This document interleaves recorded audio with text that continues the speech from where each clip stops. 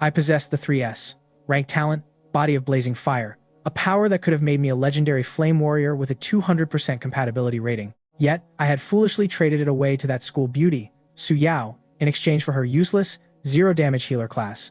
That decision cost me everything. After perishing alongside the dungeon boss, Bai Ye, I found myself jolted back in time to the very day I had received my original job emblem. Back then, I had sworn that if I ever got a second chance, I would never, under any circumstances, become that pathetic, tragedy-prone healer again. But the universe really has jokes. As I checked my status, I realized my 3S, rank body of blazing fire had been completely erased, replaced by a new talent, Healer Sovereign. I felt like my brain simply clocked out. Millions of mental alpacas seemed to be stampeding through my mind. Still, I steeled myself and focused on the attributes of my new talent. As I read the 4 distinct traits, my jaw nearly hit the floor. This was no ordinary skill. Each individual component was on par with, if not better than, an SSS rank talent. When I healed a target, I had a chance to gain permanent stat bonuses, and an even rarer chance to steal their own talent. Furthermore, successful healing granted me spirit souls, which could be used to re-roll the properties of my equipment. Honestly, I was 100% winging it, but this was insane. I immediately began racking my brain. Aside from Su Yao, who else would be willing to trade job emblems with me? My eyes brightened as a name clicked into place. As soon as the bell rang, I marched toward Class 2. My appearance at their doorway caused quite a stir. Everyone knew I was usually there to grovel after Su Yao. Under the envious gazes of the students, Su Yao stood up, crossing her arms and lifting her chin in that arrogant, expectant way of hers. I walked right past her, completely ignoring her existence, and stopped in front of another girl, Bai Lin. "Come with me," I commanded. The entire classroom fell into a stunned silence. Su Yao's expression shifted from smugness to pure, unadulterated disbelief. I grabbed Bai Lin's hand and started walking toward the door. "Let's go. There's somewhere we need to be." Bai Lin was utterly bewildered, stumbling along behind me as if she'd been hit by a truck. "Lin Mo, you stop right there," Su Yao screamed, practically vibrating with rage. She clearly hadn't expected me to walk out holding hands with the girl she hated most. I paused, but I didn't turn back. I heard Su Yao huff, likely thinking that if I didn't apologize to her in front of the whole class, she wouldn't forgive me. That was a tomorrow problem. Instead, I leaned in and whispered something into Bai Lin's ear. Her face flushed a deep crimson, and she nodded in agreement. We walked out of the classroom, leaving Su Yao completely paralyzed in the middle of the room. Once we reached the rooftop, Bai Lin looked down, clearly flustered and anxious, unable to grasp why I had brought her here. "I want the healer emblem you're holding," I said, meeting her eyes.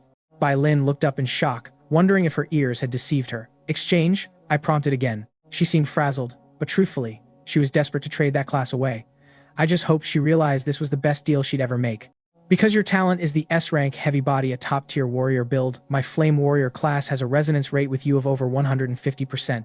Meanwhile, the healer class you're stuck with only has a 95% compatibility," I explained, leaning in closer. "But then, what about you?" Bai Lin asked, her cheeks flushed with embarrassment. "I'll just be the healer," I said with a confident grin. "If you need support, I'll be right there behind you, the man working tirelessly to keep you in the fight." Bai Lin's face turned an even deeper shade of red. She shook her head, hesitating. "No, this job emblem is too valuable. I can't." I lowered my voice, playing my hand carefully. "You're worried that if I switch classes, I'll lose that 200% resonance, aren't you? Let me let you in on a secret. My actual talent is even more compatible with the healer class. Why else do you think I'm so eager to trade with you?" Bai Lin furrowed her brow, looking genuinely torn. She knew my talent rank, but she had no idea what my specific ability actually was. Seeing her look so endearingly clueless, I knew I had her. I was 100% winning it, but the bait was set. "You're not lying to me?" she asked, searching my eyes. "If I'm lying, I'm a puppy. If you don't believe me, let's pinky swear." After a little more back and forth, we finally made the trade. My mission to become a flame warrior was simple. Enter any fire attribute's secret realm and clear it. "We'll head to the flame forest together tomorrow," I said, tucking the healer emblem away. "I'll help you complete your class advancement." Bai Lin nodded like a bobblehead, her eyes shining with trust. "And listen," I added, turning serious. "Remember, this trade is just between us. You can't tell anyone." It was a necessary precaution. The entire school was buzzing about me landing a job emblem with a 200% resonance rate. If they found out I'd swapped it for a healer emblem, the principal would be the first person knocking on my door, and I'd probably have the city's education department breathing down my neck by sunset. I wasn't paid enough for that kind of headache. As long as the class advancement went through, it would be a done deal. Once the change was locked in, I wouldn't care if the secret leaked. At that point, it would be a tomorrow problem. Bai Lin nodded solemnly, fully grasping the gravity of the situation. Satisfied, I shamelessly reached out and took her hand, leading her back downstairs. We parted ways at the classroom entrance. Bai Lin walked back to her seat with surprising composure, acting as if nothing out of the ordinary had occurred. But back on the other side of the room, I could practically hear Su Yao's teeth grinding. She was seething, her expression twisting with pure, unadulterated rage. She was clearly reaching her breaking point, and I had a sneaking suspicion she was already planning to hunt me down after school to demand an explanation. Well, that's a future problem until it becomes a present problem. I just smiled to myself, let her come.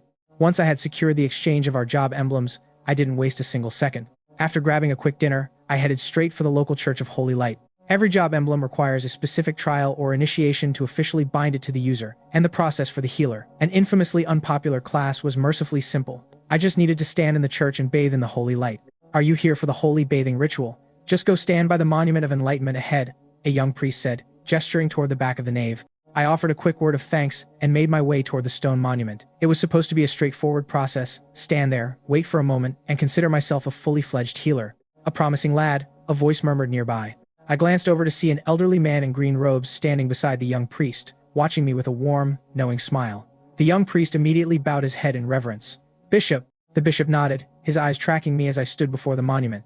He seems quite polite, indeed.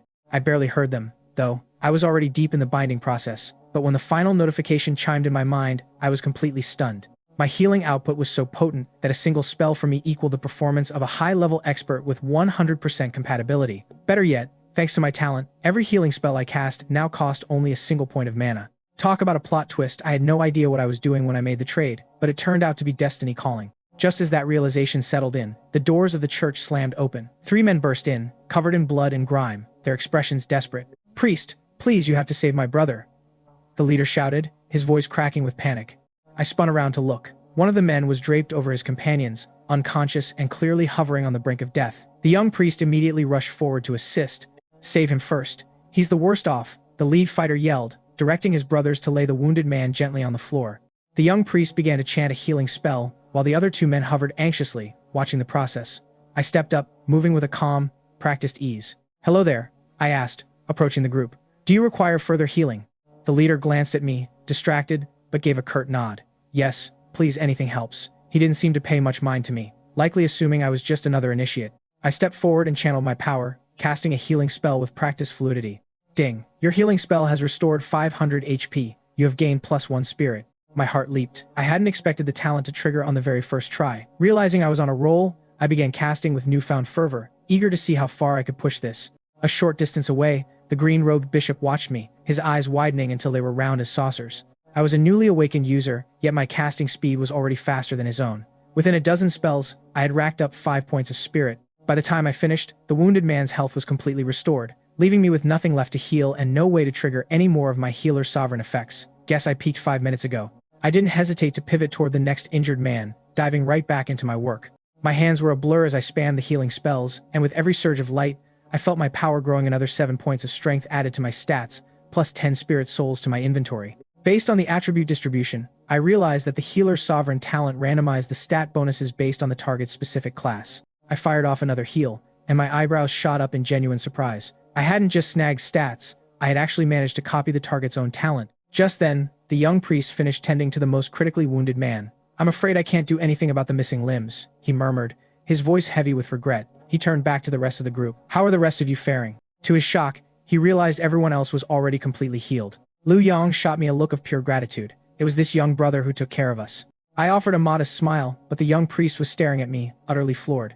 He hadn't expected a green, newly promoted healer to be capable of such efficiency. "Young friend, may I ask your name?" I looked up to find the green-robed bishop standing right in front of me, wearing an approving smile. I recognized him instantly. In my previous life, he had been a major mentor figure who looked out for me. "Bishop Liu, I am Lin Mo," I answered, bowing respectfully. "Excellent," Liu Qingshan said, his praise effusive.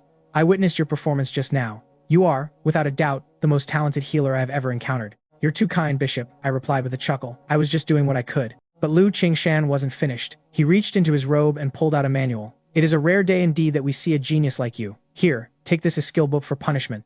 I was left momentarily speechless. The irony was thick. This was almost identical to how we'd met in my past life. Liu Qingshan had been the one to chase me down with skill books back then, and he had even been the one to help me transition into a blazing flame mage. I finally understood that my proficiency with healing spells was exactly what had caught his eye. I feigned hesitation, shaking my head. "This is too valuable, Bishop." "Nonsense," he said with a wave of his hand. "I can't take it with me to the grave. It's far better suited for the hands of the next generation.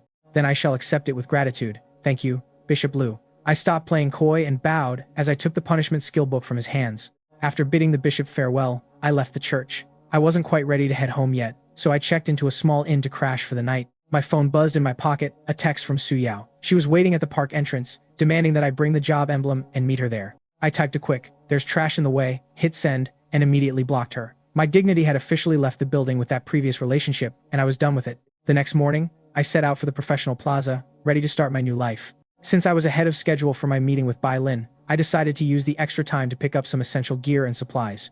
I had 100,000 yuan in my account, the remnants of the pension my parents had left behind before they died in a spatial rift riot 3 years ago. As a healer, I didn't have much need for fancy combat armor, but a decent spatial bag and a healthy stockpile of mana recovery potions were non-negotiable. I eventually found a vendor selling storage gear and walked away with a standard-issue spatial bag for 500 yuan. As I inspected my new purchase, a small, blinking label caught my eye, "Refinable." Intrigued, I ducked into a quiet corner and spent one of my spirit souls to test the effect. With a sharp ding, the bag flared with a faint, shimmering light. I immediately pulled up the updated status window and felt my jaw hit the floor. The refined attribute allowed the bag to store other spatial items inside it. If I bought a mountain of basic 1 cubic meter bags and stuffed them into this single refined multidimensional bag, I could effectively carry hundreds of cubic meters of loot. This was a total game changer. Most professionals had to leave behind piles of valuable spoils simply because their storage was limited. With this, I'd be able to haul out enough gear to make an entire guild jealous. I rushed back to the stall, bought 20 more bags in one go, and then hit a few other shops to finish my prep. Watching my balance drop by another 50,000 yuan was a bit painful, but I knew it was an investment. Just as I was checking my remaining funds, I heard someone calling my name. I turned around to see Bai Lin walking toward me, though she wasn't alone. She had 3 people trailing behind her, and among them was none other than Su Yao. I narrowed my eyes. The trash really does have a habit of wandering in uninvited. Bai Lin looked at me, her expression apologetic. "I'm so sorry, Lin Mo. She just wouldn't stop following me." I smiled, reaching out to gently pat Bai Lin's head. "It's fine.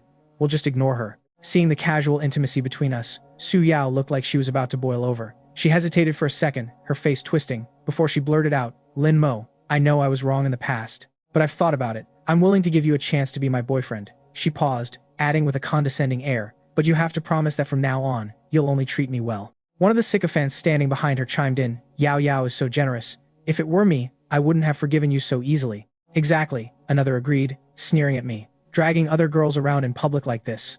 I wasn't emotionally prepared for this level of delusion. My brain simply clocked out. This wasn't on my bingo card today, but I guess optimism really does have consequences. "You scumbag." Su Yao's 2 sidekicks chimed in right on cue, masterfully playing their roles as professional hecklers. Bai Lin, usually soft-spoken and patient, was starting to get visibly annoyed. She couldn't understand why these people wouldn't just leave us alone.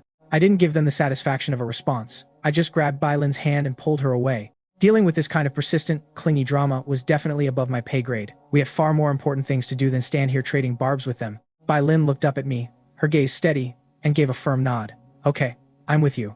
I offered a small, reassuring smile, and we walked off together, leaving Su Yao and her little clique standing there staring at our retreating backs, completely dumbfounded. Once we were a safe distance away, Bai Lin reached into her bag and pulled out a staff. It was crafted from a pristine, gleaming white metal that seemed to hum with energy. "This is, for me?" I asked, genuinely surprised. "I need proper healing support," she said, lifting her chin with a hint of playful arrogance. "Otherwise, how am I supposed to dare step onto the front lines to tank the mobs for you?" I took the staff and inspected it. On the current market, this piece alone would set someone back at least 100,000 yuan. It was clear she'd gone to her uncle's family to borrow the funds. Even better, I discovered the staff was also eligible for refinement. I could easily boost its quality. "What about you?" I asked, looking her over. "What are you bringing to the table?" Bai Lin didn't try to hide anything. She immediately showed me her current gear. It was a basic set of beginner-level warrior white-tier items. The whole set probably wouldn't cost more than 4,000 or 5,000 yuan. "That'll do," I said, nodding. "We just need 3 more people, and we can enter the dungeon." While I could technically carry her through the dungeon alone, a larger team meant more targets. That meant more opportunities for me to proc my healer's sovereign talent and farm spirit souls. "Handle the recruitment," I instructed her. "Tell them we have a double S-rank talent and a rare class. We're looking for any class except healers to join our team." Bai Lin nodded and immediately got to work, broadcasting our recruitment message across the city's professional channel. While she handled that, I made a convenient excuse about needing to use the restroom, slipped into a quiet corner, and spent some time refining my new equipment. By the time I finished my 3rd refinement, the staff had evolved an entire tier. I inspected the new stats and couldn't help but grin. Nailed it. My phone buzzed a message from Bai Lin. The party was full. I quickly tossed the staff into my multi-dimensional space bag and hurried to the rendezvous point. After a brief round of introductions, I took stock of our new members. A tall, sturdy youth named Hugh K, who was a warrior, and a set of twin sisters, Diane and Dana, who were both archers. With the team assembled, I pulled up the dungeon interface and selected the Flame Forest on normal difficulty. In the blink of an eye, the 5 of us were enveloped in a shimmer of light and teleported into the dungeon's special space. I pulled out my refined staff and took charge. "Hoo-Kay, you're on point. Diane, Dana, keep your distance and focus on damage. I'll keep an eye on everyone's health bars." Hoo-Kay blinked, staring at me with a confused expression. "Wait, you're the healer? Then, is she the Flame Warrior?" Diane and Dana looked just as confused, eyeing Bai Lin with skepticism. I gave a small, cryptic smile at Hoo-Kay's question. "Not exactly," I corrected him. "She isn't a Flame Warrior just yet, but I am a healer," I said, offering a calm, steady smile. Hoo-Kay and the twins stared at me, their faces twitching. The realization hit them like a freight train. They had been lured into this dungeon under false pretenses just to help Bai Lin complete her class advancement quest. "Well, since we're already here." Hoo-Kay sighed, stepping forward with a resigned shrug. "I guess I'll take point as the meat shield. Just try not to let me die, all right?" He unsheathed his weapon, his expression wary. I didn't blame him. I didn't wait for his nerves to settle. I immediately cast Soul Link on him. A soft, iridescent glow washed over his body. He paused, checking his status screen, and then his jaw went slack. He looked back at me, his eyes wide with disbelief. "Are you serious? It forces the damage dealt to one member to be split evenly across the entire party." The rest of the team crowded around, looking at the status effect with varying degrees of alarm. Hoo-Kay looked like he was about to cry, or perhaps laugh. It was hard to tell. Under Soul Link, the pressure on the tank was technically lessened, but the sheer burden on the healer was about to skyrocket. "Are you sure this is a good idea?" one of the twins asked, her voice trembling. "Maybe we should cancel it, if you can't keep up with the healing." "Relax," I said, my tone indifferent. "Let's try fighting one mob first. If you're still worried after that, you can always drop the party." I had no intention of explaining the intricacies of my build. Why bother? With my current configuration, keeping this team upright was barely a side quest. They were essentially playing on easy mode without even knowing it. After a quick huddle, the twins decided to trust me and stick it out. "All right, let's do this," Hoo-Kay grunted. He let out a battle cry and charged a level 1 goblin. The creature shrieked, spinning around to slam its club into Hoo-Kay's chest. The two of them proceeded to trade blows in a chaotic, clumsy dance. Diane and Dana quickly raised their short bows, raining arrows down to support him. With their combined efforts, Hoo-Kay landed a solid critical hit for 30 damage, finishing the goblin off. The fight ended quickly, but the team's faces were masks of concern. Normally, the damage taken during that scuffle would have required a single heal spell. Because of Soul Link, however, that damage had been spread across all 4 of them, meaning I should have needed to cast several spells to bring everyone back to full. Hoo-Kay opened his mouth, clearly ready to beg me to cancel the skill, but he never got the chance. I tapped my staff against the ground. A brilliant, holy radiance erupted, enveloping every member of the party. In a single heartbeat, everyone's health bars snapped back to 100%. Hoo-Kay swallowed the words he had been about to say, his eyes darting between me and his own glowing status bar. Diane and Dana looked like they'd just seen a ghost, their composure completely shattered. "Brother Lin, I was wrong to doubt you," Hoo-Kay stammered, his face flushing deep red as he lowered himself into a deep, sincere bow. "Please, forgive me." Diane scrambled over, her expression panicked. "We know we were wrong, Brother Lin. Please, don't give up on us. We promise we'll be absolutely obedient." Dana was right beside her, nodding so frantically she looked like she might get whiplash. Bai Lin didn't need to say a word. She had been firmly in my corner from the very beginning. Seeing that everyone was on the same page, I gave a relaxed shrug. "Since we've all decided to stick it out, let's keep moving." The adrenaline from that last burst of healing was still buzzing in my veins. I'd managed to farm stat bonuses from every single one of them, and I didn't even want to imagine how high my stats would be by the time we cleared this entire secret realm. "I suggest we pick up the pace," I said casually. "If we play our cards right, I think we can actually contend for this year's speedrun record."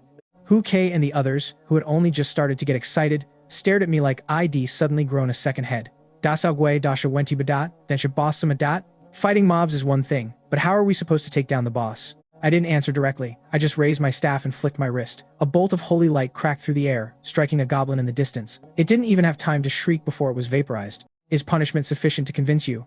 I asked, my expression as calm as if I'd just swatted a fly. Hoo-Kay practically dropped to his knees. "More than sufficient. Meeting a guy like you must be the greatest blessing I've earned in 8 lifetimes." My little display of power had officially turned the entire team into believers. We re-equipped, tightened our formation, and pushed forward. With me calling the shots, we reached the boss of the beginner dungeon in just 58 minutes, a full 20 minutes faster than the existing record.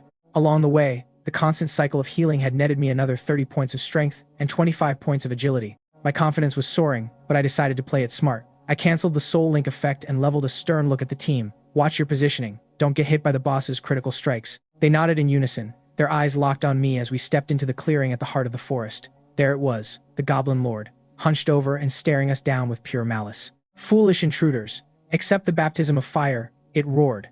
I didn't let it finish its monologue. "Hoo-Kay, Wait for me to close the distance, then engage immediately. Archers, watch your spacing. I surged forward, acting as the vanguard. Huke, finally energized, stuck to the plan like glue. Just as the Goblin Lord prepared to unleash a devastating counterattack, I executed a precise sidestep, vanishing from the boss's line of sight. Huke slammed into the vacancy I'd left, taking the brunt of the aggro head-on. The Goblin Lord, caught off balance by Huke's sudden charge, stumbled back, stunned by the sheer momentum. Reality hit it like a truck. The Goblin Lord stood there, reeling from the impact of Huke's charge, caught in a brief, vulnerable state of dizziness. I didn't hesitate. I shifted my weight and blurred into motion, reappearing directly behind the boss before slamming my staff into its spine. The blow sent the creature into a frenzy, its health bar plummeting in response. Huke's eyes nearly popped out of his head when he saw the damage numbers flickering above the boss's crown. He looked at me, then at the boss, then back at me, his expression a mix of awe and existential crisis. Are you kidding me? This is damage from a healer? It's 10 times higher than mine. Enraged by my intervention, the Goblin Lord let out a deafening roar. The ground beneath us began to pulse with molten energy, and suddenly, massive meteors started raining from the sky. Panic rippled through the party. As the others scrambled desperately to avoid the falling stones, I didn't even flinch. I kept my eyes locked on the Goblin Lord and unleashed a rapid-fire punishment. The holy light struck home with clinical precision, each hit shaving off over 2,000 points of health. I wove through the chaos with ease, casting punishment once per second, turning the boss's HP bar into a rapidly receding tide. System notification. Dungeon cleared. The moment the notification pinged, Huke and the rest of the team collapsed onto the forest floor, gasping for air as if they'd just run a marathon. I checked my interface, feeling genuinely impressed. Under an hour. Nice. Back at the city's professional plaza, chaos erupted. A massive announcement banner pulsed in the sky. Team Linmo has cleared the flame forest, normal in 59 minutes and 56 seconds, achieving an SS grade rating and setting a new historical record. The entire plaza was dead silent for a heartbeat, followed by a roar of shock. Rumors flew faster than arrows. Word spread instantly. I was an S-ranked talent powerhouse, and the team had supposedly been carried by a rare flame warrior class with a 200% resonance rate. It made sense, surely, that was how we'd shredded a record like that. Standing in the crowd, Su Yao felt her heart sink. She looked dejected, but the mood shifted when someone pointed out the truth. I wasn't the flame warrior. It was actually the girl on my team, Bai Lin. Su Yao's expression twisted. She pulled up our team info on her interface, her eyes burning into the display. When she saw my actual class and confirmed Bai Lin's, she was so furious she nearly snapped her own staff in half. You guys are actually dead to me, she hissed, her voice trembling with spite. I'm reporting you. You must have traded those emblems privately. That little brat, Bai Lin, definitely bribed Lin Mo to get that flame warrior emblem. Meanwhile, back in the dungeon, I was blissfully unaware of the drama unfolding in the plaza. I was busy sorting through the loot. The Goblin Lord had dropped 5 items in total. 2 green-tier pieces of gear and a small pile of miscellaneous scrap. It wasn't exactly a king's ransom, but I'd take it. After all, the real prize wasn't in the loot box, it was in the stat gains. I gathered up all the spoils and looked over at the rest of the team. Time to wrap this up and head out. I navigated to the settlement option on my panel, and in an instant, a scoring interface materialized before every member of the party. After the final tally, everyone had bumped up to level 2. I, meanwhile, had reached level 3. I took a quick look at my status window. For a level 3 healer, my stats were frankly absurd, almost bordering on monstrous. I didn't hesitate to dump all 10 of my free attribute points into spirit. Just as I finished adjusting my stats, a new notification popped up on the screen. I raised an eyebrow, scanning the prompt. A skill stone? Hukesh shouted, his voice cracking with excitement. The twins, Diane and Dana, were practically vibrating with thrill. They hadn't expected that breaking a historical record would net us something as valuable as a skill stone. Suddenly, Bai Lin tugged on my sleeve. I turned to look at her, ready to ask what was wrong, but she had already slipped something small and cool into my palm. My hand closed around it. It was another skill stone. She looked up at me, her gaze shy and slightly guarded. She knew as well as I did that she had spent most of the dungeon riding my coattails, and in her mind, the stone belonged to me. Huke calmed his excitement long enough to chime in. Boss, that stone should definitely be yours. Diane and Dana followed suit, immediately handing over their stones as well. They were smart enough to know that without me, they probably wouldn't have even finished the dungeon, let alone smash the speedrun record. Fair enough, I'll take them. I accepted their contributions without false modesty. With the settlement finalized, we were teleported out of the flame forest. Stepping back into the bustling professional plaza in Shantou City, our phones immediately started exploding with notifications. The news of our record-breaking clear had already gone viral. Even Huke and the twins, who were essentially dead weight for most of the run, were being bombarded with messages of shock and congratulations from friends and family. Huke finished replying to his family, his eyes practically gleaming as he looked at me. Boss, what's next on the agenda? The twins were just as eager, their faces full of anticipation. Go take care of your own business first, I said, waving them off. If anything comes up, just hit me up in the party chat. I had my own matters to attend to. and I wasn't about to let them hold me up. Got it, I'll be back in a flash. He didn't waste a second, jogging off into the crowd. The twins followed suit almost immediately. Linmo, I need to head home for a bit, Bai Lin said, her voice quiet. She wouldn't meet my eyes. I studied her for a moment. If you run into any trouble, come straight to me. Don't handle it alone. She gave a small, almost imperceptible nod before turning to leave. I watched her retreating back, her silhouette heavy with hidden worries. I narrowed my eyes, shifting my focus back to the bigger picture. This record was just the beginning. It wasn't nearly enough to make a real splash. I knew one thing for certain. Right now, the person feeling the most pressure in the entire school had to be my homeroom teacher. It was time to give them a little more to think about. In my past life, I had made the disastrous mistake of handing over the Flame Warrior class emblem to Su Yao. That single, idiotic decision triggered a cascade of consequences that eventually cost my homeroom teacher, Chen Daosheng, his career. Even when the official investigation confirmed I'd voluntarily surrendered the emblem, Chen Daosheng hadn't held a shred of resentment toward me. Instead, he'd come to comfort me, blaming his own negligence for failing to prevent me from being scammed. If it hadn't been for his unwavering guidance and support, I doubt I would have found the strength to get back on my feet in that previous timeline. This time around, I was going to make sure he could stand tall and proudly tell everyone Lin Mo is my student.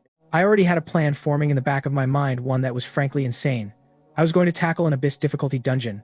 With that goal set, I headed straight for the official processing center in the middle of the professional plaza. I marched up to the counter and dropped into the seat, meeting the gaze of the sweet-faced attendant behind the glass. "Hello, how can I assist you today?" she asked, her tone professional but bordering on bored.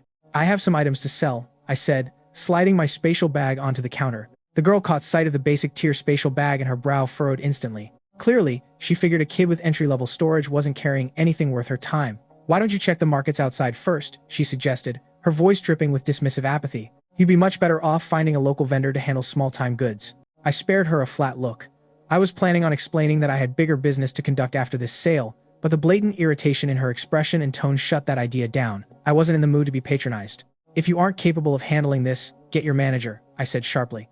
"I have 2 pieces of green tier equipment to offload, and I have significant business to conduct afterward." The attendant froze, the flicker of realization that she had severely misjudged her client crossing her face. She quickly slapped on a stiff, professional mask. "I apologize. My manager is currently assisting another client, but I am fully capable of processing green tier equipment." "I'm not finished selling," I cut her off, raising my voice just enough to draw attention. "I'm also here to secure a significant loan. I want to see your manager, and I want you to get them over here.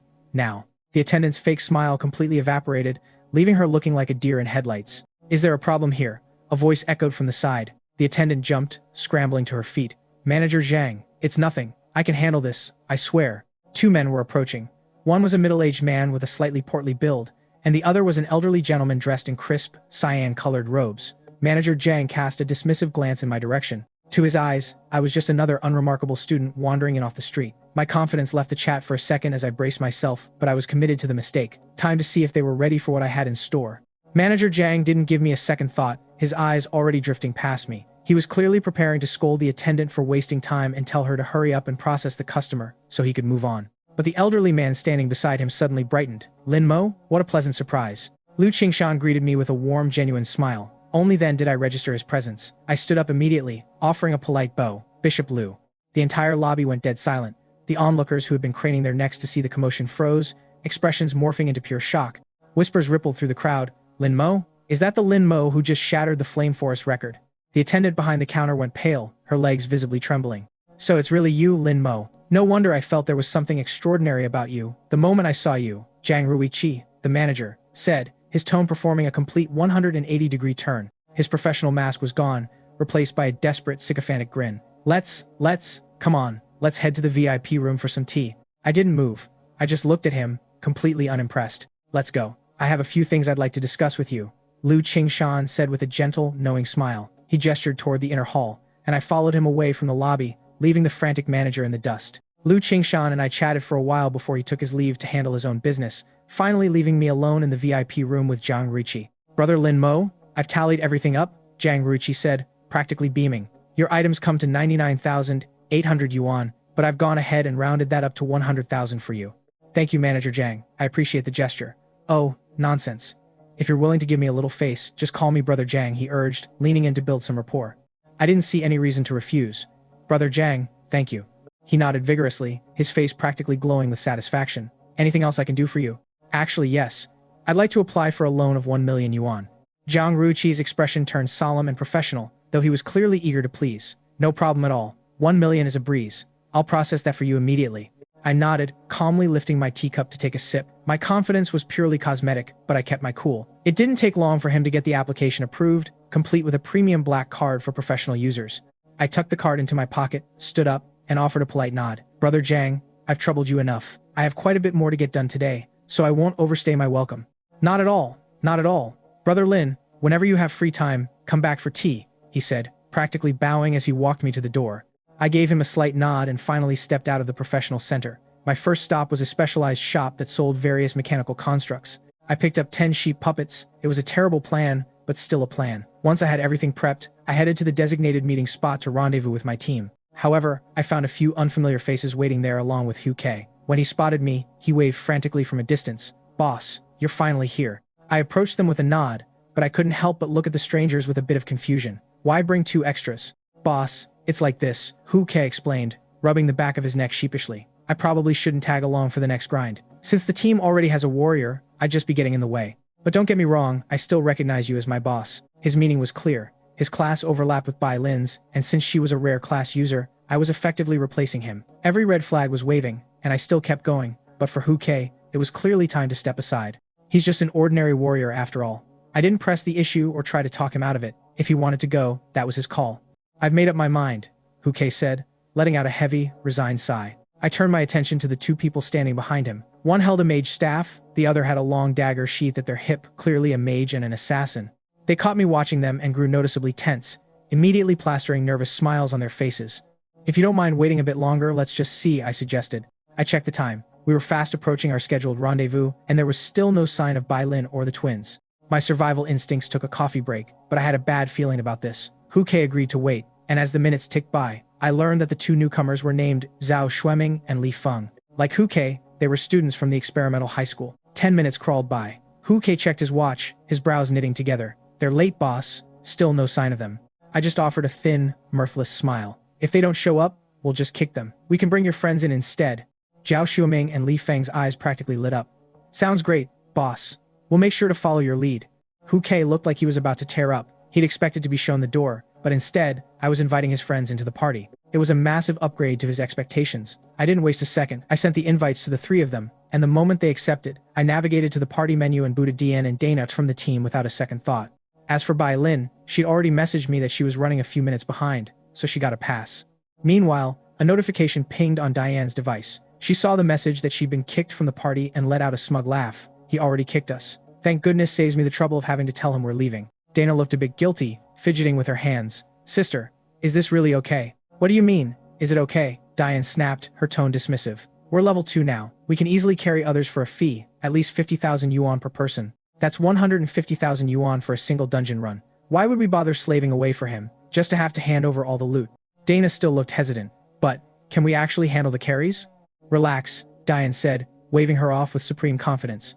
I'll handle the tactics. Plus, I've already got clients lined up. We've already taken their money. You expect me to just hand it back? Diane snapped, her patience clearly wearing thin. Dana had no choice but to accept her sister's logic. Meanwhile, at our meeting point, Bai Lin had finally arrived. She looked slightly surprised to see Zhao Xueming and Li Feng in place of the twins, but she knew better than to ask questions. With the team finally assembled, I cleared my throat. For our next run, we're heading back to the Flame Forest. But this time, we're challenging the Abyss difficulty.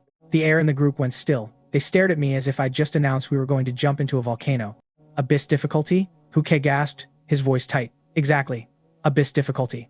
I needed the exposure, and more importantly, this was the final time I was offering free carry services. I'm going for it. Who's with me? I'll follow your lead, boss, Hu Kei said, squaring his shoulders.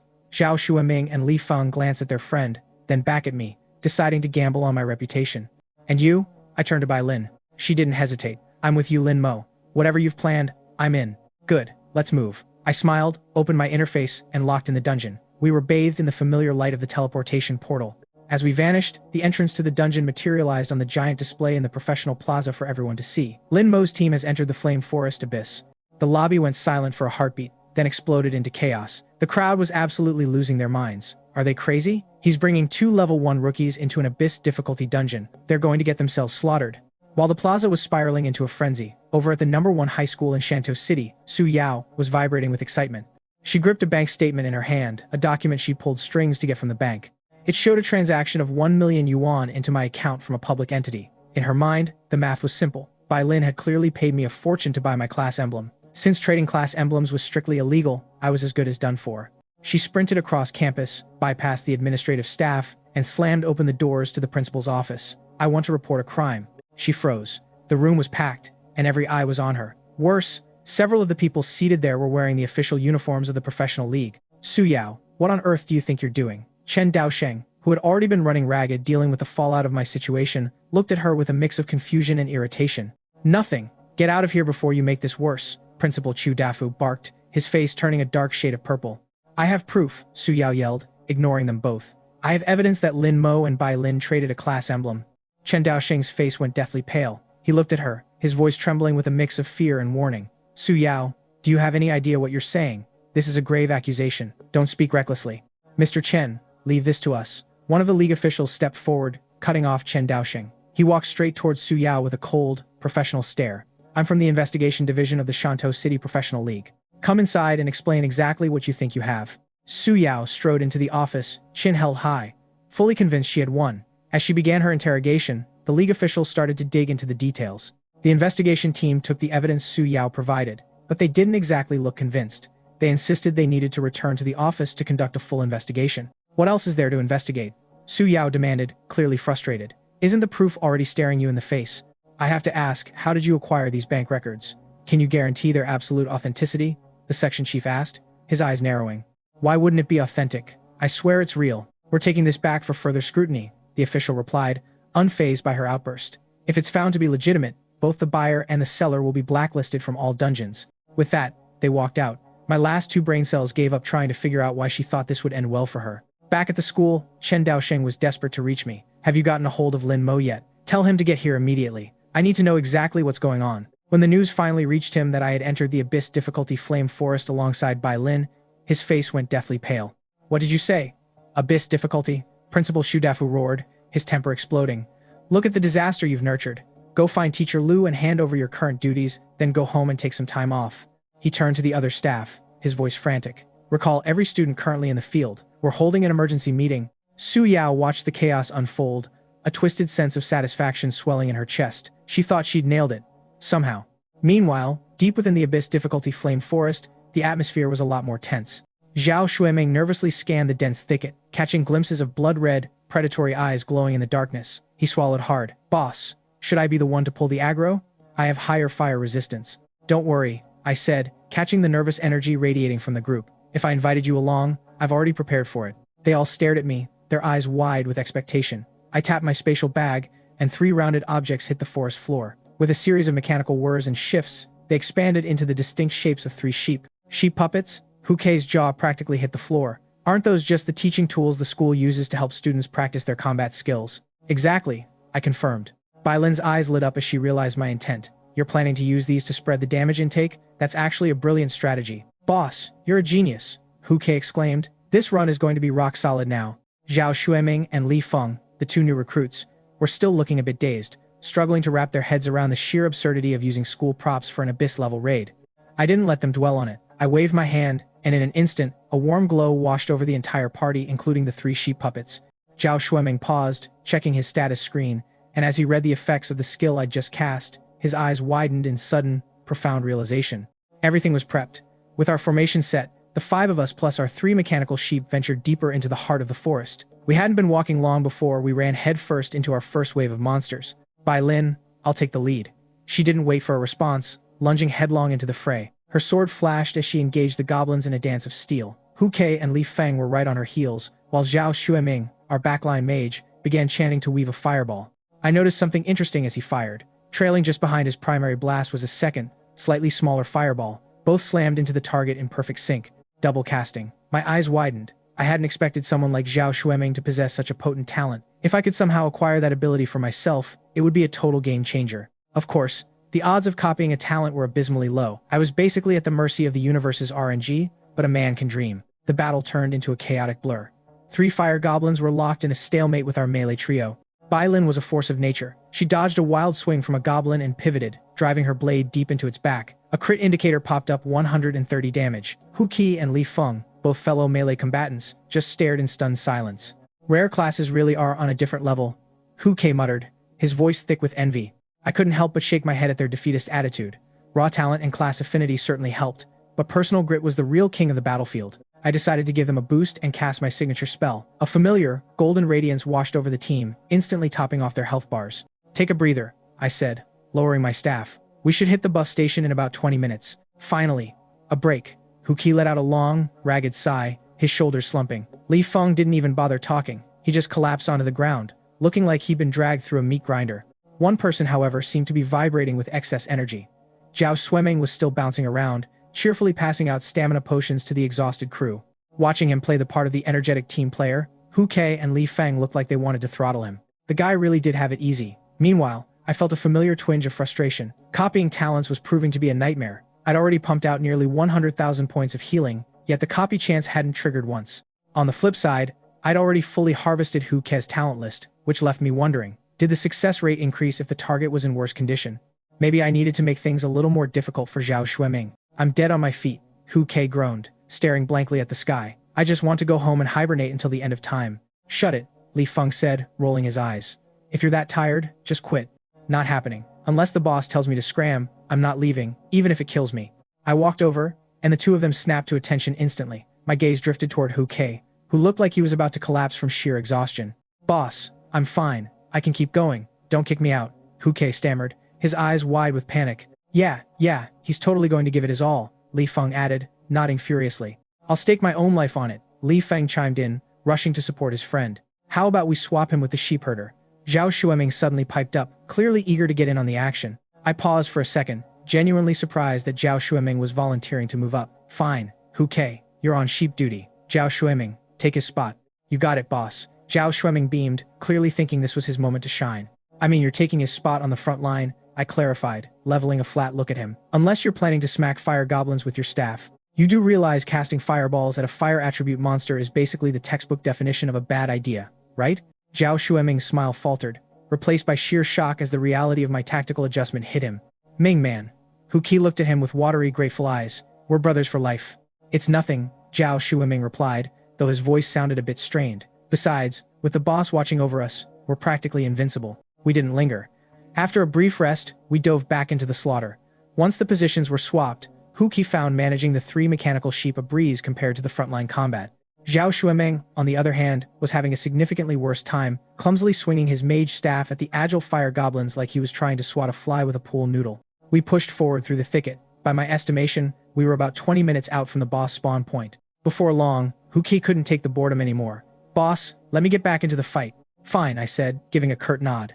We were reaching the endgame, so it didn't really matter anymore. Charge. I flicked a glance at Zhao Xueming, signaling for them all to swarm the camp. Hu Ke didn't need to be told twice. He initiated a charge, slamming into the mob with everything he had. Bailin surged forward right behind him, and Li Feng, our assassin, darted through the shadows toward his target. Only Zhao Xueming, clutching his staff, looked like he was struggling to keep up as he huffed and puffed his way toward the goblin stronghold. Kill the intruders.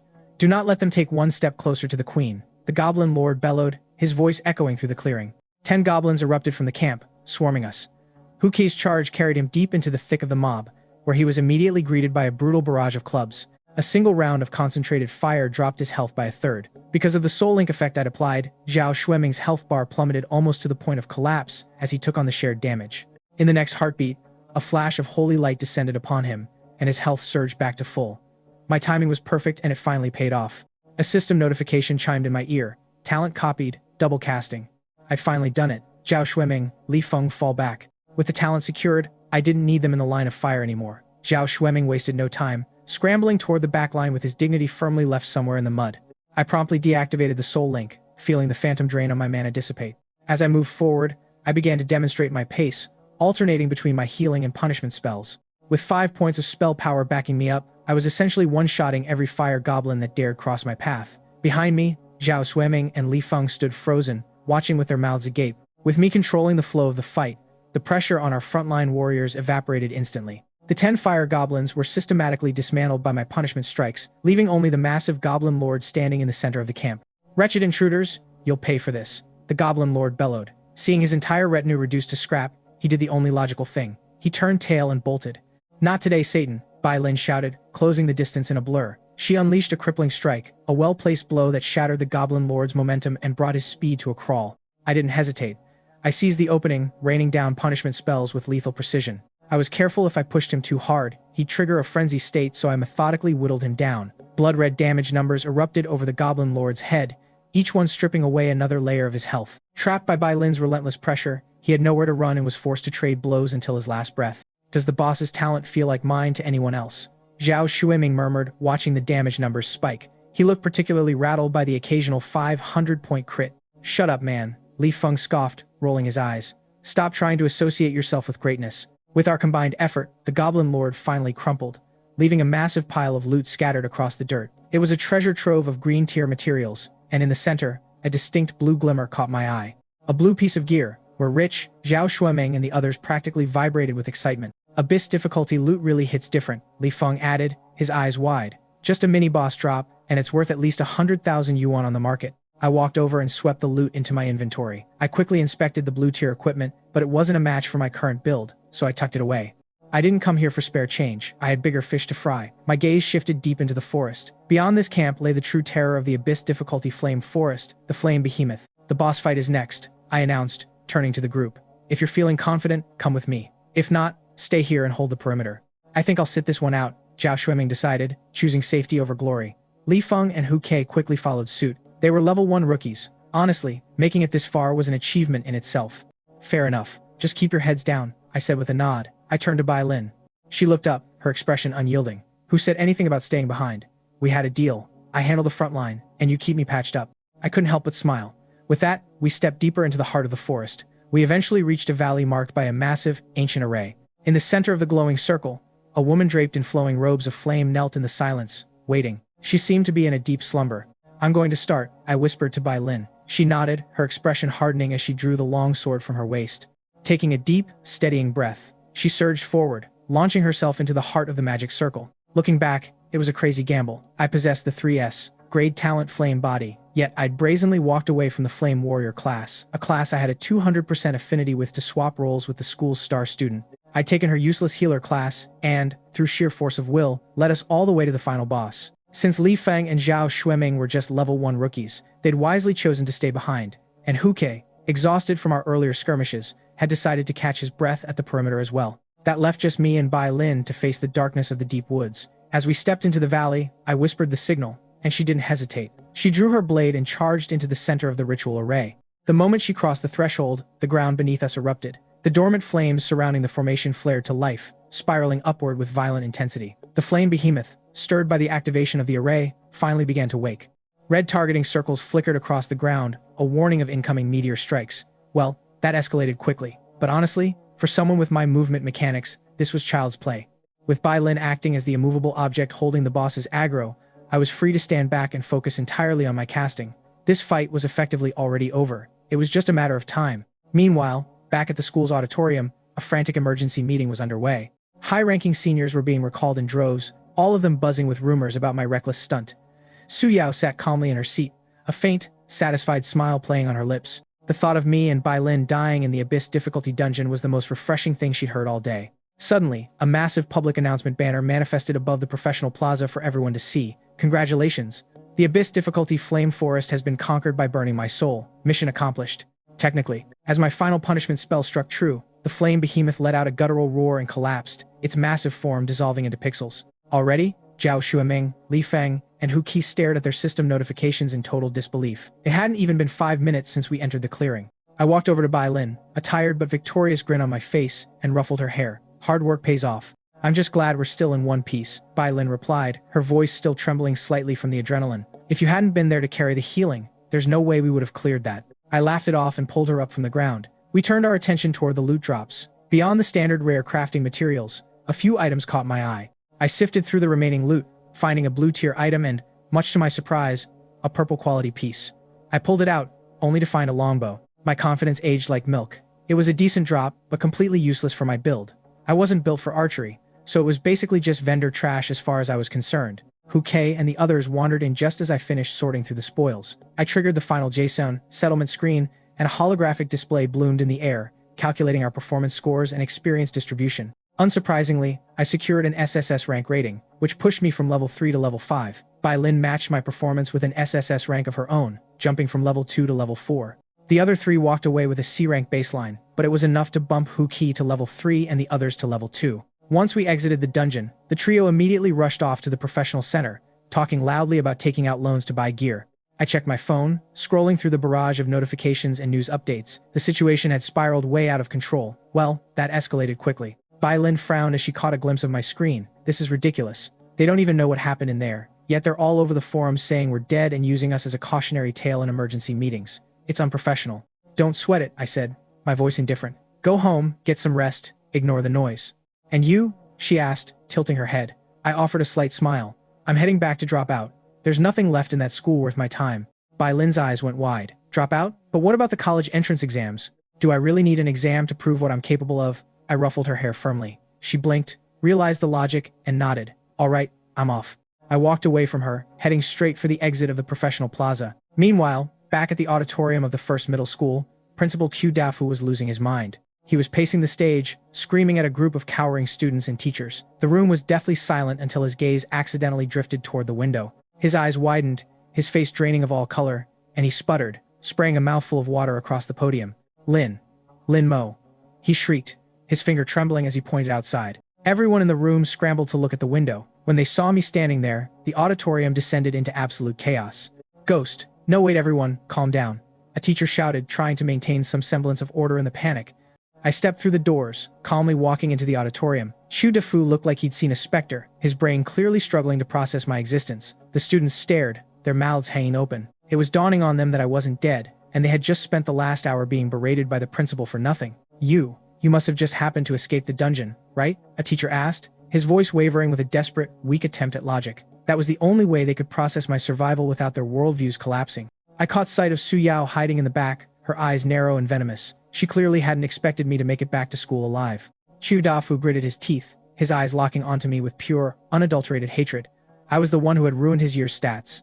I'm here to drop out, I said, ignoring the tension in the room. The hall went deathly silent. Chu Dafu couldn't believe his luck. I was volunteering to leave. He immediately started to bark. Really, Don't waste your breath, I interrupted, cutting him off. I'm only here for my personal items. I didn't give him a second look, turning on my heel and walking out. Just then, something shifted in the air. An uproar erupted in the auditorium as a man leaped to his feet. What? You're saying Hu Ke and Zhao Shumeng made it back safe? It was the principal of the experimental high school. Since 3 of his students had followed me into that death trap of an abyss difficulty dungeon, he'd come looking for answers from Chu Dafu. He froze mid-sentence, his face turning an unhealthy shade of pale as he took a call, presumably from someone on the inside. Wait, you're telling me Lin Mo did what? He abruptly cut the line, abandoned the conversation with Chu Dafu, and sprinted out of the auditorium like he was being chased by a pack of wolves. Lin Mo, wait for me. Let's talk about a transfer. Everyone look at the news. Something huge just happened. Someone shouted.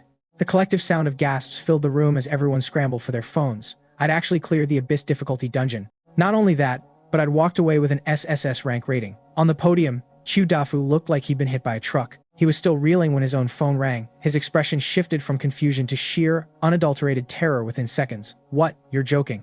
Within moments, a team of official personnel in crisp, authoritative uniforms marched into the auditorium. Su Yao, ever the opportunist, was the first to scramble forward, pointing a finger in the direction I just left. Section Chief Chin, are you here to arrest Lin Mo? He just bolted, but I can lead you straight to his house. I walked right into that one, I thought, though of course, I wasn't there to hear her. Section Chief Chin didn't even glance at her. He spoke with icy indifference. That won't be necessary. We've investigated Lin Mo's accounts. His funds are perfectly legitimate.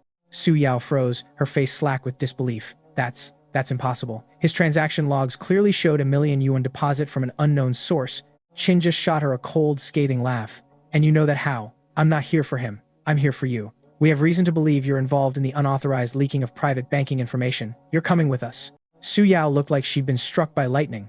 What? Why me? I didn't do anything. This is an abuse of power, she shrieked, but her protests were silenced as the officers firmly escorted her out. I, however, was already miles away. I'd found a quiet, cheap motel to hole up in, and by dawn I was already awake, methodically sorting through my loot. I sat on the edge of the bed, weighing my options. After a long moment of deliberation, I decided to pour my resources into upgrading my double casting talent. When you factored in my raw casting speed, the utility of that talent was, quite literally, broken. Task failed successfully, I thought, suppressing a smirk. With my talent enhanced, I headed straight for the professional center to dump the rest of the garbage from yesterday's run and see if I could snag some actual gear. The moment I walked through the sliding doors, the lobby manager's eyes lit up. He recognized me immediately and practically sprinted over to usher me toward the VIP lounge. "Mr. Lin," the manager said with a professional, practiced smile, "your ring of warmth is sold. As per your instructions, the proceeds were used to settle your million-yuan loan with the center." "Good," I replied. "Regarding the scorching longbow you consigned, we haven't received any bids yet. Would you be open to a direct buyout from the center? I can authorize a price of 1.5 million. I didn't even have to think about it. Done. The money hit my account instantly. Between the buyout and the raw materials I'd harvested from the dungeon, I was sitting on a clean 2 million. "And regarding your request to drop out of school," the manager added, "that's already been processed. 2 million in the bank." The slate wiped clean. It was time to get serious about my gear. Now, I just needed to hit level 8 as fast as humanly possible, because within this month, a massive, level 10 space rift eruption was destined to tear through Changqing City. In my previous life, Su Yao had seized the opportunity hidden within that chaos, using it as a springboard to cement her status as the city's undisputed prodigy. This time, however, that opportunity was mine for the taking. I left the professional center and headed straight for the plaza, determined to secure some blue-tier equipment before the storm hit. After weaving through the bustling stalls for a while, I finally spotted exactly what I needed. Flowing Tide Staff. Blue quality, last one before I pack up. A tall, lanky, middle-aged man shouted, waving the item like a prize. My eyebrows arched. The Flowing Tide Staff was somewhat infamous among beginner gear. It carried a notoriously useless effect, a 3-second burst that increased spell power by 3 points. For most novices, 3 seconds wasn't even enough time to wind up a single cast. But for me, with my mechanics, it was a god-tier weapon. I chose violence. Mentally, if I really wanted to push it, I could use soul shards to evolve it into a purple-tier relic. I stepped up to the stall. "How much for the staff?" 500,000. Flat rate, the merchant said, his confidence clearly inflated. "Don't look at me like that. The effect is top tier." I couldn't help but chuckle. 200,000. Final offer. Before the merchant could respond, a voice cut through the air. "Don't let him fleece you. Beginners can't even trigger the effect properly. It looks powerful, but it's actually useless junk." A girl in a vibrant red mage robe stood there, looking at me with pity. The merchant groaned, looking annoyed. "Forget it. Fine, 150,000. Just take it and go." I ignored the girl and kept my gaze locked on the merchant. 130,000. Take it or leave it, the man muttered, clearly tired of the haggling. "Deal." I didn't hesitate, snapping up the staff. The girl stared at me in disbelief. Even after her warning, I hadn't budged an inch. I just offered her a faint smile as she walked away, shaking her head. I found a quiet, secluded corner to start the refinement process. It took 3 soul shards, but as the light died down, the item had evolved into purple tier. I examined the upgraded stats and couldn't help but grin. The payoff was exactly what I wanted. Nailed it, somehow. With my gear sorted, I was itching to test it out in a dungeon, but my phone buzzed before I could leave. It was a message from Hu Kei. "Boss, Principal Lu wants to meet you. When and where?" I typed back a quick, crisp reply. "You arrange it." Hu Kei was lightning fast. "Principal Lu says whenever is fine. He's already at the professional plaza. Send me the location. I'm on my way." When I stepped into the professional hall, I immediately spotted a familiar face waving me over. "Boss, over here." I strode toward them, and Hu Kei quickly gestured toward the distinguished-looking man beside him. "Boss, this is Principal Lu from Experimental High School." I gave a curt nod. "Principal Lu, a pleasure." My gaze shifted to the young woman standing next to Lu Yunsheng, and I couldn't help but raise an eyebrow. "Oh? I didn't expect to run into you again so soon." Her expression flickered with a mix of surprise and pure embarrassment. It was the girl from the plaza, the one who had tried to save me from my own purchase of the Flowing Tide Staff. To realize that the stubborn amateur she'd lectured was actually the notorious Lin Mo, I immediately regretted every life decision. "You two know each other?" Lu Yunsheng asked, looking between us with a sudden flicker of hope. "We've met once," I said dismissively. "I imagine you know why I asked for this meeting." Lu Yunsheng began, cutting straight to the chase. "I won't beat around the bush. I'm prepared to offer you a 5 million yuan scholarship if you transfer to Experimental High School." "I'm not transferring," I replied, my tone flat and final. "Is it a matter of terms? We can negotiate," Lu Yunsheng countered, not ready to give up. I shook my head. "The transfer is off the table, but I can offer an alternative. I'll take your students into any dungeon under level 10 and secure the server first SSS rank achievement for them. The condition is simple. Get my teacher, Chen Daosheng, a teaching position at your school." Lu Yunsheng's brows knitted together, his expression turning sharp and clearly displeased. Guaranteeing a server first SSS rank in any dungeon? Isn't that a bit arrogant? It was obvious what he was thinking. Who is this healer to make such a claim? He clearly thought my confidence was completely unjustified. I stood up without a word. "If that's how you feel, I'll take my leave." Seeing the tension evaporate into an awkward silence, Qiju and Hu Kei looked at each other, completely stunned. Hu Kei looked particularly mortified. He tried to play the role of the helpful matchmaker, only to watch the whole thing crash and burn in seconds. "You three, Go do whatever you were supposed to be doing. Lu Yunsheng muttered to the students before turning on his heel and walking away. Hu Qi and the others exchanged nervous glances, then decided to chase after me to salvage the situation. They caught up to me just as I reached the exit. I'm so sorry, boss. It's my fault for dragging you here. Hu Qi apologized, looking like he wanted the floor to swallow him whole. It's fine, I said, my voice as calm as ever. Seeing that I wasn't actually bothered, the three of them let out a collective sigh of relief. Right, I added, turning to them. Yesterday we had an agreement we're each covering one sheep for the debt.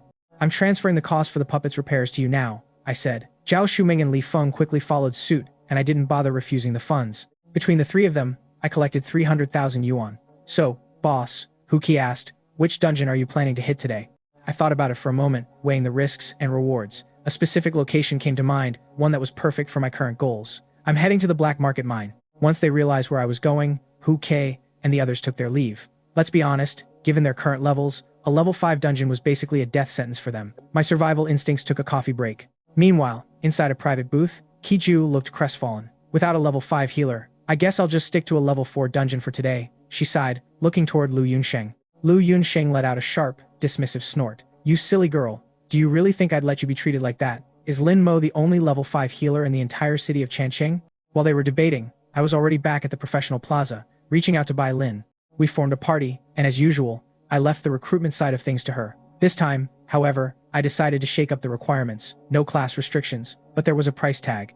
If you had an innate talent, you paid 100,000. If you were S tier or above, you were free. Everyone else, a cool 1 million. The moment our recruitment notice went live, it practically broke the local network. 1 million, if I had that kind of cash, I'd rather hire 4 girls to party with me at home. It'd be way more fun. Seriously, charging 100,000 even for a level 1 talent. He's either delusional or incredibly confident. The notice racked up over 10,000 views in minutes, but the actual signups were few and far between. Confidence level, completely unjustified. At the same time, Keiju's team was already setting off for the black market mine. Lu Yunsheng watched his granddaughter vanish into the distance with a few companions and let out a long, weary sigh. She's got an SS tier talent and a rare class. Clearing it with an SSS rank might be tough, but an SS should be well within her reach. Back at the plaza, Bai Lin looked at me, her brow furrowed in frustration. Lin Mo, only 2 people have actually signed up so far. I checked the time and shrugged. It's fine. Tell them to head over. We'll prep and set off. I briefly considered pulling Hu Qi in to fill the head count, but I quickly discovered the guy had already dived into a different dungeon. So much for that. Not long after, our 2 recruits arrived. One was a guy named Han Dong, a level 5 brawler with a crisis talent. The other was a girl named An Xin Meng, a level 5 aura master with an S-tier high-end talent. She was rare, but let's just say her actual combat power left something to be desired. Suddenly, a massive alert notification manifested in the sky above the plaza, visible to every professional in the area. The Lin Mo team has entered the black market mine, Abyss difficulty. The entire plaza went silent, followed immediately by collective madness. When they saw the party composition, people started losing their minds. With a flash of brilliant light, we were teleported onto a rugged, craggy hillside. So, this is the black market mine, I murmured. Han Dong gazed out into the distance, his voice betraying a hint of trepidation. So, how are we actually doing this? And Xinmeng, meanwhile, looked entirely unbothered, her expression blissfully naive. Bai Lin looked to me, and with a silent nod of understanding, I tapped my spatial storage. Instantly, 10 round, fluffy, white shapes materialized on the ground. The immediate cacophony of frantic bleating that filled the air was, well, let's just say it was loud.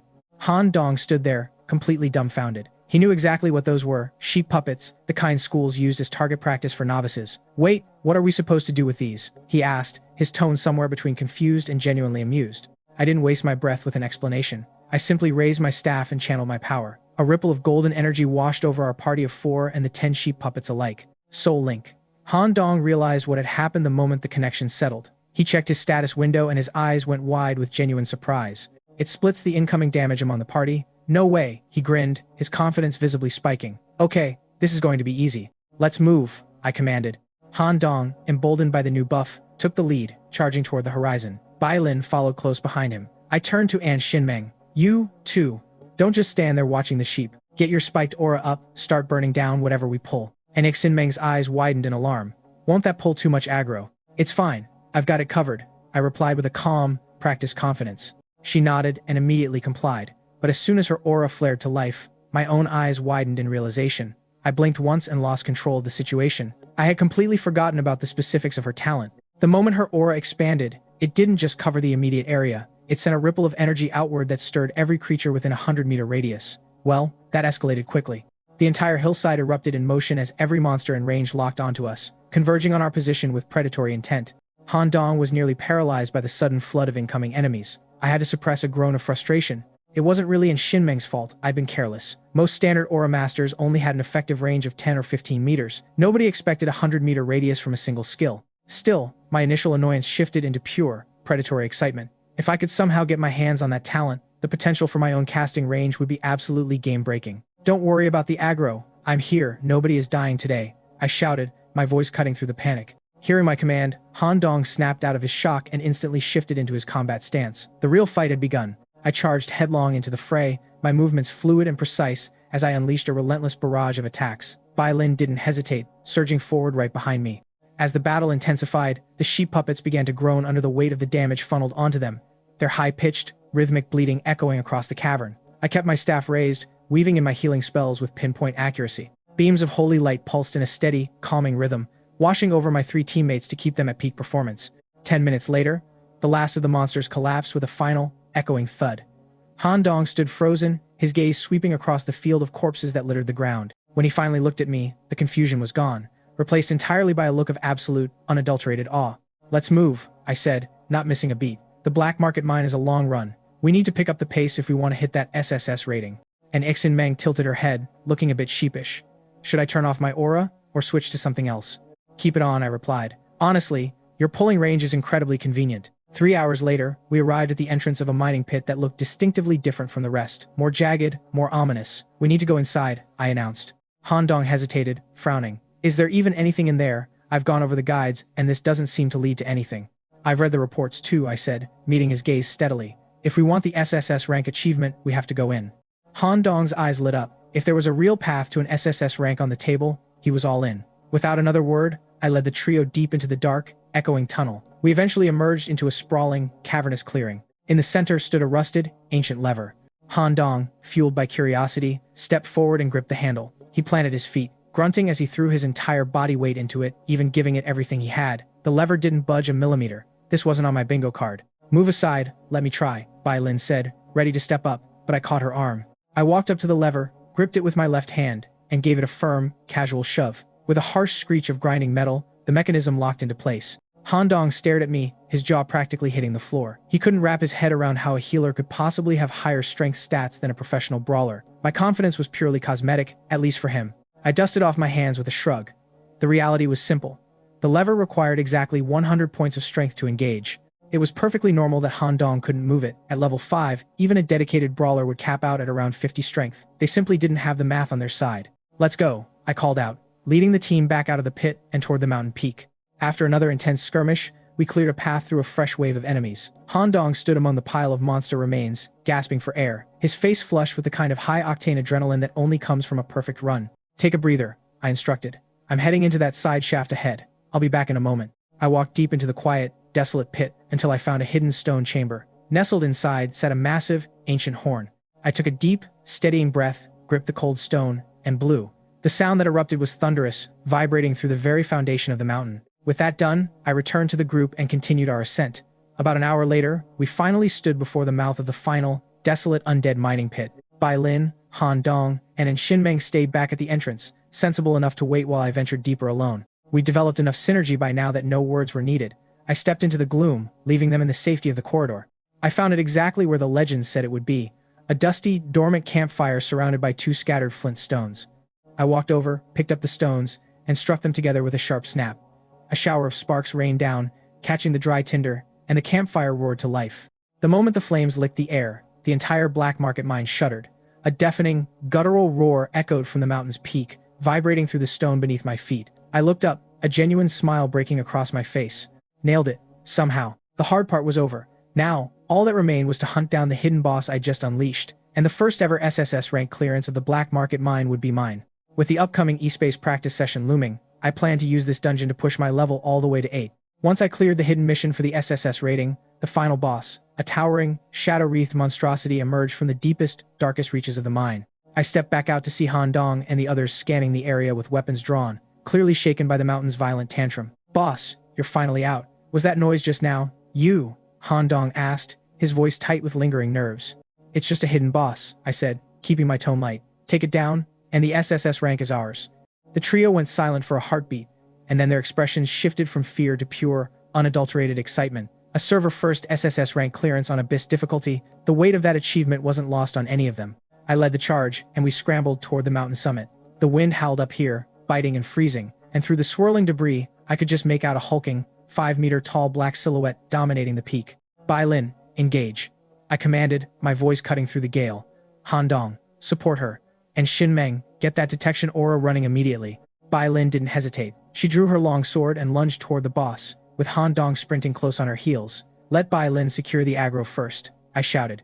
Bai Lin's flame slash connected with a brilliant flash, and a string of light red damage numbers drifted into the air. Han Dong followed up with a heavy-hitting punch, but the boss barely seemed to feel it. The damage was almost negligible. He faltered, looking worried, but Bai Lin caught his eye. Don't worry, she said with absolute conviction. We have Lin Mo. Han Dong nodded, visibly relaxing. He knew exactly what she meant. My healing wasn't just about patching up wounds. It was the backbone that made this entire nightmare possible. Han Dong quickly realized that my heals weren't just sustaining him.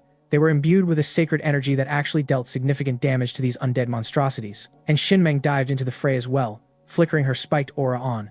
That was when we realized the gale whipping across the summit wasn't just weather, it was a dense formation of vengeful spirits. The moment the fight began, the constant, invisible attrition started shredding her health bar.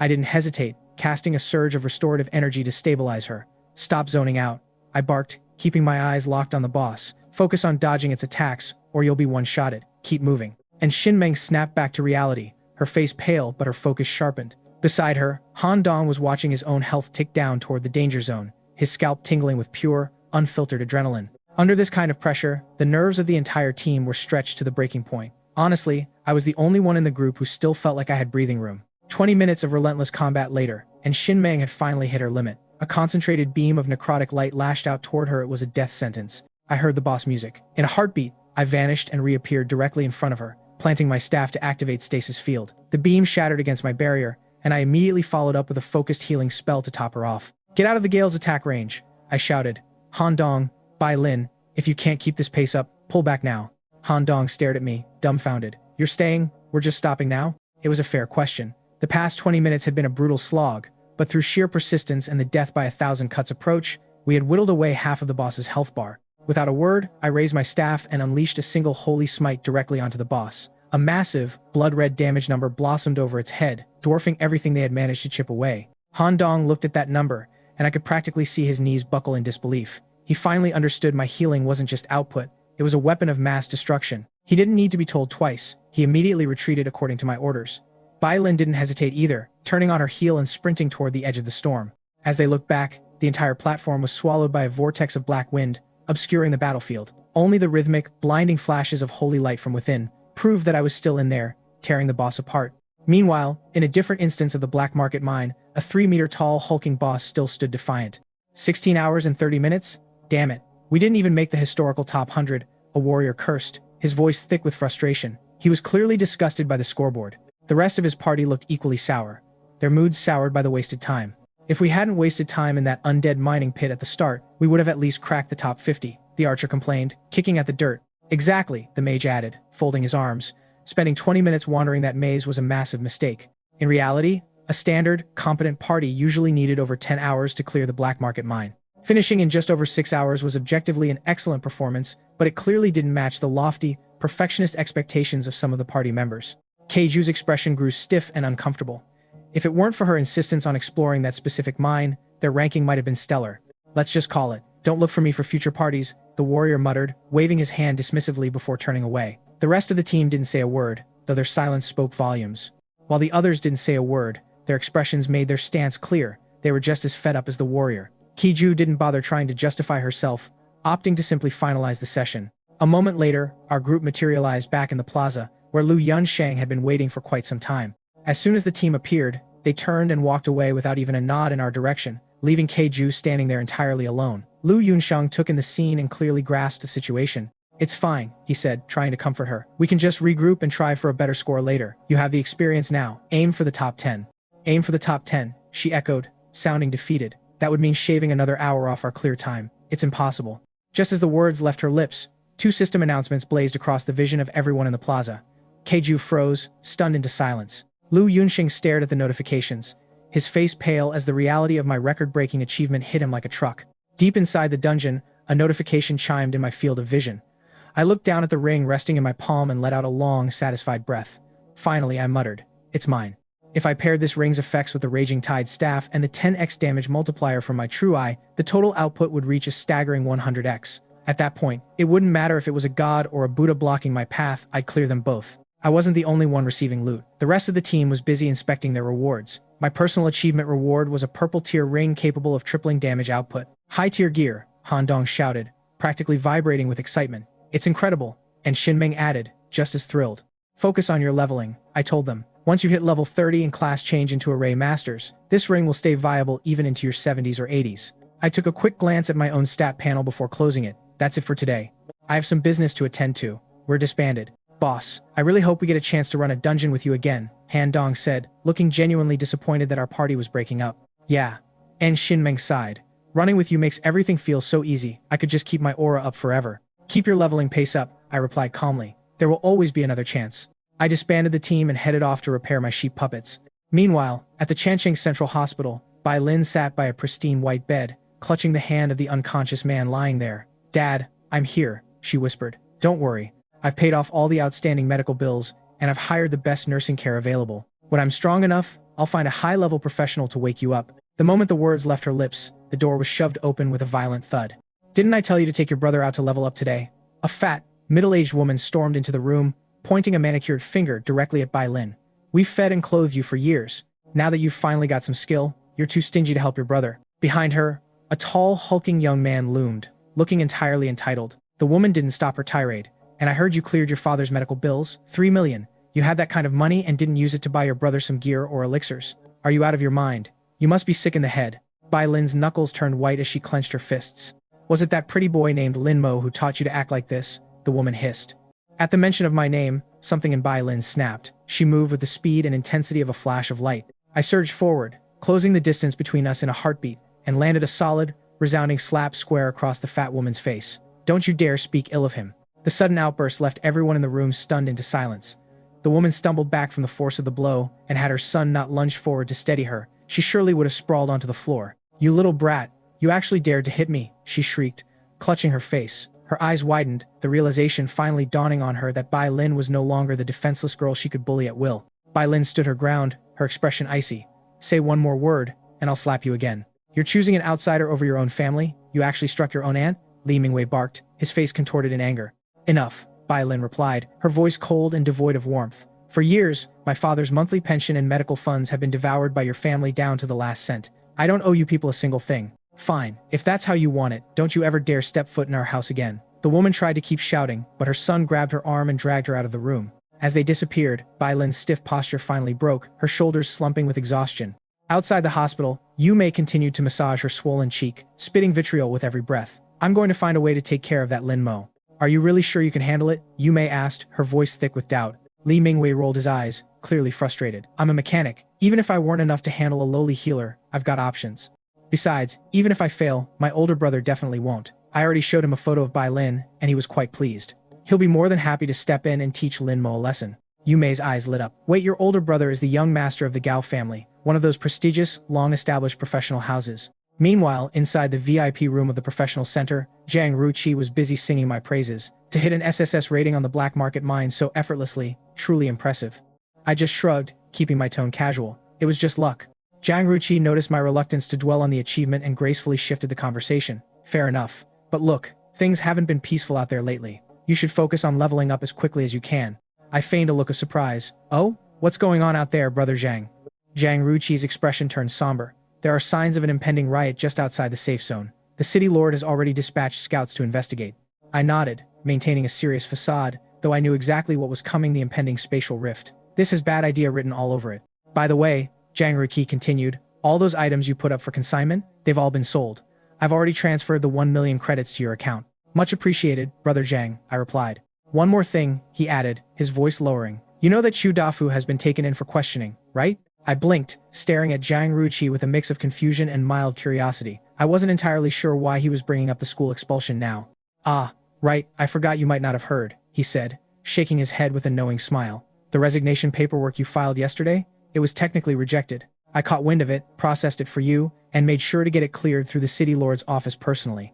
I caught his drift immediately. He was fishing for a little credit, and honestly, he'd earned it. I plastered a grateful smile on my face. I see. That's a massive weight off my shoulders, Brother Jang. I really appreciate you taking the time to handle that for me. After a bit more polite small talk, I took my leave from the professional center. I'd spent over 5 hours grinding in the black market mine, and with evening already closing in, I headed back to the familiar, worn-in inn to catch some rest. I should have stayed in bed. The next morning, I was back at the professional plaza on the dot. My first order of business was swinging by the mechanical puppet hall to retrieve my sheep puppets, but shortly after, a message pinged on my interface. It was from Bai Lin. I'm not feeling well today, I won't be able to make it. I frowned, but business was business. I opened a party recruitment window with the same parameters as last time. Given the buzz from yesterday's results, my post caused an immediate stir in the plaza. Requests flooded my screen so fast I got a headache just looking at the notifications. Then, one name caught my eye, a name I definitely wasn't expecting. Li Minghui. He was Bai Lin's cousin. We didn't have much history, but I'd always had a visceral dislike for the guy. He was Gao Wei's most loyal lapdog, and the primary reason Bai Lin ended up in Gao Wei's crosshairs in the first place was because Li Minghui had greased the wheels. Why is this guy crawling toward me now? I narrowed my eyes. This has bad idea written all over it. Combined with Bai Lin's sudden illness, my suspicions went into overdrive. Almost on cue, a message from Li Minghui popped up. Young Master Gao is offering 5 million credits. He wants to invite you to team up for a level 7 dungeon run. I didn't know what kind of scheme they were cooking up, but if they were stupid enough to walk into my trap, I wasn't going to be the one to turn down the offer. I typed back, I'm at the professional hall, come find me. Meanwhile, in a high-end cafe overlooking the professional plaza, a tall, burly young man frowned, nursing a drink. It's a damn shame to kill a guy like that. If he just learned to be useful, he might actually have a future. Let's cross that bridge when we get to it. Young Master Gao, Li Minghui said, leaning in. But I can guarantee you, if we don't handle him, Bai Lin will never go along with your plans. A brother knows his sister best, right? That girl is decent enough, but she's just too stubborn for her own good. Li Minghui was terrified that the young master might actually develop a sense of mercy. He had to keep the fire stoked. Gao Wei cast a sideways glance at Li Minghui, his voice dripping with annoyance. It's a pity about that Keiju girl too. Too much talent, too much pride, impossible to handle. I thought taking her to the black market mine yesterday would be a good chance to cultivate a little rapport, but that brat just treated me like a glorified bodyguard. Forget her, young master, Li Minghui whispered, his eyes shifty. We're much more reliable, and we'll make sure you're properly taken care of. He paused, a greasy grin spreading across his face. We've seen Li Minghui's sister, you know? She's quite the looker. Yeah, if young Master Gao hadn't already set his sights on her, I'd be calling Li Minghui brother-in-law by now. One of the others chimed in, their sycophantic laughter filling the air. Gao Wei just swept a cold, dismissive gaze over them. Quit talking nonsense, he snorted. No matter how good a woman is, if you don't have the strength to conquer her, it's all for nothing. I've made my decision. If this Lin Mo is willing to assist me and pledge his loyalty, I don't mind handing him a few resources to groom him properly. Li Minghui's face stiffened for a second, but he quickly bowed his head, fawning with a frantic, young Master Gao is truly wise. Of course, Gao Wei added, his lips curling into a predatory grin, as if he were savoring the thought of some future cruelty. But if he doesn't know what's good for him, and tries to compete with me for the girl, then he'll only have his own rotten luck to blame. Just as the atmosphere settled, Li Minghui checked his device. Young master, he replied. Well, tell him to hurry up and get over here, Gao Wei snapped, his patience wearing thin. Li Minghui looked visibly embarrassed. He told us to come find him. Who the hell does this guy think he is? One of the other men shouted, springing to his feet, making the young master come to him. Is he trying to stage some kind of power move? The other two followed suit, their faces twisted with indignant rage. I'll get him over here right now, Li Minghui stammered, already reaching for his interface. Gao Wei held up a hand, silencing him. No, we'll go to him, but he'd better make sure his strength can back up this level of arrogance. Gao Wei stood up, smoothing his clothes, and strode toward the exit. Li Minghui and the rest hurried to keep pace, practically tripping over themselves to stay in his shadow. I remained calm, waiting exactly where I said I'd be. A few minutes later, I spotted them weaving through the crowd toward me. Gao Wei's eyes met mine, cold and calculating. Li Minghui stepped forward, posture bristling with unearned confidence. So, you're Lin Mo? His voice was loud enough that the surrounding pedestrians caught the name, and curious eyes began to converge on our little circle. Under the weight of all those gazes, I barely bothered to lift my head. I gave Li Minghui and his entourage a cursory glance, then immediately looked away. I had no intention of standing up to greet them. My confidence left the chat. He expects us to walk all the way up to him? Li Minghui hissed, his composure cracking. Go over there and see what kind of games he's playing, Gao Wei growled, his voice vibrating with barely contained fury. Li Minghui, sensing an opening to stir the pot, practically shoved his way forward. As the four of them encroached on my personal space, one of the goons barked, "You've got a massive ego for someone like you. Tone it down." Another immediately piled on, "You act like you're some big deal, but you're nothing." I didn't even look up from the floor, 100,000 extra for every sentence of garbage you spew. That's 7 million now. What? What did you say? The first goon sputtered, clearly confused. 8 million, I countered calmly. This time, the two who had spoken up were practically foaming at the mouth. They hadn't even started the negotiation, and they'd already cost their own boss 2 million credits. They knew that when this was over, Gao Wei would likely make them pay for the shortfall. The way they looked at me now, it wasn't just arrogance anymore. They had the look of men who were seriously debating whether or not to commit murder in the middle of a public plaza. Back off, all of you. Gao Wei let out a sharp, incredulous laugh, clearly pushed to his limit by my antics. Fine, 8 million it is. But answer me this. Can you actually carry a team through the abyssal-level mystery island? I didn't even blink. If I invited you, I can carry you. The only condition is that you follow my lead. Who the hell do you think you are? Telling young Master Gao what to do. Li Minghui shrieked, laughing in sheer disbelief. 9 million, I murmured, still refusing to look up. Li Minghui's eyes nearly popped out of his skull, but he choked back whatever bile he was about to spew. Gao Wei shot a glare at his 3 bootlickers that could have melted steel. His anger was practically leaking out of his pores. 9 million. Fine. Add me to your team, Gao Wei gritted out, his face a mask of restrained fury. We pay half now, and the balance once we clear. I stayed perfectly calm. The team leader must be me. Gao Wei exploded. Don't you dare push your luck. 10 million, I said, finally lifting my head to lock eyes with him. The tension was so thick, I could have cut it with a knife. Gao Wei looked ready to snap, his hand twitching as if he wanted to bury his fist in my face. But Li Minghui lunged forward, grabbing his arm. Young master, stay calm, Li Minghui whispered frantically. We're here to have him boost us, not to kill him, at least, not yet. Gao Wei took several deep, shuddering breaths, forcibly shoving his rage into a dark corner of his mind. He glared at me again. 5 million up front. Invite us. 4 party requests pinged my interface, and a moment later, the credits hit my account. I didn't waste a second, navigating the menu to select the Abyssal-level Mystery Island. System notification. Lin Mo's party has entered the Abyssal-level Mystery Island. The announcement echoed across the professional plaza, but I didn't care. The world shifted, and we appeared on a pristine, sun-drenched beach. Can we start now? Gao Wei asked. His group huddled together. 8 eyes burned into me, waiting. Whenever you're ready, I replied, sounding bored. Just go ahead and clear mobs as you like. I'll keep your HP topped off. Gao Wei's brows furrowed. He still couldn't wrap his head around how I'd managed to shatter history and secure SSS rankings for 3 different groups in 2 days. Plot twist, I had no idea what I was doing. Fine, let's move, Gao Wei grunted, casting one last suspicious look my way before storming toward the interior. He led the charge with a primal roar, slamming into a cluster of fishmen. Li Minghui, acting as a mechanic, deployed 3 mechanical sentries that whirred to life, focusing their fire on the targets Gao Wei softened up. The other 2 lackeys followed suit, unleashing a barrage of attacks. I just hung back, watching them work. I had to admit, for novices, they were actually half decent, but that was the extent of it, just decent. Gao Wei was in his element, his massive battle axe cleaving through flesh and bone with a feral intensity. He was a berserker, and his playstyle was as reckless as it was brutal. His health bar plummeted as quickly as he drained the enemies, but just as he hit the red, I flicked my wrist.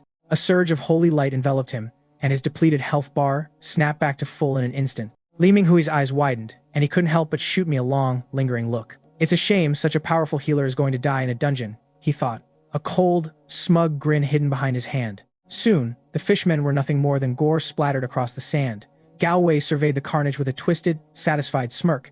He truly lived for the sensation of cleaving through meat. Not bad, Gao Wei admitted, his tone grudging. My performance had clearly exceeded his low expectations. Keep it up, don't waste time. I didn't bother acknowledging Gao Wei's praise. I just gestured toward the horizon. Keep moving. Gao Wei let out a hearty laugh, hoisted his battle axe onto his shoulder, and charged headlong into the next wave of fishmen. The combat raged on for another 5 hours. This is incredible, Gao Wei panted, sweat streaming down his face. To be honest, he was actually starting to regret the plan to kill me. A healer who could sustain his reckless, blood-drunk playstyle like this was rare. Finding one like me was like winning the lottery. Hey, Linmo, is there any chance we could form a permanent party? I'd even be willing to let you take the lead. I looked at him and gave a sharp, definitive shake of my head. Refused. What a waste, Gao Wei muttered, shaking his head. It was rare for him to feel such restraint about killing someone, but my complete lack of respect for his status was grating. He gestured toward a massive cluster of fishmen ahead. After this wave, how about we take a break? Once these are down, we'll have hit the 80% kill threshold. We can clear the dungeon whenever we want after that. I offered a silent nod. Gao Wei let out a dry chuckle and turned to face the incoming warriors, oblivious to the subtle, meaningful glances being exchanged between Li Minghui and the other 2 party members. They knew exactly what was coming. The moment the last monster fell, the knives would come out. The battle ignited. Gao Wei, as fearless and reckless as ever, dove straight into the fray, his axe carving through the ranks with frantic, savage precision. But as his health bar dipped below 30%, something changed. The holy light of my healing, usually so prompt, never arrived. Gao Wei's bloodlust began to fade, replaced by a cold, sharpening sense of awareness. Lin Mo, what are you doing? Heal me. Li Minghui frantically chimed in. Hurry up and heal the young master. I didn't answer. I just gave them a single, long look, then quietly took several steps backward. I had absolutely no intention of lifting a finger. Famous last words. The color drained from Li Minghui's face, his heart dropping into his boots. This guy is playing us, he realized. He's been setting a trap the entire time. Gao Wei, realizing the betrayal, desperately fumbled for a recovery potion to pull his health back into the green. Full output. Everyone, help young Master Gao, clear these monsters. Li Minghui screamed. If Gao Wei died, they were all as good as dead. Guo Wei and Shi Cheng scrambled to provide support, desperation clawing at their movements. But I was faster. In a flicker of motion, I appeared directly behind Guo Wei. I swung my staff, the heavy end connecting with his spine with a sound like shattering glass. His expression twisted into pure terror. That sound meant his defensive barrier had just been pulverized. Help, he began to scream, but the word was cut short as his head erupted like a burst melon. His lifeless body hit the sand with a wet thud. Li Minghui and Shi Cheng stood frozen, their minds completely failing to process the brutality of the scene. I turned my gaze toward Shi Cheng. Don't kill me, we can talk about this. Shi Cheng shrieked, scrambling backward through the sand. I can testify for you. I'll tell everyone it was them who wanted you dead. I didn't say a word. I just walked toward him, my face a mask of absolute indifference. A few frantic, terrified screams later, Shi Cheng joined Guo Wei in the sand. The battlefield fell silent, leaving only the three of us, me, a shaking Li Minghui, and Gao Wei. Gao Wei roared in frustration, but he couldn't hide the flicker of genuine terror in his eyes. Without my support, he was just a lone wolf being slowly torn apart by the remaining fishmen. As for Li Minghui, he had completely fallen apart, traumatized by the grisly end of his companions. Li Minghui bolted, scrambling back along the path they'd arrived on in a blind panic. Lin Mo, save me. Gao Wei bellowed, his voice cracking with desperation as the fishmen swarmed him. I won't pursue this. I'll give you a massive fortune, 10 million. No, 100 million. He was clawing for any lifeline, but I ignored his pathetic pleas. I simply retreated to a safe distance, watching with cold indifference. Gao Wei roared in agony as the fishmen tore into him. Then, with a sharp, crystalline pop, his health bar shattered. Fear didn't even have time to register on his face before the swarm descended, tearing him to pieces. Li Minghui, meanwhile, was sprinting for his life, but the dungeon progress was stuck at 79%. There was no exit. He was trapped in this nightmare with me. In his frenzy, he tripped over a stray vine, skidding across the sand for several meters. He barely managed to push himself up, trembling, before he heard the rhythmic, crunching sound of my footsteps behind him. He spun around, his eyes wide and bloodshot. Don't kill me, he shrieked, scrambling backward. I'm Bai Lin's cousin. If you kill me, she'll never forgive you. I paused, looking down at him. Really? I asked, my voice devoid of emotion. Li Minghui seized the opening, desperate enough to mistake my pause for hesitation. He grabbed onto the hope like a lifeline. Yes, I'm her cousin. I swear it. You're interested in her, aren't you? I've known it for a long time. Don't worry, I'll tell her you're a good man. She listens to everything I say. I flicked my wrist, and a stream of holy light bathed him, instantly restoring his health to full. Li Minghui stared at the golden glow in stunned disbelief. He actually thought he'd bought his way out. If that's the case, I said softly, tilting my head. Why didn't you just tell me you were her cousin when we first met? Li Minghui opened his mouth, but only incoherent stuttering came out. He looked so pathetic, so utterly terrified, that I couldn't help but find the whole thing amusing. I raised my staff and brought it down hard on his shoulder. The sudden, brutal impact left Li Minghui dazed. He'd thought he'd found salvation, but now, he was reeling from the blow. 2 more strikes, and his health bar was flashing red, clinging to the edge of death. I sighed internally. The probability of getting the talent drop is just too low. Please don't kill me, he sobbed, his voice raw. Just as he was a heartbeat away from total collapse, another flash of holy light hit him, sealing his wounds and pulling him back from the brink. Li Minghui looked up, confused, his brain short-circuiting. Why heal me? Before he could process it, I brought the staff down again. 10 minutes of this cycle passed. Li Minghui had completely snapped. He was frothing at the mouth, his eyes rolling back as his sanity dissolved into static. You're torturing me. Why? Just kill me. Get it over with. He howled, his screams echoing across the desolate beach. Living in the agonizing loop of near death and sudden recovery had shredded his psyche. I continued the rhythm, healing and striking, waiting for the system notification that would finally validate my efforts. Finally, after one last, grueling burst of torture, the system pinged. I had what I wanted. I looked down at the husk of a man groveling at my feet. His spirit was utterly broken, his mind a ruin. I decided it was time to put him out of his misery. I swung the staff, bringing his health bar down to the final sliver. Li Minghui looked up, a manic, wheezing laugh bubbling out of his throat, a sound like a dying animal. Here comes the heal, right? Come on, heal me again. But this time, the golden radiance of the healing spell never came. Instead, I delivered one final, clean blow. He heard the distinct, final sound of shattering glass as his defensive barrier and his life were extinguished for good. With a final, heavy swing of my staff, Lee Minghui finally collapsed. I let out a long, ragged breath. It was done. To ensure no one would pin these deaths onto me, I deliberately let the remaining fishmen shred my health until it was critically low. Only then did I trigger the exit sequence, collapsing on the beach just as the teleportation magic took hold, perfectly staging my own narrow escape. When I materialized in the professional plaza, the crowd immediately swiveled toward the portal. "Hey, isn't that Lin Mo?" A voice rang out from the cluster of onlookers. I glanced over, surprised to see one of my former classmates standing there. The recognition spread through the crowd like wildfire. My survival instincts took a coffee break. People started putting the pieces together. Wait, I remember hearing he went into the Mystery Island with the Gao family's young master. How was he the only one coming out? As the realization hit, the onlookers scattered. Fear of being caught in the crossfire of the Gao family's retaliation was a powerful motivator. I didn't care. I just needed to head to the professional center and file the report. By law, if a party member dies in a dungeon, the survivor must report it immediately. Meanwhile, inside the hospital, Bai Lin was staring at her aunt and uncle, feeling completely hollow. They had spent the entire morning harassing the medical staff, obsessed with clawing back 3 million in medical fees. They had grown cunning. 2. They were ignoring Bai Lin entirely, ensuring she couldn't engage them, leaving her with no way to shut them down. "I'm telling you, why does it cost so much? It's a scam. Give us our money back." Yu Mei was screaming, drawing disgusted glares from everyone in the hallway. Suddenly, her husband's phone rang.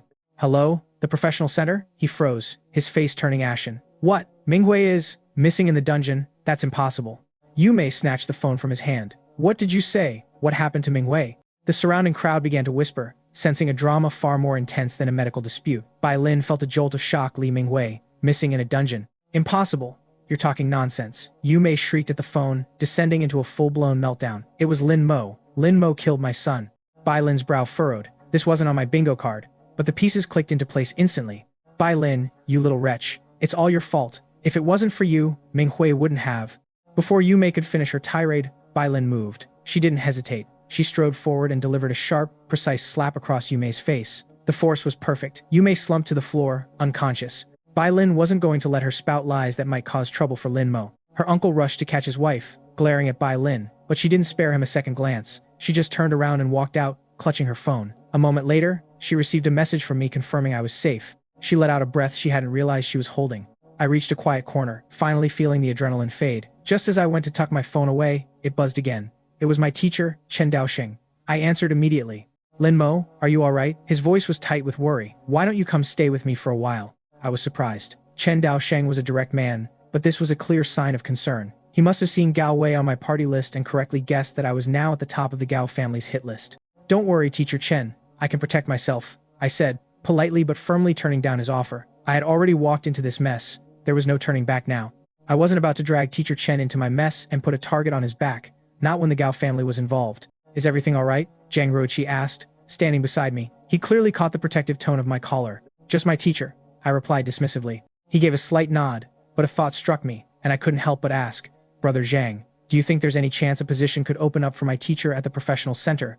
Zhang Ruiqi blinked, momentarily taken aback by the request. Then, without a second's hesitation, he slapped his chest. "No problem at all. That's hardly a tall order. I'll confirm the opening, and you just have him come find me directly." "Thank you, Brother Zhang. Truly," I said, a wave of genuine gratitude washing over me. "And don't you worry about the Gao family," Zhang Ruiqi added, waving a hand with casual confidence. "I'll reach out to Bishop Liu. We'll have a talk with Gao Hemming together." I gave him a heavy, appreciative nod. "Brother Zhang, I won't forget this favor. You've done so much for me.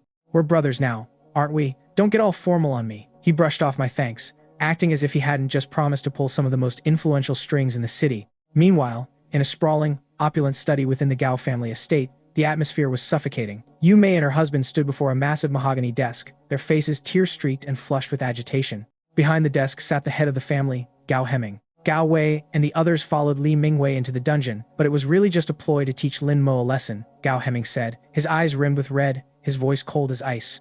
"Exactly, family head Gao. You have to seek justice for our children." Yu Mei wailed. "They only wanted to teach that brat a lesson." Gao Hemming didn't look convinced, but his rage was absolute. He wasn't going to let this slide.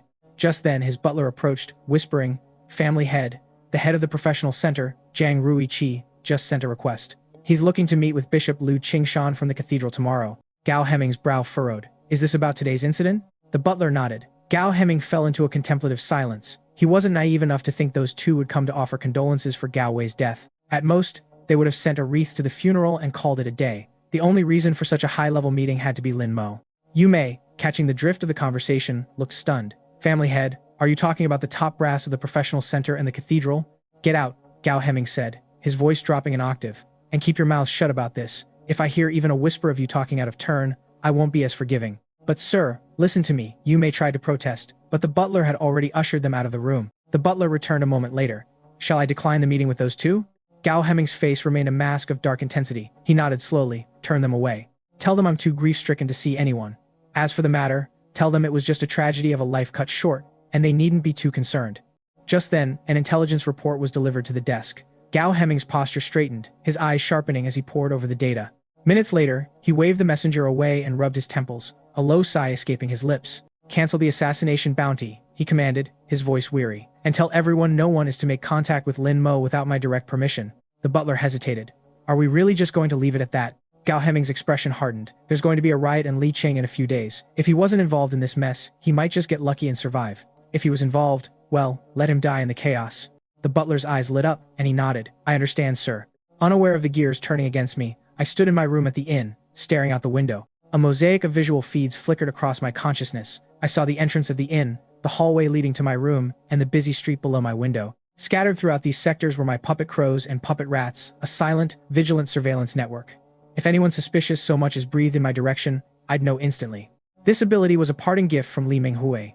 Though his version was pathetic, he could only control 3 puppets at once. Once I'd returned to the inn, I'd immediately burned 100,000 healing points to upgrade the talent to level 1. The result was a radical mutation. I could now command 6 puppets simultaneously, and each one was of purple quality. Coupled with the wide area casting talent I'd swiped from NXMeng, my control radius had increased tenfold. Even better, I discovered that once I claimed control over a puppet, I could refine it. I picked up a puppet rat and got to work. After burning 9 soul spirits, its quality surged to purple. I examined its new traits with a grin. Not only did it have a massive storage space, but it also possessed an automatic loot pickup function. Plot twist. I had no idea what I was doing, but it worked. In a spatial rift, this thing was essentially a top-tier treasure-snatching artifact. What blew my mind was that, boosted by wide area casting, the automatic pickup range stretched a ludicrous 10 meters. This was going to be perfect for the upcoming spatial riot. Well, that's mildly terrifying, I muttered, thoroughly satisfied with my new toys. The next day, I headed to the professional center. I touched base with Teacher Chen, and after he'd finalized his transfer with Zhang Ruchi, I posted a recruitment notice for a party. I waited, but my screen stayed stubbornly blank. It was clear as day. Nobody wanted to touch me with a 10-foot pole for fear of Gao family retribution.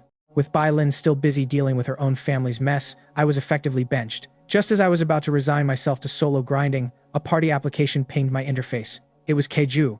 I didn't even hesitate before hitting reject. Keju stared at the rejection notice, his shoulders slumping. You're already level 8, and he's only level 7. Rejecting you is his loss, not yours, Lu Yunsheng offered, trying to cheer him up. I'm heading to a dungeon dominated by undead-type monsters, Keju argued, his face a bit pale. I need a powerful holy light user. Lu Yunsheng rolled his eyes, clearly losing patience. There are plenty of paladins better suited for you. Why on earth are you so obsessed with finding Lin Mo? Grandpa Lu. Just then, a hearty, boisterous greeting cut through the air from across the plaza. Lu Yunsheng's eyes lit up like he'd just found a gold mine. He nudged Keju, his tone shifting to one of urgent excitement. Qingyi is here. Hurry up, go say hello. She traveled all the way from the Shenxi settlement for this. I was trying to help you clear the dungeon. Keju sighed, turning his attention to the tall guy approaching us. He waved a hand in greeting. Keju, it's been over a year. You've gotten so much prettier, the tall guy said, his eyes practically gleaming as he locked onto Keju. The compliment left Keju looking visibly awkward. Qingyi, you two chat for a bit. I'm going to go round up some more teammates for you, Lu Yunsheng said, seizing the opportunity to vanish. Qingyi opened his mouth to break the silence, but a notification suddenly flashed before his eyes, forcing him into stunned silence. Lin Mo has entered the abyss-level ruined town. The announcement left him visibly surprised, his mind racing with the implications. Beside him, Keju's eyes went wide. Lin Mo, he's actually going to solo clear the abyss-level ruined town? We had chosen the same dungeon again. The thought made Keju's skin crawl. A level 7 healer? Is he just out here looking for a creative way to die? You know him? Qingyi asked, eyeing Keju curiously. Keju forced a helpless smile. Met him twice. That's about it. Qingyi nodded, a shadow of cold dismissal flickering in his eyes. Just another idiot with a death wish then. Keju's mind, however, was still a tangled mess. He turned to Qingyi, tentatively suggesting, maybe we should pick a different dungeon? Qingyi's eyes flared with incredulity. Are you kidding? I came prepared with a full set of holy light enhancement gear. If we switch now, it's all wasted. Besides, Grandpa Lu picked this dungeon specifically because the mechanics favor your kit. Kiju waved his hands in a frantic surrender. Fine, fine. No switching. Ruined town it is. At that very moment, I materialized inside a grim, dimly lit shack, the starting point for the ruined town. My mission was straightforward: trek through the town, reach the graveyard, and purge the source of the undead plague. The strategy was simple too. There were 3 holy water acquisition points scattered across the town. This water was essential. It would weaken the graveyard boss, making him significantly easier to take down. I mentally mapped out my route before pushing open the shack door. Outside, the street was crawling with aimless, shambling corpses. I didn't rush into the fray like some hot-headed amateur. Instead, I dropped a nondescript, grayish object onto the ground. A mechanical rat scurried out, shook itself off, and bolted toward the far end of the street. I watched it vanish around a corner with a faint smirk. By my calculations, by the time I reached the graveyard, my little scavenger would have all 3 bottles of holy water ready for me. Improvising is basically my superpower. This was going to save me a massive amount of time. I raised my staff and channeled a blast of healing energy, aiming it squarely at an unlucky, wandering corpse. Your healing spell has killed the corpse. You've gained +1 strength. I blinked, genuinely stunned by the notification. Wait, my healing spells deal damage to the undead and grant me stat points? I looked out at the street filled with walking corpses, and the way I saw them shifted instantly. They weren't just monsters anymore, they were walking, rotting stat sticks. My eyes gleamed. These aren't just mindless corpses, they're walking, groaning stat points. If stupidity burned calories, I'd be shredded, I thought, grinning as I switched into pure farming mode. I danced through the streets, my staff moving in a rhythmic blur. Every time my holy light flared, another corpse crumpled into dust, leaving me stronger than I was a second ago. Meanwhile, Kiju's party had finally crossed the threshold into the ruined town. Let's get moving, Qin Yi said, his voice brimming with excitement. First, we head to the exhibition hall in the west. That's where we pick up the first vial of holy water. Got it. Whatever you say, Keiju replied, and the group set off. I, on the other hand, was already ahead of the curve. I'd spent the entire trek keeping just outside the aggro range of the zombies, systematically deleting every undead straggler in my path. By the time I reached the entrance to the graveyard, I was feeling pretty good about my progress. A tiny black shape darted out from the shadows, scrambling up my leg and perching firmly on my shoulder. I gave the little mechanical rat a quick pat, retrieving a small storage pouch from its harness. Inside, 3 vials of holy water glinted in the dim light. An idea suddenly struck me. Plot twist, I had no idea what I was doing, but maybe this would work? If I didn't use the holy water to weaken the boss, could I still take down the undead mage? It was the perfect opportunity to test my limits, and maybe, just maybe, snag a rare reward for the extra challenge. I tucked the vials away. Why is there the scent of a living being in my graveyard? A raspy, ancient voice echoed through the air the moment I stepped onto the hallowed ground. I didn't even have time to blink before a dark vortex swirled in front of me, coalescing into a hunched, sinister figure. Come forth, my thralls. The creature shrieked, swinging a flickering flame staff. The ground erupted as a dozen skeleton soldiers clawed their way out of the dirt. I gripped my raging tide staff, my expression calm even as the situation turned hairy. I didn't panic, I just started spamming. A blinding, searing light erupted from my staff, slamming into a skeleton warrior. It didn't even put up a fight, it just shattered into a pile of bleached bone. I sidestepped the next lunging strike, my movements fluid, my staff never stopping. Each strike was precise, ruthless, and efficient. Interesting. You'll make a fine addition to my skeleton army. The undead mage let out a manic, booming laugh, his hands glowing with a viscous, sickly green energy. A ball of poison energy whistled through the air, aimed directly at my chest. My survival instincts took a coffee break, but my legs clearly didn't. I pivoted, the poison ball sailing harmlessly past my shoulder. I didn't miss a beat. My staff continued to hum with holy power, the light slamming into the mage's summoned battalion. For 8 grueling minutes, I danced. It was a high-stakes rhythm game where one wrong step meant death. I maintained a steady tempo, one smite spell every second, shredding through his bone army like paper. Then, I saw a hairline fracture appearing on his defense. With one final, thunderous smite, a sound like glass shattering ripped through the air. The massive bone shield, a barrier that could soak up 3 million damage, finally disintegrated under my relentless assault.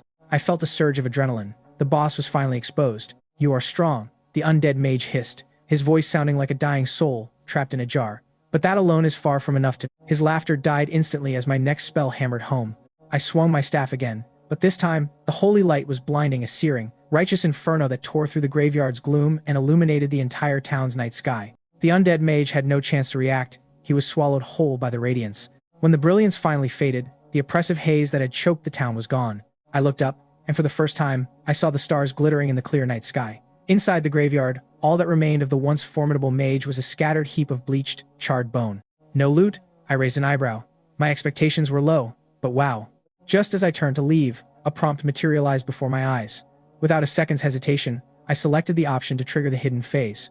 Immediately, the deathly miasma I had just spent so much effort clearing began to seep back into the air, swirling thicker and more suffocating than before.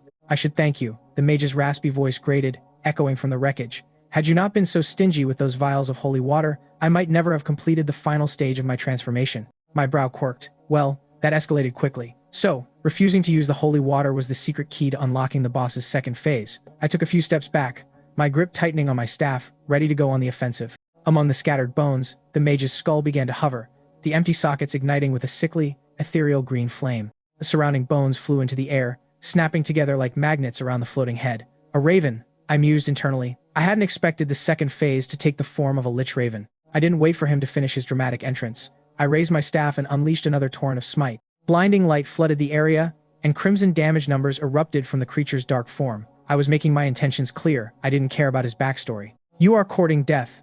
The lich raven screeched, his rage palpable. A storm of vengeful spirits spiraled around him, manifesting into an aura of pure, concentrated malice. He launched a barrage of attacks from every direction. I ducked, weaved, and sidestepped, my feet dancing across the uneven ground while I kept up my relentless smite spam. In the heat of the chaos, I tapped my storage pouch and tossed a sheep puppet behind me. A useless, harmless toy. How laughable, the lich raven hissed, sneering at the pathetic construct. He turned his focus back to me, launching a rapid-fire volley of poisonous orbs that scorched the earth where I had stood a second before.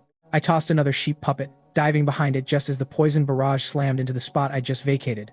The puppet took the brunt of the hit, disintegrating instantly, but I remained unscathed. Cunning little brat, the lich raven shrieked. He clearly felt like he was being mocked. I didn't care about his pride. I just kept moving, kiting him across the graveyard while deploying more sheep puppets like a deranged shepherd. My phantom-like movement made his most lethal attacks look like wasted effort.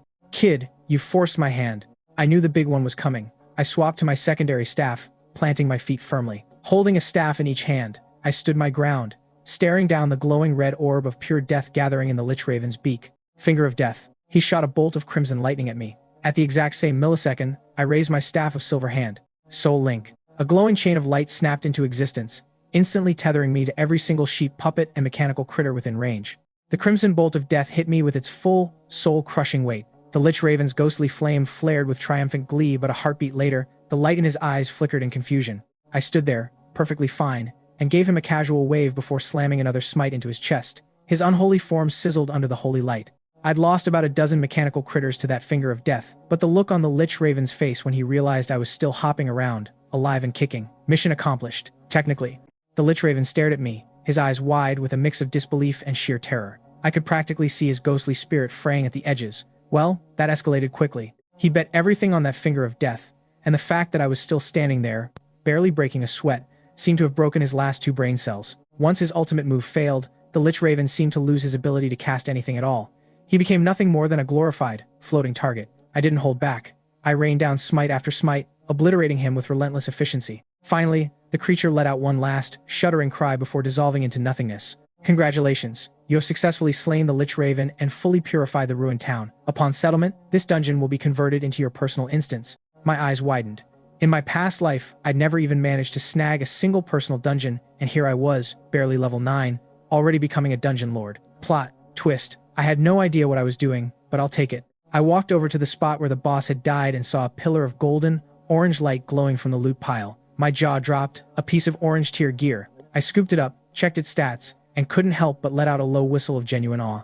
After securing the amulet, I triggered the settlement sequence and exited the dungeon. World announcement. Professional Lin Mo has become the master of the level 8 dungeon, Ruined Town. The notification rippled across the world. Professional players everywhere, especially the beginners, were absolutely losing their minds, frantically digging for any info on who this Lin Mo character was. In a corner of the square, Keiju's party stood in stunned silence as they were forcibly booted from the dungeon. Did you guys see that announcement? One teammate muttered, looking like he'd just seen a ghost. Yeah, another nodded, completely dazed.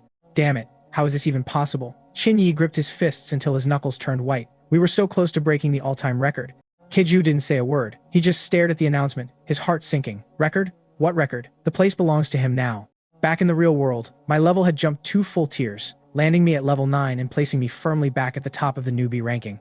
Level 9, time to lay low for a bit. I wasn't about to accidentally hit level 10 and lock myself out of the upcoming Spatial Rift event. For the next 10 days, I effectively vanished off the face of the earth. People from all over had traveled here with agendas of their own, desperate for a meeting with me, only to be met with total silence.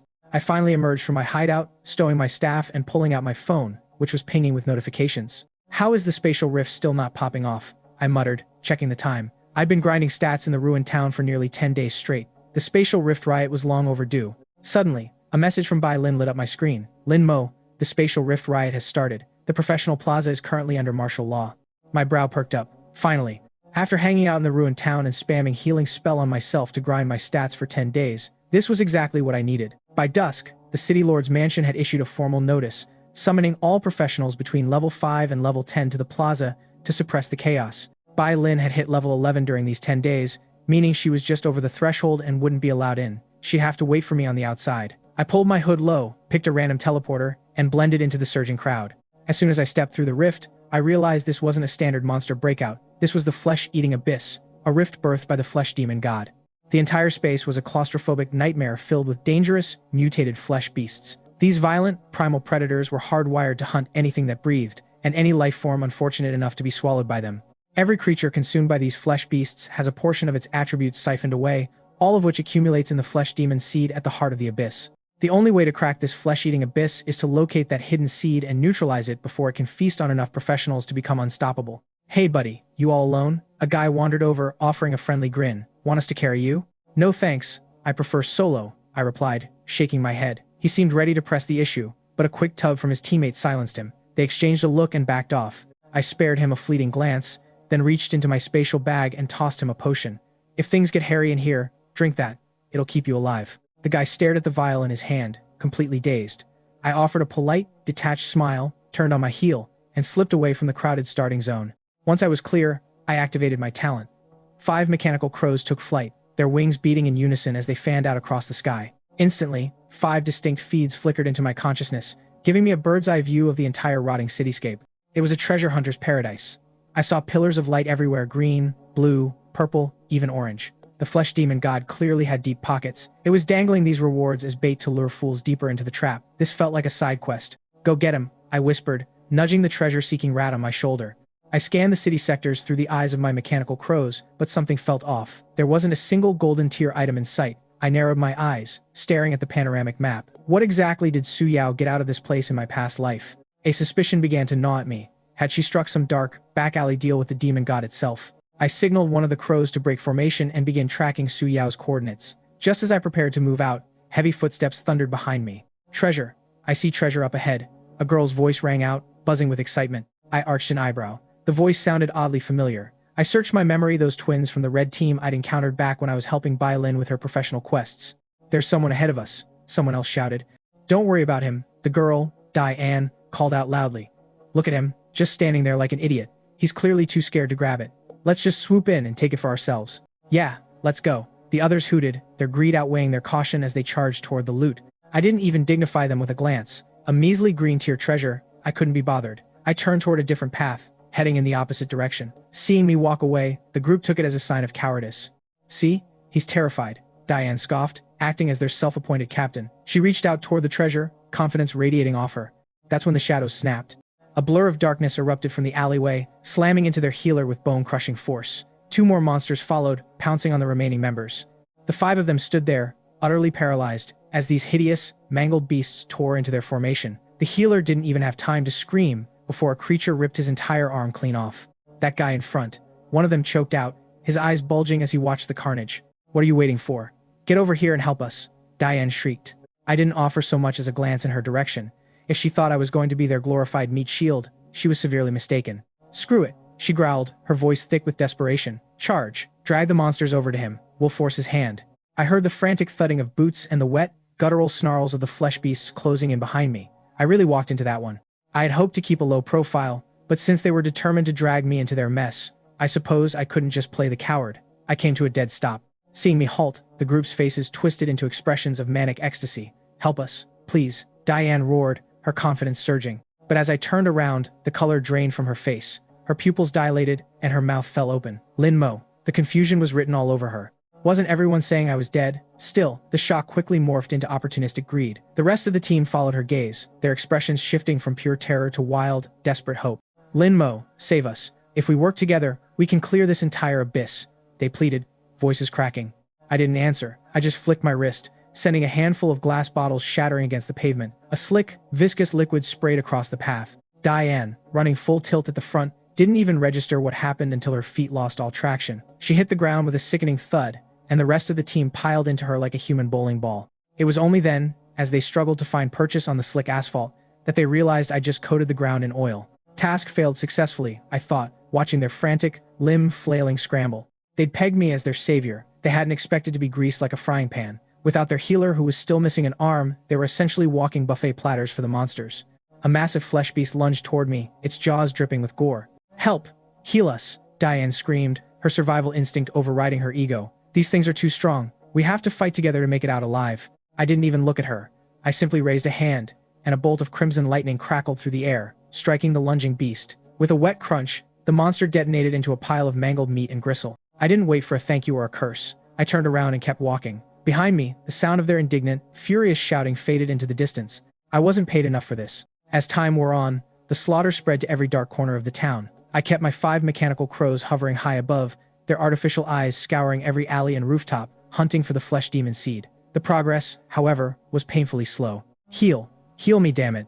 I heard a frantic shout nearby. A warrior was staggering, his HP bar hanging by a literal pixel. His team's healer had completely choked, leaving the warrior to stare down a claw that was poised to turn him into kibble. He braced for the end. His eyes squeezed shut, but the blow never came. Instead, a gentle, golden light erupted over his body, slamming his health back to full in a single tick. The warrior opened his eyes, stunned. Where did that power come from? His own healer couldn't dream of outputting that much raw, restorative energy. But he knew better than to question a miracle. He roared and swung his blade, turning his panic into a lethal counterattack. A second later, a beam of pure holy light descended from the heavens, searing the flesh beast until it collapsed into a heap of smoldering remains with a final, screeching wail. The entire party slumped, the adrenaline leaving their bodies like a punctured tire. "Man, I thought we were dead," the warrior, Huke, wheezed, clutching his chest. "Thank God for that clutch crit heal at the end. Otherwise, we'd have been toast."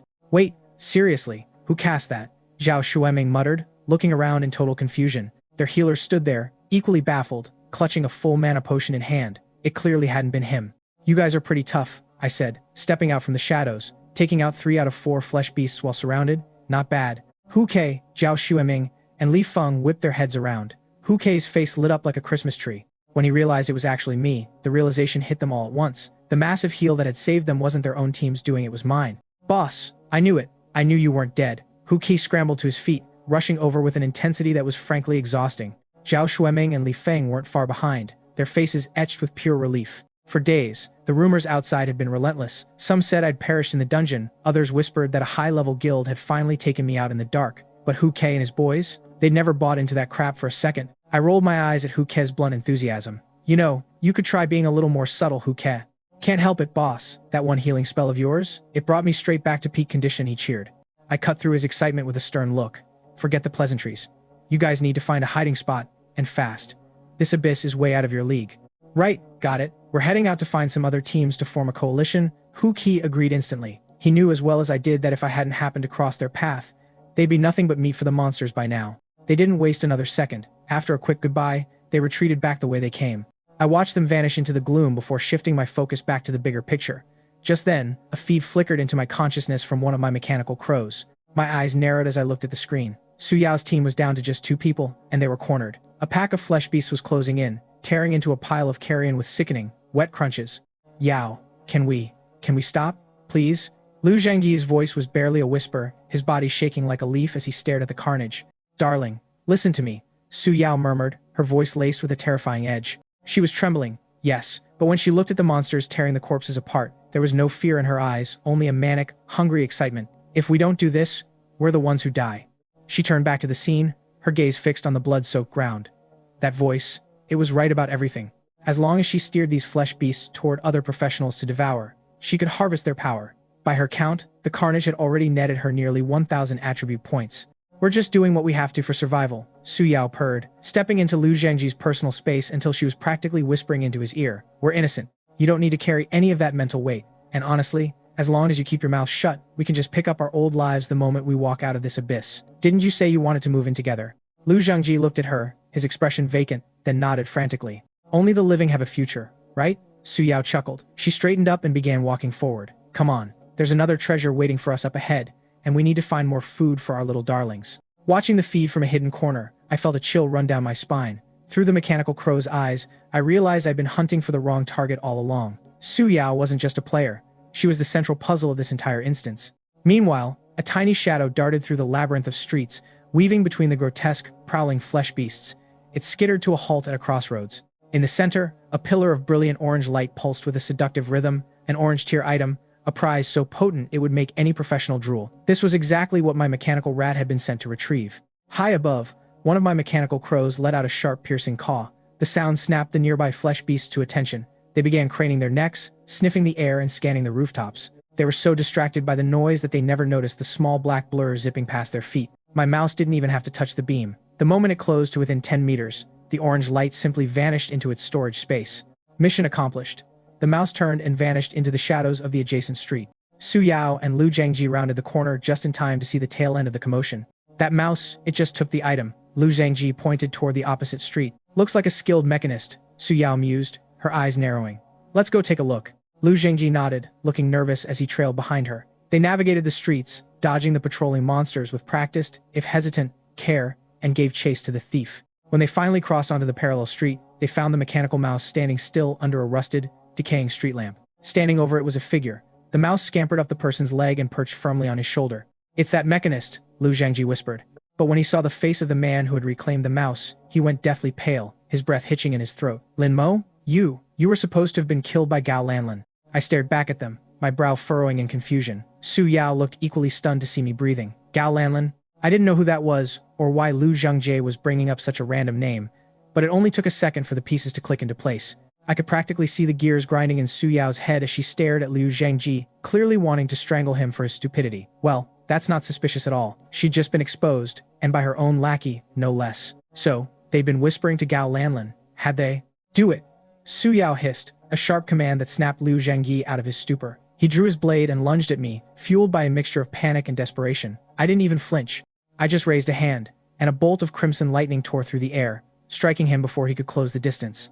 His HP bar bottomed out instantly. He slumped to the ground, shivering with the cold, hard realization that he'd just looked death in the face. Useless. Su Yao spat the word out, her face twisting with disdain as she shoved past him. Yao, wait, be careful. Lu Zhangji shouted, but his warning died in his throat. His eyes widened, his jaw unhinging in pure, primal terror as he watched what happened next. Su Yao's body began to warp and distend, her clothes shredding as her silhouette ballooned into a hulking, hideous mass of twitching flesh.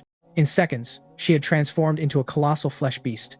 Lu Zhangji didn't even try to hide his fear. He stood there, frozen and trembling, literally wetting himself in terror. Lin Mo, are you scared now? Su Yao's voice distorted, emerging as a booming, guttural rumble from her monstrous form. Do you regret the way you humiliated me? Are you finally realizing how pathetic you are? She seemed to think my silence meant I was paralyzed by fear. Her confidence was ballooning just as fast as her muscles. Confidence level, completely unjustified. I just stared at her with a look of genuine, pitying detachment. You dare look at me like that, like I'm garbage? Su Yao shrieked with fury. She launched herself into the air, her massive, grotesque fist pulled back to pulverize me. I didn't move an inch until the last possible second. I stepped into her strike and met her momentum head-on with a fist of my own. Boom. The impact was like a cannon blast. The shockwave ripped through the street, shattering the pavement beneath us. My feet sank nearly a foot into the reinforced concrete as the earth buckled and groaned under the force of our collision. But when the dust settled, it was Su Yao who was sent spiraling backward, stumbling as she struggled to keep her footing. Impossible. She stared at me, her monstrous eyes wide with disbelief. I didn't give her a second to recover. I let my aura of blood-tinged energy flare, surrounding me like a shroud. I looked like a demon god carved from pure, unadulterated violence. One punch that was all it took to shatter every scrap of confidence she had left. I wasn't in the mood to waste any more time. I unleashed everything, dumping my entire arsenal of skills at once. Blinding pillars of holy light erupted toward the sky, turning the city's grim, twilight gloom into a searing, holy inferno. All across the town, people stopped in their tracks, looking up toward the center of the district, mouths agape as they wondered what kind of god-tier conflict was tearing the world apart. At the epicenter of that blinding, sanctified radiance, the colossal flesh giant shattered. A blood-soaked, mangled body tumbled out, collapsing onto the gore-slick pavement. Su Yao struggled to push herself up, her eyes wide with a desperate, fractured disbelief as she stared at me. You signed a contract with a demon god too, didn't you? She rasped. I didn't waste my breath answering. I just wanted to walk over there, land one final, decisive strike, and end this entire nightmare once and for all. I wasn't paid enough for this. Human, a voice suddenly boomed. It didn't come from the air, it vibrated from within Su Yao's very core. I turned, watching in disgust as a grotesque, pulsating mass of flesh shaped uncannily like a beating heart peeled itself away from her chest and drifted toward me. It was the flesh demon seed. As I watched, a jagged, toothy mouth tore open on its surface. I don't care which demon god you're backed by, the seed rasped, eyeing me with predatory intent, but my power would be far more suited to a vessel like you. No, that's mine. It's mine, Su Yao shrieked, her voice cracking with pure, unadulterated mania. She tried to scramble toward it, but the surrounding horde of flesh beasts, no longer under her command, seized her limbs and dragged her screaming into the darkness. To seal the deal, the heart-shaped monstrosity regurgitated something. It floated in the air, glowing with a malevolent sheen. Sign with me, and this is yours. Don't know. Su Yao's voice faded into the distance. I ignored her, my focus locked entirely on the item the seed had spat out. It was a deep, crimson four-leaf clover, its golden leaves laced with veins that pulsed like living blood. As my eyes brushed over it, a notification blinked in my field of vision, purifiable. My heart skipped a beat. It was a cursed item, yes, but it could be cleansed, stripped entirely of the demon god's taint. I didn't hesitate. I raised my staff and brought it down in a swift arc. Chungjishu. The holy light tore through the heart, ripping the flesh demon seed into ribbons of smoking filth. You will regret this. A cold, hollow voice echoed in my mind before fading into nothingness. Simultaneously, a system-wide announcement burned across the sky, visible to every living soul in the world. World announcement: the flesh-eating abyss has been successfully cleared by professional Lin Mo. With that single line of text, every flesh beast in the instance evaporated into thin air. Survivors who had been huddled in the ruins, breathing the air of a world that suddenly felt lighter, stared around in disbelief. I survived. Outside, in the real world, the reaction was pure chaos. The public was reeling. A demon god instance? Seriously? The entire city's professional circle was an absolute powder keg. In the headmaster's office, Lu Yunsheng stared at the announcement, his complexion shifting to a sickly shade of gray. Standing beside him, CK looked equally grim. Headmaster Lu, it seems that scholarship, the one guaranteeing direct admission, might need to be put on hold for the moment, a middle-aged man sitting across from them said, rising from his chair. Teacher Liang, we had already agreed on the terms. Lu Yunsheng forced a strained, awkward smile. I'm afraid not. That admission slot comes with a prerequisite, the man replied, shaking his head. Sai Qi is required to take the title of this year's top rookie. But looking at this, he gestured toward the screen, letting out a weary, helpless laugh. Lu Yunsheng's defiance crumbled. CK's talent was respectable, sure, but compared to whatever monster had just cleared a demon god instance, he was miles out of his league. Back inside the dying abyss, I gripped the strange, blood-red four-leaf clover. To the minions of the flesh demon god, this was a holy relic, a prize of unimaginable power. But to anyone else, it was a cursed object, through and through. The moment my fingers closed around the four-leaf clover, a notification pinged in my vision, signaling that a status effect had been applied to me. I raised an eyebrow, but I didn't care. This is fine. I channeled my spiritual energy into the clover, and the item began to hum, shedding its ominous, blood-stained aura until it radiated a clean, brilliant light. With that taken care of, I glanced back at where Su Yao had fallen. She was gone, a permanent fixture of the abyss now. I didn't feel a shred of remorse. I simply turned on my heel and walked away. Back at the plaza in Shenzhen, Mayor Wei Tiangang was vibrating with anxiety. He hadn't expected the abyss incident to escalate into a full-blown demon god space, something none of us had ever encountered before. He was sweating bullets, praying the casualty count wouldn't be high enough to cost him his career. Old Wei, thank God for Lin Mo, Jiang Riqi remarked, her voice cutting through his panic. Otherwise, the consequences would have been unthinkable. The mayor nodded, his face pale. You're right. If Lin Mo hadn't stepped up, my days in this office would be numbered. He let out a dry, bitter chuckle. Trust me, Jiang Ruchi added, eyes fixed on the portal. Lin Mo will give you a surprise. Just then, the dimensional portals rippled, and the atmosphere in the plaza reached a boiling point. The crowd surged forward, parents clamoring to catch a glimpse of their children among the returning survivors. But amidst the worried families, a different kind of shark was circling. Lin Mo, are you interested in a direct admission to Yancheng University? We'll waive all entrance requirements. Forget them. Lin Mo, the Blue Sea Guild wants you. Join us and you'll be fast-tracked for an executive position. The shouts and offers rained down on me from every direction.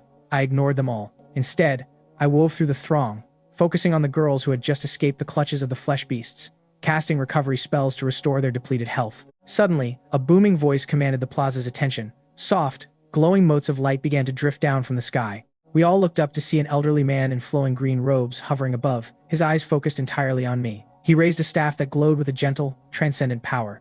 Lin Mo. This is the skill, holy word of light. Given your exceptional performance and the heart you showed in the black sky abyss, I grant it to you. Lu Qingshan's voice sounded weary, echoing across the silent plaza. The crowd watched, stunned, as his gesture. The atmosphere in the plaza was electric, frozen in a moment of pure disbelief. Lu Qingshan was actually bestowing his legacy skill upon me, a gesture so significant, it felt like the weight of the heavens had just shifted. "Thank you, Bishop Lu," I said, bowing deeply to show my genuine respect. As I straightened, a brilliant, golden light coalesced before me, shimmering into a complex, hovering rune. Before I could even process it, the rune pulsed and sank directly into my forehead. I felt a surge of ancient knowledge flood my mind. With a steady hand, I gripped my staff, closed my eyes, and tapped into the flow. When I raised the staff, a deep, resonant bell toll echoed across the city. Shimmering motes of light descended like celestial snow, dusting the crowd in a warm, healing embrace. The change was instantaneous. Thousands of people felt the warmth seep into their bones, and the wounded, those who had been on the brink of death, saw their HP bars surge back to full with every tick of light. Lu Qingshan's eyes burned with intensity as he watched me. "A true genius," he whispered. "To master such a difficult skill on the first attempt, it's unheard of." Before I could bask in the success, Mayor Wei Tiangang and Zhang Ruqi hurried toward me, flanked by a group of officials. "If not for you, I shudder to think how many would have been lost today," the mayor said, his voice trembling with a mix of lingering fear and immense relief. "Mayor, you're too kind," I replied, keeping it humble. It was only because the demon god space was still in its early growth stage that I was able to resolve it so efficiently. Wei Tiangang's expression froze, and even Zhang Ruqi looked startled. A growth-type boss. If that thing had been allowed to mature, the thought of what might have happened was genuinely terrifying. I really walked into that one, I thought, realizing just how much of a catastrophe I'd narrowly averted. A stern-faced, square-jawed man stepped forward, causing the mayor to instinctively step aside, signaling the man's authority. "Mayor, perhaps we should have Lin Mo assist the investigation center in debriefing this incident." The man turned his gaze to me. "Hello, Lin Mo. I'm Qin Lang from the Professional Alliance." "Director Qin," I greeted, nodding. "I'm ready when you are." I followed him to a private chamber, where I detailed every aspect of what I had encountered inside the space. Once I finished, he looked at me with newfound respect. "Your cooperation is appreciated. As a reward, the Alliance is prepared to grant you one request. Name it, and as long as it isn't completely unreasonable, we'll see it through."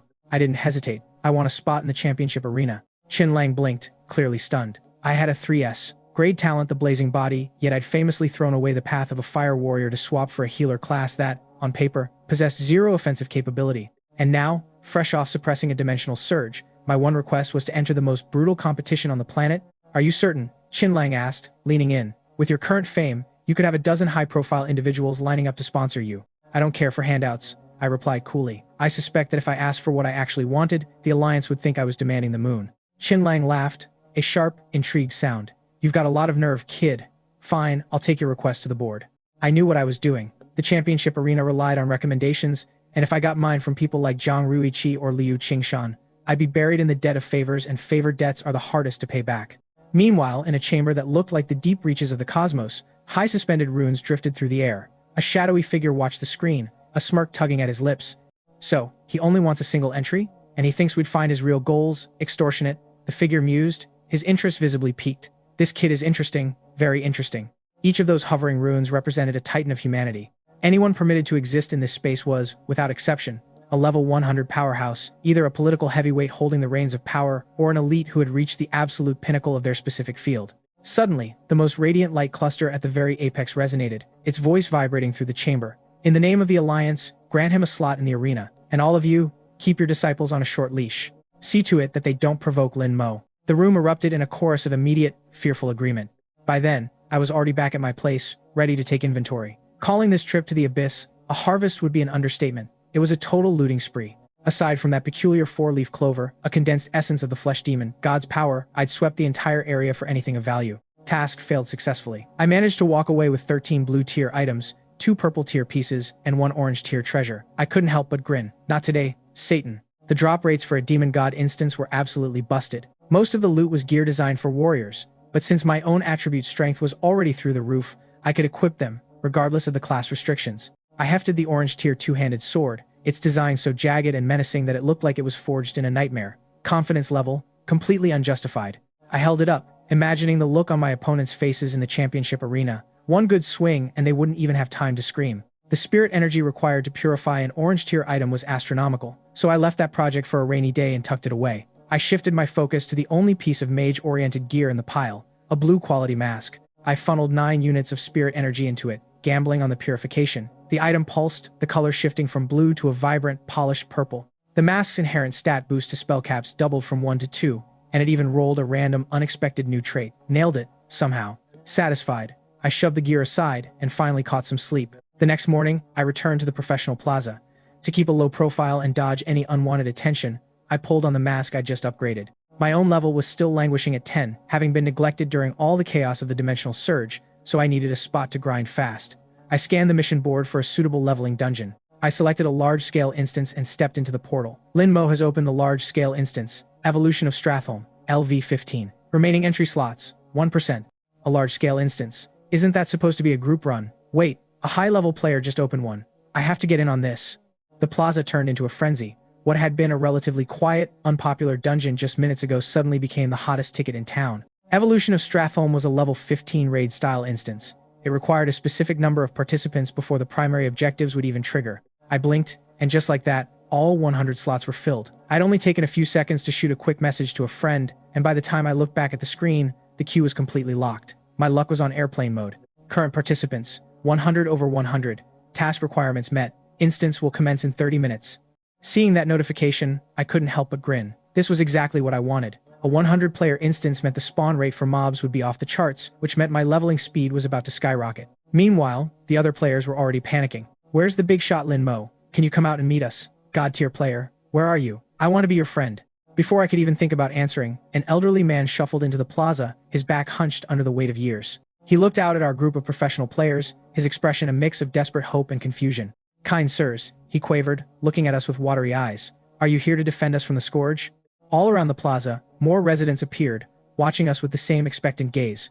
The players who had been questioned suddenly went pale, looking like they wanted to vanish into thin air. A small child skipped up to one of the warriors, tilting his head in innocent wonder. Grandpa, are these the knights who came to save us? The old man patted the child's head, his smile gentle and trusting. Yes, little one, they are. Oh, great. I realized why this instance was so unpopular, why it was practically dead. My instincts were screaming at me that this was a bad idea. Every red flag was waving, and I still kept going. The core objective of Evolution of Stratholme was simple: annihilate all scourge undead within the city. But there was a catch, the kind of catch that made your stomach turn.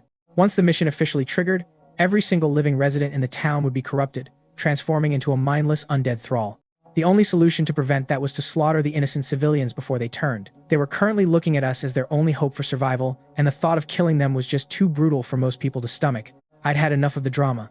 I stopped hiding and strode right up to the old man. As the rest of the players braced themselves for me to draw my weapon and start a massacre, I reached into my bag and pulled out a simple glass vial. Find someone to pour this into the main town well, I commanded, handing it over. Make sure every resident gets a drink.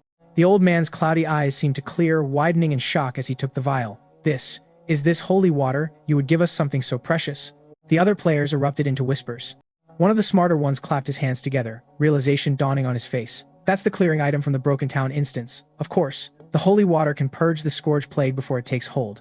Wait, are you, Lin Mo? Finally, someone recognized me. The atmosphere in the group shifted instantly. Since the entire Broken Town instance was now my private domain, it made perfect sense that I'd have a stash of holy water on hand. We need to organize the residents and get them to the well, someone shouted. The dread that had been hanging over the group vanished, replaced by a surge of adrenaline. As the old man took a long draught from the bucket, one of the players suddenly pointed. Look, the scourge plague on him, it's actually disappearing. How can you be sure? I asked, turning to the player who spoke. He looked a bit shy, scratching his head. My talent is true sight. I can see detailed status information on others. I felt my eyes light up. Now that's a useful ability. What's your name? Lin Mao Feng, he muttered, offering an awkward, embarrassed smile. Perfect, I said. Lin Mao Feng, you're with me. I need you to do a few things. The clock was ticking, and I wasn't going to let a second go to waste. I looked at the group of players, who were now hanging on my every word. Time is short. If you want a high completion rating, you'd better cooperate. I promise everyone here at least an S-grade evaluation. The plaza exploded in cheers. I didn't waste another moment. I stepped into the role of commander, my orders ringing out with calm, steady precision. Evolution of Stratholme wasn't just a mindless dungeon crawl. There were dozens of ways to optimize our final evaluation, and I intended to exploit every single one of them. With the residents safely hydrated and the town's defense plan locked in, I led my team through the main gates. We didn't have to wait long. 10-dimensional rifts tore open in the distance, vomiting forth a sea of scourge ghouls. The undead horde surged forward like a black tide, crashing headlong into our defensive line. The sound of steel biting into rotting flesh and the shrieks of the damned filled the air. I chose violence. Mentally, I didn't hang back behind the lines. I dove straight into the fray, my staff whistling through the air. With a casual swing, I caved in the skull of the nearest ghoul. Instant kill. The warriors nearby watched me, their eyes wide with disbelief. It's not every day you see a healer wading through the front lines, turning undead into mulch.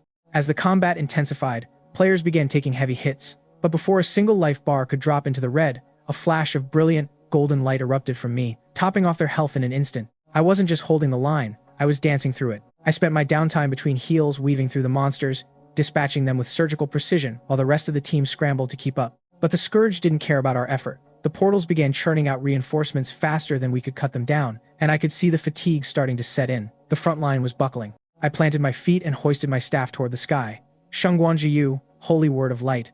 The defenders on the city walls watched in awe as the massive, radiant rune materialized above us.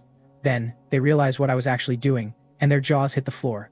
This wasn't just a targeted heal. I was blanketing the entire battlefield. The radius was so absurd it swallowed all 10 portals whole. Within 5 seconds, the sea of ghouls had been reduced to smoking ash. The portals themselves didn't stand a chance. They imploded under the sheer weight of the holy energy.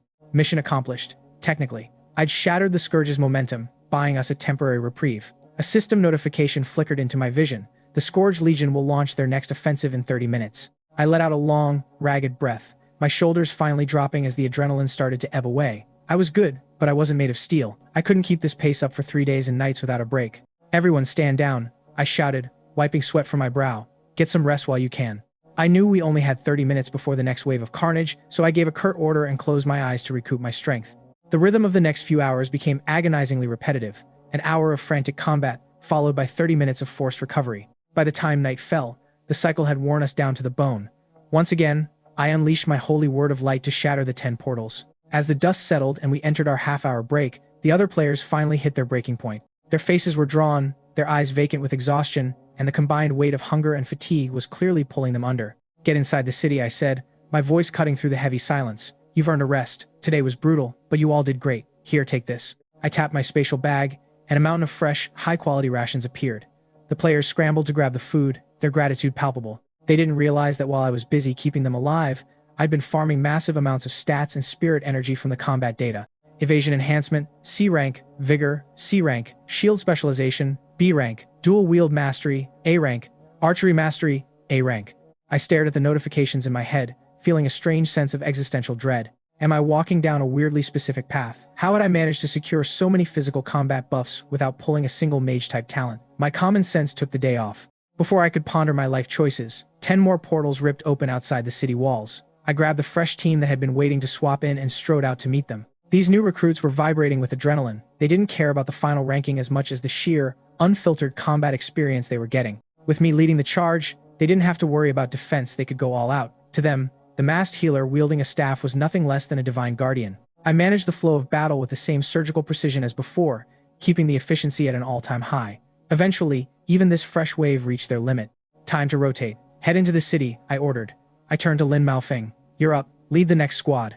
Yes, boss. Lin Maofeng's excitement was infectious. He'd been watching the other teams from the sidelines, practically itching to join the fray. He didn't hesitate. He led his team in a full-tilt sprint toward the monster horde, his assassin instincts putting him right at the tip of the spear. I kept a constant, watchful eye on him. His talent was the prize I was really after. Under my steady guidance, the war of attrition dragged on until the 3rd day.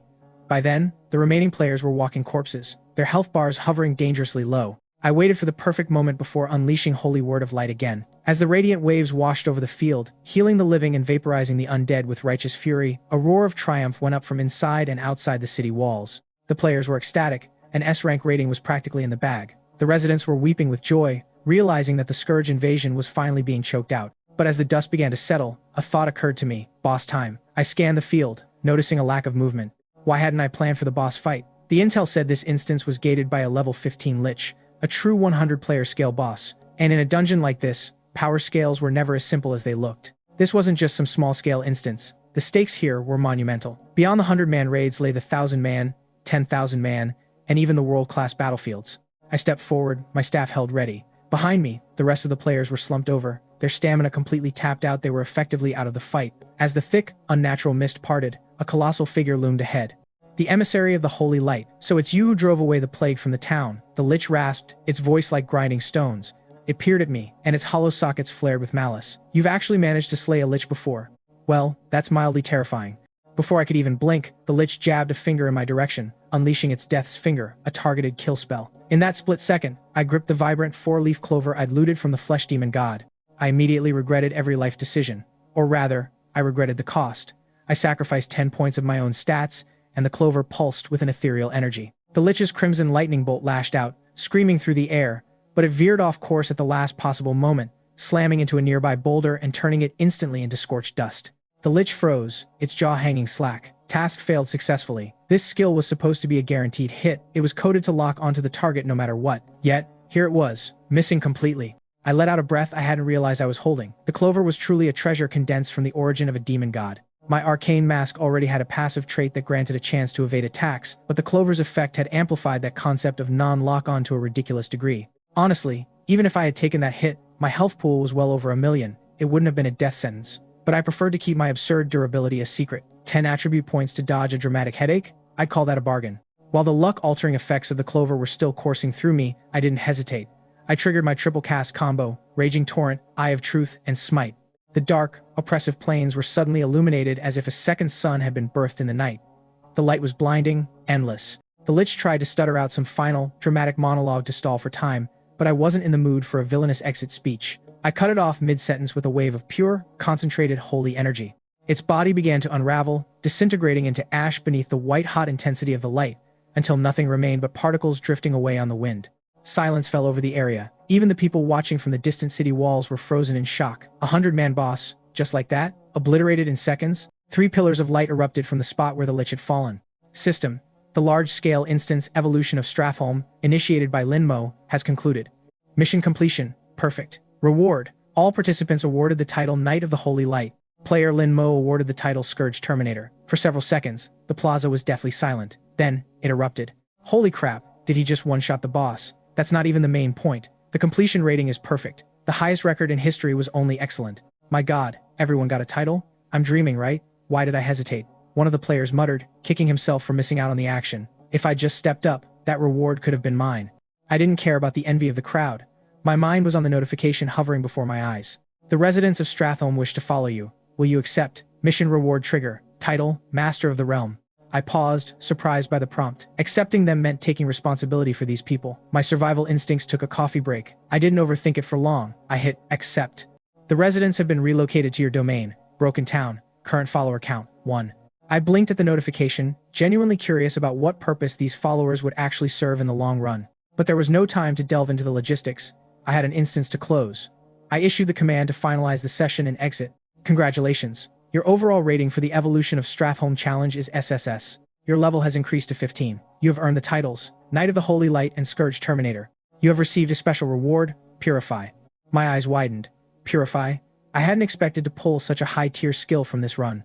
Under normal circumstances, a healer class wouldn't be able to learn this until they performed a third job advancement into a specialized holy attribute class at level 30. The versatility was insane. Cast it on an ally, and it purged nearly all debuffs while restoring a massive chunk of health. Cast it on an enemy, and it stripped them of all buffs while dealing heavy damage. Against summons, it simply deleted them from the board.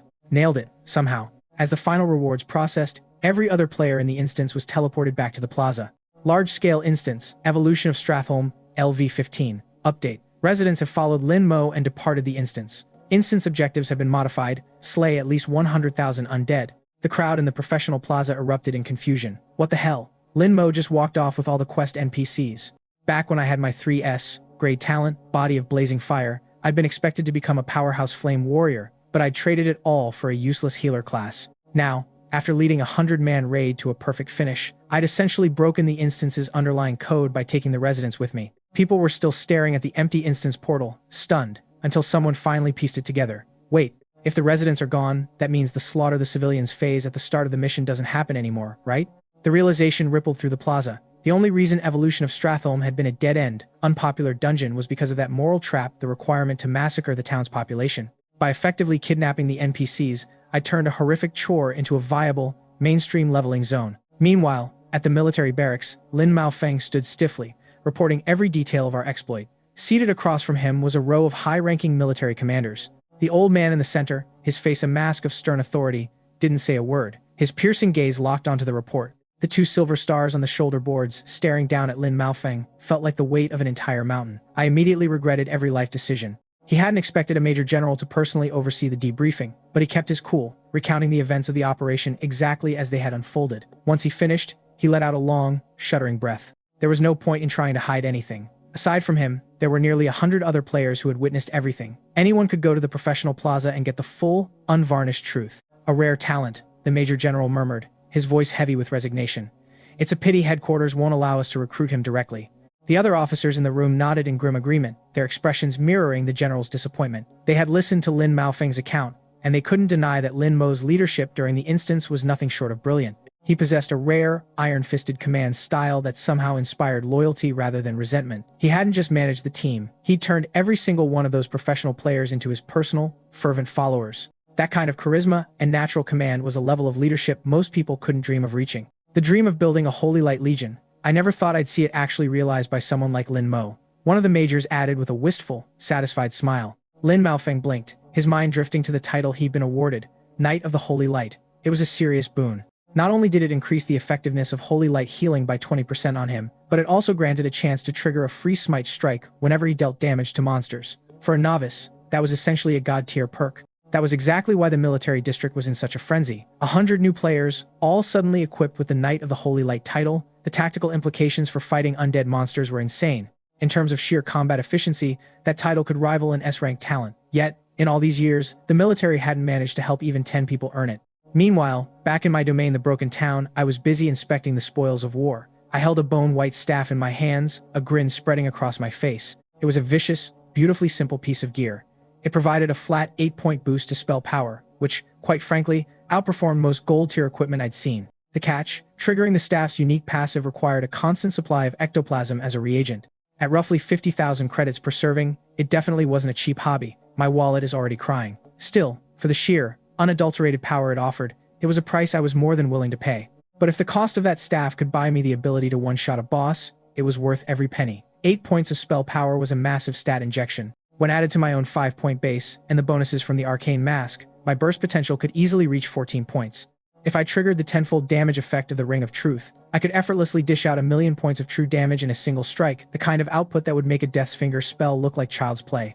In terms of raw, mathematical burst damage, I was already leagues ahead of most high-level professionals. "Sir, we followed your instructions and selected our lodgings," a voice said. I looked up to see a man with rugged, sharp features standing before me. This was Peng Liwan, one of the residents who had followed me out of Strathholm. He was the son of the old man who had been the first to strike up a conversation with me back in the dungeon. "I've also brought along the folks among us who have actual skills," Peng Liwan added, gesturing for his group to step forward. Behind him stood 3 people, a blacksmith, a tailor, and an apothecary. I really walked into that one. I couldn't help but marvel at how effective it was to recruit talent using the connections I'd squeezed out of Lin Maofeng. "Sir, I'm Xiong Dong Dong," the blacksmith said, puffing out his chest. "I used to run the town forge. I can craft up to violet-grade gear." "Sir, I'm En Long," the second man chimed in. "I own the local apothecary. I can concoct violet-quality medicinal spirits." "And you can call me Lily, sir," the woman said with a small curtsy. "I'm a tailor. I can currently sew orange-quality garments." My mind raced. That meant if I could get my hands on the design schematics and materials for an orange-grade robe, Lily could craft it for me. "Excellent," I said, suppressing a smile. "Make yourselves at home here." I left the logistics to Peng Liwan and vanished from the domain, reappearing back in the professional plaza. The first thing I did was check the rankings. I was sitting at level 15, holding the #1 spot on this year's newcomer leaderboard. The person at second place was also level 15, but their total experience points were lower than mine, leaving them trailing in my wake. Just as I was admiring the view, a sharp prickle of intuition hit me. My high attributes gave me senses that were practically supernatural. I didn't even need to look to know someone was stalking up behind me. I spun around. A tall man with a cigarette dangling from his lips stood there, wearing a smug, overconfident grin. "Hey kid, ever heard of an elite scholarship?" I blinked, caught off guard. Liang Hoyun. My heart skipped a beat. In my previous life, our paths had crossed more than once. He looked like an unreliable, chain-smoking mess, but in reality, he was the guy who had pulled me back from the brink during some of my darkest moments. It was Liang Hoyun and Lu Qingshan who had maneuvered to get me into the inner sanctum of the Holy Light Church. In my past life, we had been the best of friends. Seeing him standing here, alive and infuriatingly cocky, felt like a glitch in the Matrix. Mission accomplished, technically. "Hey, I'm talking to you. What are you zoning out for?" I couldn't help but chuckle. "Listen, uncle, you don't exactly look like a saint." Liang Hoyun's eyes nearly popped out of his head. His cigarette hit the ground. "Forgotten. Did you just call me uncle? Being a bad person is one thing, but you calling me uncle requires a serious explanation. Don't go picking on a kid." A cool, detached voice cut through the air. I turned to see a woman I didn't recognize. I didn't need a formal introduction to know she was another university recruiter sniffing around. Everything was fine, until it wasn't. You, why do you keep following me like a ghost? I groaned. Oh, I'm the ghost? How about you explain why you planted a tracking device on me, you jerk? Duan Xiaoshu glared at Liang Hoyun. I was stunned. I knew this guy was a holy knight, but I didn't think he'd sink to petty underhanded tricks like planting a tracker in a shoe. What tracking device? I have no idea what you're talking about, Liang Hoyun retorted, putting on his best, I'm a total scumbag, deal with it face. Duan Xiaoshu grit her teeth, clearly itching to turn this plaza into a boxing ring, but when Liang Hoyun turned back to grab me, he found himself clutching thin air. Task failed successfully. No way. Liang Hoyun stared at the empty space, genuinely bewildered. Did this kid really just vanish right under my nose? I was already half a mile away, weaving through the crowd. If I wanted that 100 million credit scholarship, I had to be smarter, not faster. The champion's battlefield was the endgame. If I could crack the top 10, I'd gain universal access to every instance in the world. I could cherry-pick skills, resources, or just ignore the grind entirely. But before that, I had a level gap to close. Holding the #1 spot on the newcomer leaderboard for a designated settlement granted one free entry into the Skill Temple, a legendary locale where, if you were lucky enough to reach the Golden Pavilion, you could pull a golden quality skill. I had sacrificed my 3S grade body of blazing fire talent and walked away from a flame warrior class that boasted a 200% growth rate, all to swap for a harmless healer class. I'd spent 3 grueling days and nights in a massive instance just to claim this top spot. Now wasn't the time to rest. I had to cement my lead. Mysterious Tomb. That was the name of the private instance I'd spent all last night hunting down. It cost a staggering 2 million to activate, but it was perfect. It was the only level 20 instance that spat out undead mobs in an infinite, high-speed loop. It didn't stop until you collapsed from exhaustion or died. I hope the energy reserves on this thing can keep up with me, I muttered. I paid the 2 million credit fee and stepped into the darkness of the tomb. Outside in the professional plaza, several teleportation arrays flared to life. Keshua stepped out, his gaze frantic. He immediately yanked up the newcomer leaderboard, his eyes widening as he saw my name at level 17. 17. He breathed, his voice trembling with a mix of exhaustion and manic excitement. After 4 days of hell, I finally caught up. 4 days of soul-crushing effort had finally netted me a massive 2-level jump, but as my eyes tracked down the rankings, my jaw hit the floor. Wait, how is he level 15 already? I clearly remembered that when I dove into my instance 4 days ago, Lin Mo was barely level 10, languishing somewhere outside the top 100. Meanwhile, I was sitting pretty at level 15, the undisputed king of the leaderboard. How in the hell had he vaulted up to second place? Leveling from 10 to 15 in a mere 3 days, the sheer speed of it was honestly nauseating. My survival instincts took a coffee break. Solid performance this time around, Lu Yunsheng said, stepping up to clap me on the shoulder. Grandpa, look at this, I muttered, my voice heavy with frustration as I pointed at the rankings. Lu Yunsheng didn't even glance at the board. I don't care about the competition. I've already set everything up for you. You're heading into the mysterious tomb. I've pulled some strings to get you a level 30 healer to act as your safety escort. Just focus on grinding mobs and don't worry about the rest. He waved his hand dismissively. I knew the bribes and preparation had cost a fortune, but he clearly thought it was a small price to pay for my future. But I'm exhausted, I admitted, my shoulders slumping. Ever since I awakened, I hadn't had a single day of peace. No matter how hard I pushed, no matter how much I sacrificed, there was always someone standing just a step ahead of me. Rest for a moment, then get back to grinding. Just grit your teeth and push through it, Lu Yunsheng said, gripping my shoulders so hard it actually hurt. His eyes were burning with intensity. Remember why you're pushing yourself this hard. You need the strength to return to the K family and get justice for your mother. Fine. I sighed, already feeling the weight of the world pressing down on me. I'll go. Deep within the gloom of the mysterious tomb, I surveyed my surroundings. The air was thick with the rot of centuries, and before I could even take a breath, the shrill, guttural shrieks of monsters echoed through the stone corridors. At the end of the passage, a swarm of decaying corpses began shambling in my direction. I heard the boss music. I drew my staff, stepping forward to meet them head-on. Tucked away in the shadows, the safety escort I'd been assigned watched the scene unfold and let out a weary sigh. Even though this instance had undergone a few modifications, the mob's base strength remained lethal. To see someone who clearly looked like a mage class attempting to solo grind was insane, but walking straight into the heart of the mob pack, that was just a slow-motion suicide mission. I wasn't built for this, the escort thought, already mentally calculating how long it would take for me to die. 10 minutes, maybe less. Just then, his communicator buzzed with an incoming message. He checked it briefly, his brow furrowing. Already started? I'll check back on this kid later. I didn't care about the eyes on me. I tightened my grip on my staff and swung. I dispatched 3 walking corpses in a matter of seconds, but I was already bored. Too slow, I muttered. Increase the spawn rate. The system responded instantly. Current spawn multiplier, 2x. A moment later, 6 more corpses materialized. I didn't hesitate. Double it again, and again. Just set it to 10x. System warning, 10x multiplier requires a 5-minute clearing period before further increases can be unlocked. I arched a brow. It was a clever safeguard. I suppose the system's way of preventing overeager challengers from committing accidental suicide within the first minute of an expensive 2 million credit run. It stood to reason that the safety officer on duty was probably slacking off in autopilot mode. If they'd actually been paying attention to my clearing speed, they would have prompted me to crank up the difficulty long ago. Whatever, I thought. I've got time to burn. 30 minutes later, I had finally hit the 10x threshold. In that same time span, Keishua had been grinding his own run. He was catching his breath, his expression a mix of exhaustion and electric excitement. The mobs here were perfect for a solo grind. Their movements were sluggish, meaning even a low-level basic attack was enough to kite and dismantle them. In just half an hour, he'd already mowed down at least 500 corpses, a feat that would have taken half a day in any standard instance. Incredible, the hidden safety officer whispered from the darkness, genuinely stunned by Keshu's efficiency. To solo a 10x spawn rate, this kid is a monster. Then, he froze. Wait, there was another guy solo grinding in here, wasn't there? He'd been so mesmerized by Keshua's performance that he'd completely forgotten about me. Just then, his phone buzzed. Hello, supervisor? What is going on over there? Why is the energy consumption spiking through the roof? The officer blinked, glancing back at Keshua, then stammered. There's a challenger. He just activated the 10x difficulty. That's not enough. Give me more, I said aloud in my sector of the tomb. System, increase spawn rate, current multiplier, 100x. Finally, as the automated prompt faded, the air in my section of the tomb shimmered. 300 corpses materialized in a tight, gruesome cluster. This is more like it. Holy word, I commanded, raising my staff without a second's hesitation. Under the influence of my Guang Yu spell-casting buff, my holy word skill expanded until it blanketed almost the entire tomb. If the corpses were clustered tightly enough, I could wipe the entire spawn in one go, and right now, they were practically begging for it. Within the tomb, ethereal golden petals began to rain down. Every corpse touched by the light saw its health bar melt away at a rate of 20% per second. 5 seconds later, they were gone. In a single, blinding flash of golden light, I wiped all 300 walking corpses from existence. Pause, I muttered, my voice echoing in the sudden silence. Halt spawns.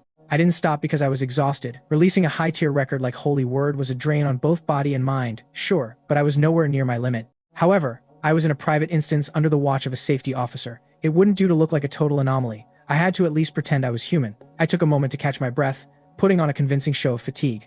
On the other side of the screen, the safety officer, having finally been alerted by his supervisor, was staring at my data with a look of pure, unadulterated horror. 100 times, he gasped, his skin crawling. How the hell is that number even possible? This is why we can't have nice things. He finally understood why the instance's energy reserves were plummeting like a lead weight. His mind went completely blank as he scrambled to pull up my profile. Linmo. He whispered, reading the name. I unlocked a brand new fear. Word of this absurdity made its way to Chen Daosheng's desk within minutes. As Zhang Ruiqi's trusted assistant, he practically ran the professional center, and he had the competence to match. Linmo? In the mysterious tomb? He pushed the spawn efficiency to 100x. Chen Daosheng sat in stunned silence for a long moment before a wry, helpless laugh escaped him. My student really does turn every place he visits into a circus. Assistant Chen, how do we handle this? One of his subordinates asked nervously. The Gao family already sent someone over demanding we terminate Linmo's instance run. An hour later, in the monitoring room of the professional center, a group of high-ranking officials stood in silence. Chen Daosheng led the way as we watched the playback of my run. The Gao family's steward was there, his face darkening with every passing second. He was clearly looking for evidence that the center had been rigging the instance in my favor, but he couldn't find a single shred of proof. I had climbed the multiplier ladder one step at a time, completely on my own. To make matters worse, I had been interacting with the automated system the entire time. The safety officer had been so useless, he might as well have vanished into thin air. He's still pushing it, someone whispered. 150x now. Everyone in the room was glued to the screens, their expressions shifting from shock to absolute numbness. 300x. Assistant Chen. The center's energy reserves for this instance are nearly depleted, a technician reported, his voice trembling. Do we restock? Chen Daosheng didn't even blink. Restock it. These reserves were meant to last for at least 10 days of standard operation. Yet, here I was a one-man wrecking crew burning through nearly 2 weeks' worth of power in less than a day. My confidence was louder than my intelligence. By the second day, the safety officers outside the monitoring room were watching me with the hollow, haunted eyes of men who had seen the impossible and were no longer capable of feeling anything at all. I emerged from my tent, stretching my stiff limbs as the safety officers stared at me with pure, unadulterated disbelief. I really walked into that one. They looked like they were on the verge of a breakdown. Bringing a tent into an instance, it was a bold statement, and it basically told the world I wasn't leaving until I'd bled this place dry. He actually brought a tent, one of the officers muttered, clearly losing his grip on reality. I'd already burned through 50 million in energy costs just yesterday. I heard rumors that Zhang Ruiqi was working through the night to reroute resources to keep me powered. Considering I'd only spent 2 million to initiate the run, Burning 50 million in extra energy was honestly just good business. Task failed successfully. It's only the first day, and he's already acting like he owns the place, another officer whispered. Do you think the Gao family is going to lose their minds? Who cares? Did the Gao family ever cut us a check when they were raking in the profits? I didn't hear them, and I didn't care. I was focused on the grind. Meanwhile, Gao Hemming was staring at the latest bill his staff had dropped on his desk, his face turning an unhealthy shade of purple. A sharp knock at the door broke his sour contemplation. He looked up, his expression softening instantly as his daughter, Gao Lanlin, stepped into the room. She was in a different league entirely compared to Gao Wei, a true prodigy in every sense of the word. Lanlan, what brings you home? Gao Hemming asked, his voice thick with concern. I heard Lin Mo finally crawled out of that instance, she said, a cold, elegant smirk playing on her lips. Isn't that right, father? You promised you wouldn't take direct action against him. Don't worry, father. I have no intention of dirtying my hands with him. I'm just curious to see what he's actually made of. She paused, her eyes narrowing. Tell me, how long until we can regain control of the mysterious tomb? Gao Hemming blinked, caught off guard. What do you need it for? I need the title of Instance Master to finish a quest, she replied coolly. I need it within the next few days. I'm not sure when the instance will cycle again after this.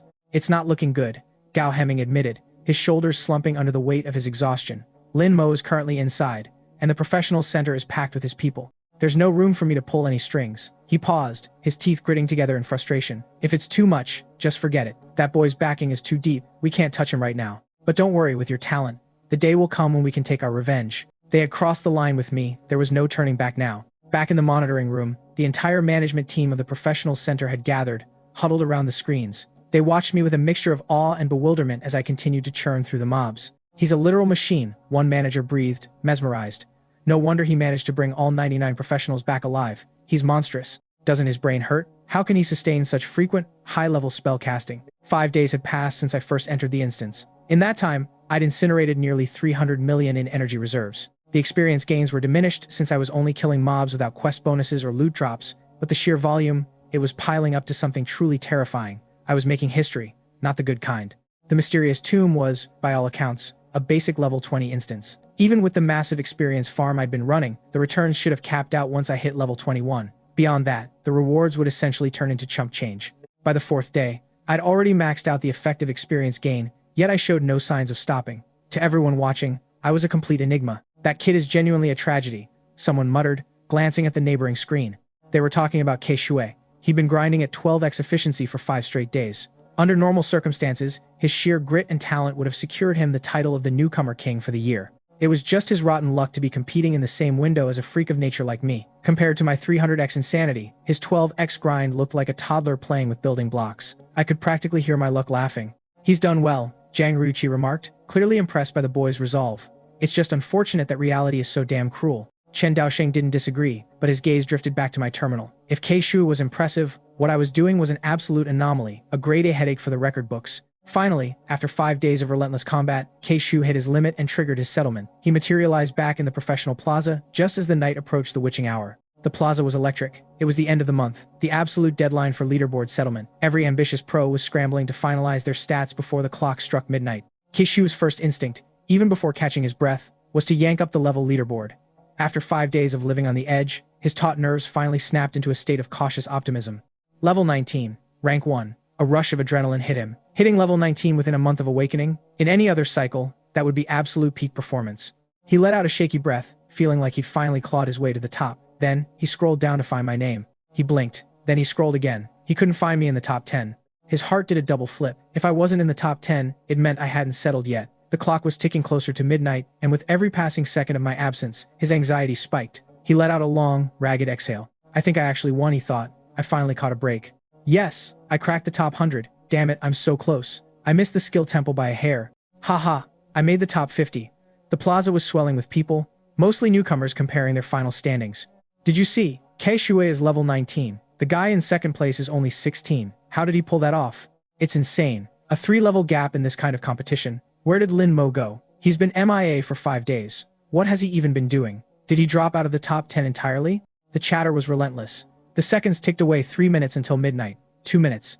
The air felt heavy, charged with anticipation. And then, a scream tore through the plaza, loud enough to stop the world. Holy level 21, how is that even possible? The crowd surged, eyes glued to the massive projection. My name had reappeared at the very top of the board, glowing with an impossible number. Level 21. I jumped 6 levels in 5 days. Keishua stood there, completely hollowed out, staring at the number 1 spot. His soul seemed to briefly leave his body. He realized, with a crushing weight, that his 5 days of blood, sweat, and tears hadn't been a competition, it had been a comedy. My confidence aged like milk. I exhaled a long, steady breath, the tension finally leaving my shoulders. I didn't need to stress over grinding stats anymore. I'd effectively maxed out my experience gains back on the 4th day, but I'd lingered in the mysterious tomb for an extra 24 hours just to squeeze out every last drop of attribute growth. I pulled up the leaderboard one last time. My name sat proudly at the summit, level 21, leaving Keishua in 2nd place with a staggering 2-level gap. Mission accomplished, technically. Time to head home and get some sleep, I muttered. Tomorrow is the skill temple. As I made my way through the streets, a prickle of unease crawled up my spine. I stopped dead in my tracks, my eyes snapping toward the roof of a nearby building. A silhouette stood there, locked in a silent, intense standoff with me. The figure didn't hesitate, stepping backward and vanishing into a shimmering spatial rift. Spatial magic. Gao Lanlan? I narrowed my eyes. The identity was almost certainly hers, a spatial-type professional, appearing in Changqing at just the right time to cross paths with me. My confidence was louder than my intelligence. If I could get my hands on that spatial talent, I'd be set for life. The next morning, the professional plaza was buzzing with nervous energy. A massive crowd of newbie professionals had gathered, though calling us novices was a bit of a stretch. Everyone here was the cream of the crop, the best of our generation, all of us qualified to enter the skill temple. So, that's Lin Mo? He looked surprisingly average, someone whispered nearby. Are you blind? Have you seen his combat logs? He's a walking catastrophe, another countered. I'm just wondering what kind of skill he'll walk away with. Golden tier, maybe? Nah, I mean what type of skill. Do you think he'll grab another healing ability? Doubt it. He's already got heal for single targets and holy word for massive AoE. He needs an attack spell, unless he plans on tickling the next boss to death. My ears burned slightly, but I kept my poker face. Just then, Chen Daoxing stepped onto the podium to address the crowd. Isn't that Mr. Chen? Mr. Chen, have you been living under a rock? He's the assistant to the general manager of the professional center now. Even our headmaster has to bow his head when he walks in. No way, how did he climb the ladder so fast? I heard my cousin, who works at the center, say it was Lin Mo who recommended him. Lin Mo has that kind of pull. I leaned back, unimpressed by the gossip. Chen Daoxing cleared his throat, signaling that it was time. The time has arrived, Chen Daoxing announced, his voice booming across the plaza. Please proceed to the skill temple to seek your fortune. The skill temple wasn't just a building. It was a unique, specialized instance crafted by the sages of humanity, now managed directly by the Professional Alliance. It only opened under specific conditions, and it was a law unto itself. Once you stepped inside, your fate was in your own hands. You had to rely on your own potential to attract a skill's resonance. Some people would walk away, showered in abilities, while others might find themselves completely ignored by the temple, and if that happened, you just had to accept your bad luck. Even if you attracted dozens of skills, the rules were ironclad. You could only choose one to take home. Time is up. May fortune favor you all, Chen Daoxing finished.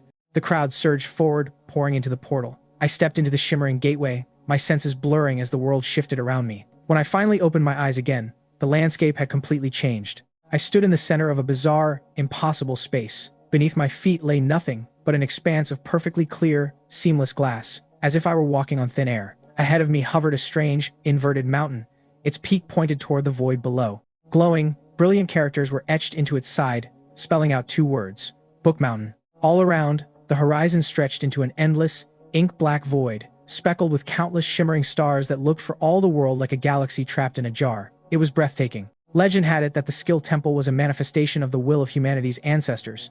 Over the millennia, countless legends had chosen to seal their skills within this temple in their final moments. Those stars I saw, they were actually repositories for individual skills. I wasn't the only one here. Other newcomers were filtering in, one by one. Every single one of them was a rank 1 prodigy from their respective settlement, though the disparity in their actual power was painfully obvious. 16 or 17 levels, what a waste of an opportunity, a booming voice echoed. A giant of a man, easily 2 meters tall, sneered as he looked around with undisguised contempt. They should have just given these slots to people who actually matter. Confidence level. Completely unjustified. His words drew immediate, sharp glares from the surrounding crowd. Anyone who managed to make it here was the top dog of their own home turf. They weren't about to take that kind of disrespect lying down. But the giant just grinned, looking entirely too pleased with himself. Zhao Meng, pipe down. You're making Steel City look bad, a lean, sharp-looking youth remarked, clearly unimpressed. The crowd instinctively pulled back. The 5 major Tier 1 settlements, Shangjing, Shenxi, Haihang, Steel City, and Shansheng were the heavy hitters. Anyone capable of rising to the top in the cutthroat environment of Steel City was not to be trifled with. He's level 20. No wonder he's so arrogant, someone whispered. This year's batch is insane. I heard the top dogs from Shangjing and Haihang are already level 22. I'm only sitting at 17. and I thought I was doing well. The gap between Tier 1 and the rest of us is just depressing. The hushed murmurs were a brutal wake-up call for the newcomers from the smaller settlements. I watched Zhao Meng trade a sharp look with the lean youth who'd spoken up. I recognized him instantly. Kong Feiliu, the newcomer, king of Haihang. In my past life, Kong Feiliu had been a renowned storm mage, a name that struck fear into his enemies. I'd never known the specifics of his talent, though.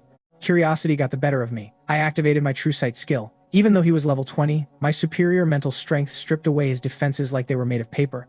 When I saw the description of his talent, my brain simply clocked out. Holy, I was genuinely stunned. Even with 2 lifetimes of experience, I'd never seen anything quite like this.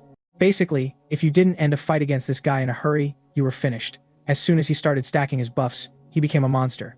No matter how strong a professional was, they weren't going to survive being hit by a mage of the same level who had an extra 100 points of flat spell power layered onto his attacks. That was my villain origin story. No wonder there was a saying about him. Every holder of an SSS rank talent is, by definition, a freak of nature. While guys like Kong Feiliu have talents that are essentially just massive, broken stat sticks, that's not even the weirdest part of the spectrum. Some SSS rank talents are pure mechanic breakers. I'm talking abilities that guarantee every hit lands, others that forcibly strip an opponent's gear mid-fight, and some that can permanently seal an enemy's skills.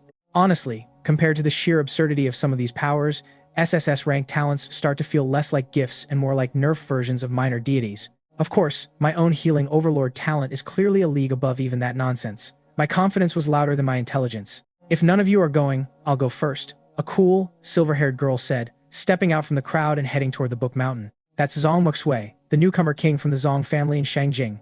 A wave of gasps rippled through the crowd. She was famous, and for good reason. She was hailed as the strongest heir in the Zhang family's history. My eyes narrowed as I watched her. I remembered her well from my past life, though not for a happy reason. She'd met a tragic end at the age of 20 after being ambushed by a demon god during an Academy Alliance event. If she'd lived to reach her full potential, humanity might have gained a powerhouse capable of changing the tides of the war. But there's no such thing as what if in this world. I unlocked the worst possible outcome. I only remembered her so clearly because she and Su Yao were bitter rivals. Looking at her now, I couldn't help but wonder if Su Yao had been the one to assassinate her in that other timeline. Well, that didn't matter anymore. I'd already killed Su Yao myself. My rebirth had probably rewritten the fates of half the people in this room. Hey there, you're Lin Mo, right? Mind if we get to know each other? A voice broke my concentration. Almost everyone in the vicinity whipped their heads around at once. Lin Mo? That's him? The strongest healer in history? The attention was palpable. As the first healer in existence to step into the skill temple, I was basically the main attraction. The guy who had approached me was carrying an ornate, high-end longbow on his back. It was Ku, the newcomer king of Shenxi. Seeing Ku make the first move, most of the other hopefuls in the crowd deflated, realizing they didn't have the leverage to compete. Having a healer that strong on your team would clear away so many obstacles in the future. For the vast majority of people here, the only ones with the status to recruit me were the other top-tier newcomer kings. I simply nodded with a polite, non-committal smile. Ku wasn't discouraged by my brevity. Any interest in joining my Golden Arrow Guild? I can give you the vice president position right now. As the guild grows, you'll have all the resources you could ever want. No thanks, I said smoothly. I don't have any interest in joining a guild right now. Fair enough. Can't blame a guy for trying. Kua didn't push it, though he lingered for a second longer. By the way, do you happen to know K Shui? His question caught me off guard. He shares your surname, doesn't he? I don't really know him, just crossed paths once. Kua chuckled. No worries, just curious. Before he could elaborate, the crowd suddenly erupted into a chorus of shocked exclamations. I looked back toward the mountain. As expected of Zhang Muxu, I stared in genuine awe, as more than a dozen golden runes began to orbit Zhang Muxu, each pulsing with a rhythm that felt like a heartbeat. She actually pulled in that many golden tier skills, someone whispered. And look, those 3 are the Ghost Dragon Scale Armor and the Soul Extinguishing Heavy Strike. Those are top-tier combat skills. It was true. 3 of those runes glowed with an intensity that put the others to shame, radiating an energy that felt fundamentally different from the rest. Zhang Muxu didn't even spare the minor skills a second glance. With a fluid, practiced motion, she reached out and snatched one of the primary golden runes from the air. It dissolved into a streak of light, vanishing directly into her forehead. After finalizing her choice, she paused, her gaze drifting toward me. She offered me a faint, almost conspiratorial smile before stepping down from the Book Mountain. My dignity has officially left the building. The rest of the crowd looked absolutely sour, their envy practically radiating off them. But honestly, I couldn't blame them for being impressed. Zhang Muxue, a powerhouse in her own right, was actively acknowledging me. My reputation was clearly preceding me after all. It wasn't every day you saw a healer from a 4th-tier settlement hitting the same performance benchmarks as the top-tier newcomer kings. My turn, Kong Feiliu announced. Seeing Zhang Muxue clear the stage, he didn't waste a second, vaulting onto the platform with a grace that bordered on showboating. Since he had the next highest level, Nobody was dumb enough to challenge his right to go second. He reached the summit and immediately triggered a reaction. 8 golden beams of light surged toward him, spiraling around his body like miniature suns. It was a solid result, only slightly behind Zhongmu Shui, and he didn't waste time gloating. He snatched one of the skills and made his exit without a word. The plaza fell into a heavy, suffocating silence. There were 3 of us left who held the level 21 rank, me, Qi Yue, and a quiet, unassuming guy from Shancheng. "I'll go," Yu said, stepping forward. He looked determined to make his move, but before he could even plant his feet, a blur of motion shot past him. It was Yuan Danqing, the silent type. This guy had allegedly solo-leveled his way to the top, and his stats were, frankly, absurd. He possessed an SSS-ranked talent paired with the rare Shadow Envoy class. "Great, this guy," Yu muttered, spitting on the ground in annoyance. Yuan Danqing stood on the summit, his presence cold and detached. He triggered the mountain, but to everyone's shock, only a single golden rune drifted toward him. The plaza went deathly quiet. A few people exchanged looks, their eyes filled with cold, mocking glares. For a guy with that kind of reputation to only get one skill, it was the perfect setup for a social suicide. Yuan Danqing didn't flinch. He reached out, grabbed the lone rune, and walked off the mountain with a stoic expression that didn't betray a hint of emotion. I watched him go and let out a soft, sympathetic sigh. Things went from bad to, "You've got to be kidding me." The crowd might have been laughing, but I knew better. It wasn't that his potential was lacking, it was just that the skill temple was a fickle beast. Sometimes, there was only one skill in the entire place that actually resonated with your soul, and if that was the case, you took what you could get. So, he had only managed to attract a single skill. It was a sobering reminder that the Book Mountain wasn't a grocery store where you picked what you wanted, it was a test of alignment. Next was Ku's turn. He didn't even wait for the dust to settle, his impatience getting the better of him as he vaulted onto the mountain. He stood there for a long moment, waiting for a grand display, but all he got was a handful of red light clusters drifting his way, not a single golden tier skill among them. The look on his face was priceless. My expectations were low, but wow. He grabbed one of the red orbs and stormed off the mountain, his expression darker than a thunderstorm. I didn't spare him or anyone else a second glance. I just walked up to the mountain, and immediately, the chatter in the plaza died down. Everyone went silent, their eyes locked on me. They were all dying to see what a healer would look like in the Book Mountain. Would I get anything at all? Suddenly, the stars surrounding us began to stir. It started as a trickle, then became a flood. Dozens of glowing runes transformed into streams of light, hurtling through the void toward me. It was like standing in the middle of a meteor shower. The sheer volume of skill runes circling me was dizzying, and the silence in the plaza turned into stunned, collective shock. Is that the fire-type forbidden curse, 9 suns in the sky? An absolute zero? That's an ice-type master skill.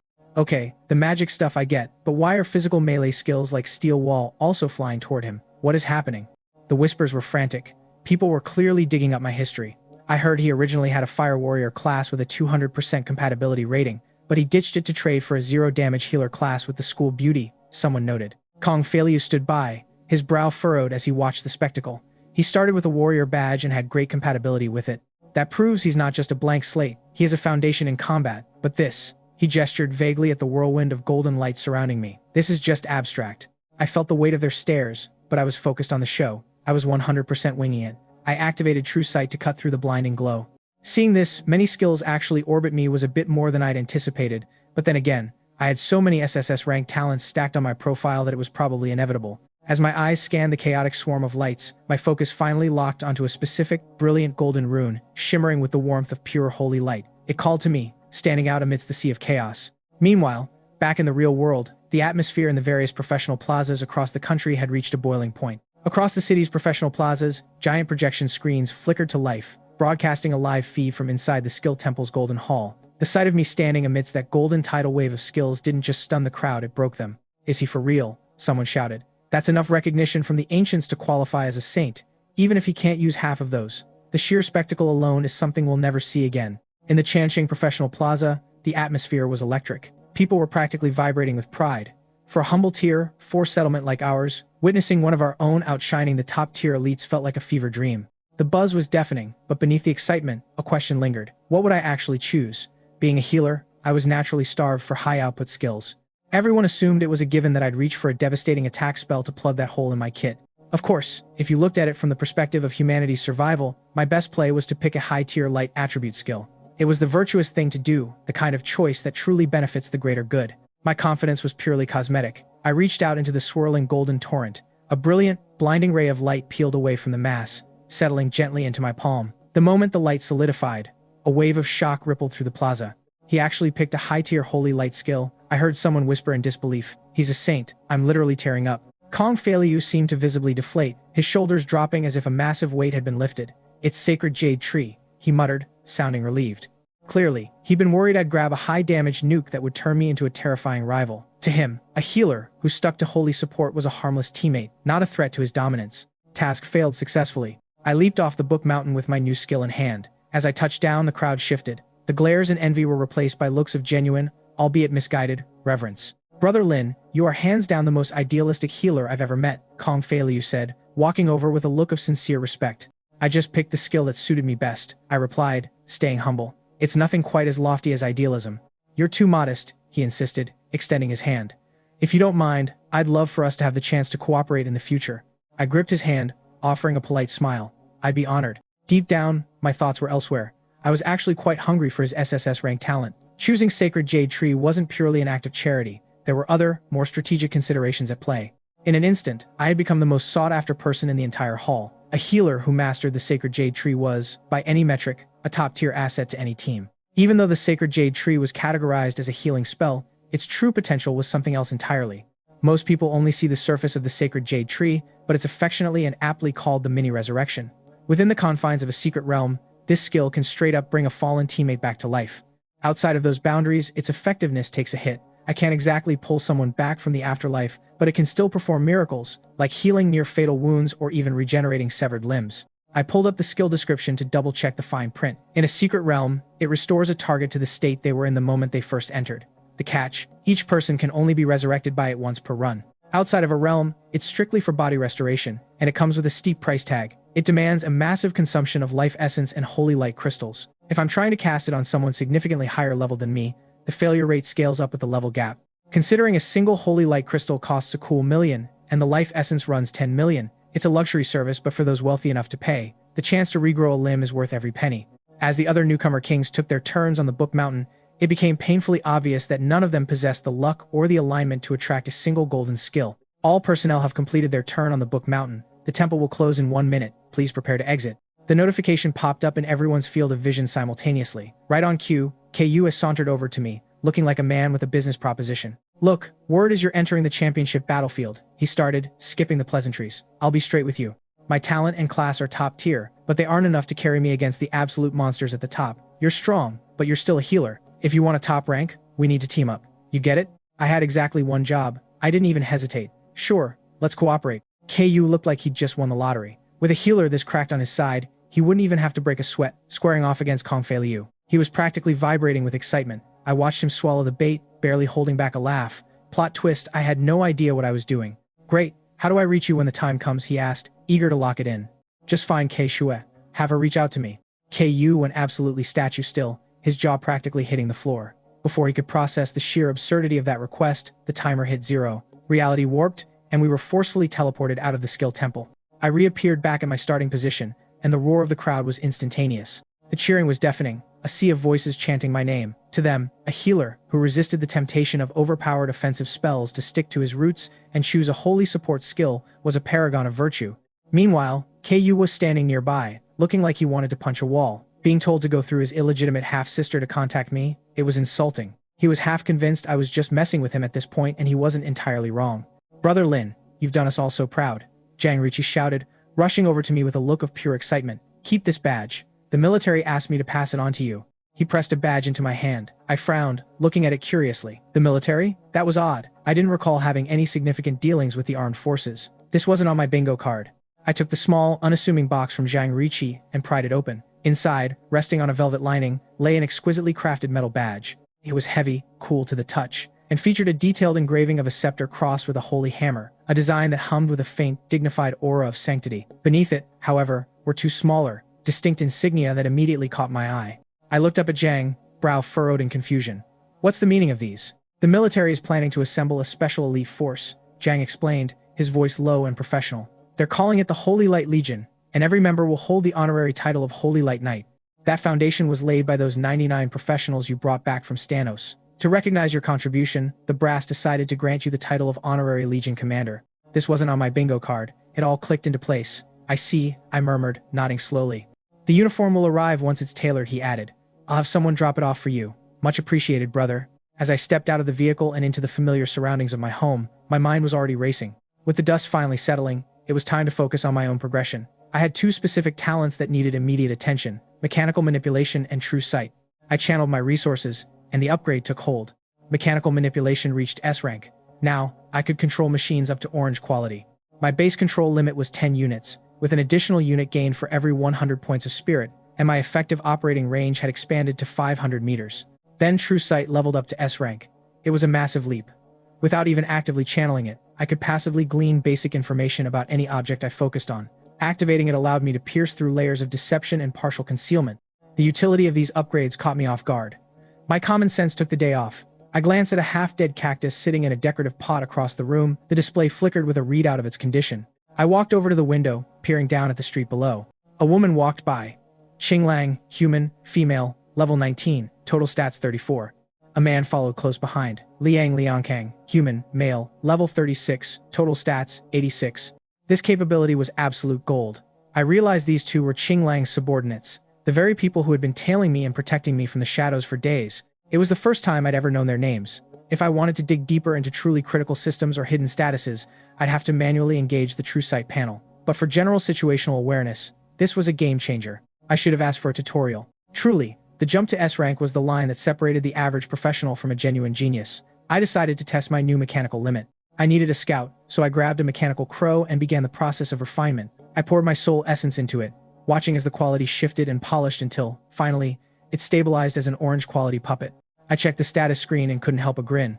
The stats were perfect. Just as I was admiring my handiwork, my phone buzzed in my pocket. I pulled it out to find a message from an unexpected source. It brought me back to the day I'd first changed classes, the incident at the church where I'd encountered a group of wounded professionals. One of them had been an archer, a guy who'd suffered a grievous injury and lost an arm. Plot twist. I had no idea what I was doing, but looking at the message, I realized things were about to get a whole lot more complicated. It turned out the professional in question was none other than Hu Kei's own older brother. They were offering to provide the holy light crystals themselves, plus an additional 10 million in cold, hard cash as a consultation fee. Task failed successfully. Honestly, the offer was tempting. I hadn't managed to master Sacred Jade Tree in my previous life, and since someone was willing to foot the bill for what was essentially a high-stakes clinical trial, why not? Still, I had to keep it real. I couldn't guarantee success. The Sacred Jade Tree was incredibly rare. Even within the high-ranking circles of the church, I doubted more than 5 people in the entire organization could actually cast it. I can't promise this will work, I messaged back, keeping the tone professional. Your brother is significantly higher leveled than I am, which means the failure rate is going to be substantially higher. You should be aware of that. I wasn't about to offer any guarantees when it came to a job this volatile. Between the 10 million fee and the cost of the reagents, they were looking at a 20 million investment. For a professional hovering in the level 20 to 30 range, that wasn't exactly pocket change. Boss, please, don't worry about it. Hu Kei replied almost instantly. We're more than willing to take the risk. Even if it fails, we won't hold you responsible. They clearly knew the odds were stacked against them, but I was their only shot at a miracle. They were desperate, and desperate people are rarely dissuaded by logic. Fine, I typed out. Give me a time and place. I'll meet you tomorrow. The next day, I arrived at the entrance of the Chanqing Holy Light Church. Beyond the standard healing spells, the priests here were trained in basic medicine to patch up local professionals who were between a rock and a hard place. As I approached, I spotted a group of people pacing nervously by the gates. Boss, over here, Hu Kei shouted, waving his arm frantically. Lu Yang and Wu Qiang were standing nearby. When they saw me, their faces lit up with a mix of excitement and genuine awe. It was surreal. They still remembered the seemingly ordinary kid who had helped them out in the church during a crisis back then. Seeing how far I'd climbed since, they couldn't help but feel a sense of reverence. Even at only level 21, my trajectory was clearly set for the stars. I really don't know how to thank you, boss, Hu Kei said, his voice thick with emotion. Looking at him, I realized he wasn't just being dramatic. If I hadn't stepped in back then, he likely would have stalled out at a low level or, more likely, perished in that last demon god space. Brother Lin, thank you so much for taking the time to come out here, Lu Yang added, his voice trembling slightly. Wu Qiang wasn't much of a talker, but he offered me a sincere, if slightly strained, smile. I didn't want to leave them with false hope, so I decided to lower the tension before we started. Don't get ahead of yourselves, I said, offering a small, grounded shrug. I really can't guarantee this is going to work. Let's not set ourselves up for heartbreak. It's fine, Hu Kei insisted, his resolve unshakable. If it works, it's a blessing. If it doesn't, then it just wasn't meant to be. With the group leading the way, we stepped into the church. As I stepped into the church, I immediately locked eyes with a priest clad in ornate ceremonial robes. He froze, recognizing me instantly. His expression shifted from surprise to urgency, and he turned on his heel to dash toward the back of the building. He clearly knew exactly who I was here to see. In the center of the nave, a young man sat slumped in a wheelchair. It was the archer from the church that day, the one who had sustained the catastrophic injuries. "Boss is here," Hu Kei announced, his voice vibrating with barely contained excitement. The man in the wheelchair, the older brother, sighed, a weary, pained look crossing his features. "I told you, there's no point in wasting all this effort on me. Just keep grinding the secret realms, save up the gold, and live your lives. You guys shouldn't be saddling yourselves with this kind of debt." Liu Yang let out a sharp, dismissive bark of laughter. "Cut the crap. We've been through hell and back in those realms together. Our bond isn't something you can measure in currency. If we have to work a few years to pay off a few million, we'll do it, and we'll do it together." I wasn't emotionally prepared for this. The weight of their loyalty was palpable. They weren't just a party, they were brothers. Hu Kei gently rested a hand on his brother's shoulder. "Just accept it, brother. The boss has a heart of gold. If it weren't for him, we wouldn't even have this chance." The injured man, Hu Yun, finally lifted his head and met my gaze. His eyes were dim, reflecting a life of lost prospects. Not only had he lost an arm, but he had lost all sensation from the waist down, effectively rendering him a cripple in a world that valued strength above all else. "Then, I'll have to trouble you, Brother Lin," he murmured. "Hand over the holy light crystals," I said, reaching out. Before they could respond, the young priest I'd seen earlier returned, breathless, trailing none other than Lu Qingshan behind him. I didn't waste time on pleasantries. I raised my staff, and the air around me began to hum with latent energy. I was improvising the entire time. Brilliant, piercing radiance exploded from the tip of my staff. Behind me, the light coalesced, forming the ethereal outline of a massive pair of wings. Outside the church, the ambient holy energy began to swirl, condensing into a titanic silhouette that glowed with such intensity it made the morning sun look like a dim candle by comparison. "What on earth is that?" someone outside shouted. "That looks familiar." "Holy hell, is that Lin Mo?" Everyone within the vicinity of the church turned their heads, witnessing the spectacle in stunned silence. I didn't acknowledge the chaos. I moved with singular focus, my index finger gently pressing against Hu Yun's forehead. In a heartbeat, golden light cascaded over him. Pure, white wings erupted from his back, folding forward until he was completely cocooned in a sphere of shimmering, celestial plumage. No way. Lu Qingshan, a man who had seen everything, looked like he'd been struck by lightning. His eyes were wide, fixed on the scene. "Is this rebirth through feathering? Rebirth through feathering? What's that?" the young priest asked, trembling. Lu Qingshan didn't look away, his voice heavy with shock. "The sacred jade tree usually only heals wounds or restores limbs. But those who reach a transcendent state can elevate the skill, using the raw power of holy light to completely reconstruct a target's body from the ground up. This is the absolute apex of the sacred jade tree." He stared at me, his brow furrowed in deep, troubled thought. "The records in the church say that only high-tier light attribute professionals at least 4th transition could ever hope to trigger this. I have no idea how Lin Mo is doing it." He was right to be stunned. As far as he knew, not a single person in the entire church who mastered the sacred jade tree had ever touched the threshold of such a miracle. In the entire multi-century history of the Holy Light Church, such a feat had only been recorded by a handful of legendary archbishops and the popes themselves. The sheer weight of what I had just pulled off hit me as I watched Lu Qingshan. He looked as if he were staring at a ghost. To think, in all his years, he had been lucky enough to witness a legendary divine skill, one that, according to the records, should only be achievable by a 4th transition Holy Light professional. In our world, the hierarchy was strict. A newcomer confirming their class for the first time was a 1st transition. Reaching level 30 meant the 2nd transition, while level 60 was the requirement for the 3rd. By the time someone hit level 90, they reached the 4th transition, a realm of power that sat just below the legendary 5th transition powerhouses. My brain simply clocked out. I hadn't even hit my 2nd transition yet, and here I was, triggering an effect that theoretically required a level 90+ Titan of the Faith. The brilliant plumage of light surrounding Hu Yun suddenly dispersed, dissolving into a flurry of golden embers that faded into the air. Hu Yun stood there, wreathed in a faint residual golden glow. Where his arm had been cruelly severed, a perfect healthy limb now stood in its place. "Ding, your sacred jade tree has reshaped the target's body. You have gained the talent, penetrating shot. Professional Hu Yun has been reborn in holy light and has acquired the title Body of Holy Light." I stood amidst the fading particles, catching my breath. I had originally taken the healer path to support my team, but the sheer absurdity of this result, this rebirth through feathering, had silenced the entire church. The onlookers were frozen, their faces etched with absolute awe. Worse, I could hear the commotion outside. Word of the miracle had leaked, and people were already flooding toward the church to witness the phenomenon. I blinked once and lost control of the situation. Before the mob could breach the gates, a deep, resonating toll rang out from within the cathedral. A shimmering barrier manifested around the building, effectively sealing us inside. The crowd outside was effectively locked out, and we were essentially under house arrest. "The church is temporarily closed. Everyone outside, disperse." Lu Qingshan's voice boomed, amplified and echoing through the chamber. He walked over to me, shaking his head with a mix of exhaustion and wonder. "You truly are a magnet for trouble, aren't you? Everywhere you go, a spectacle follows."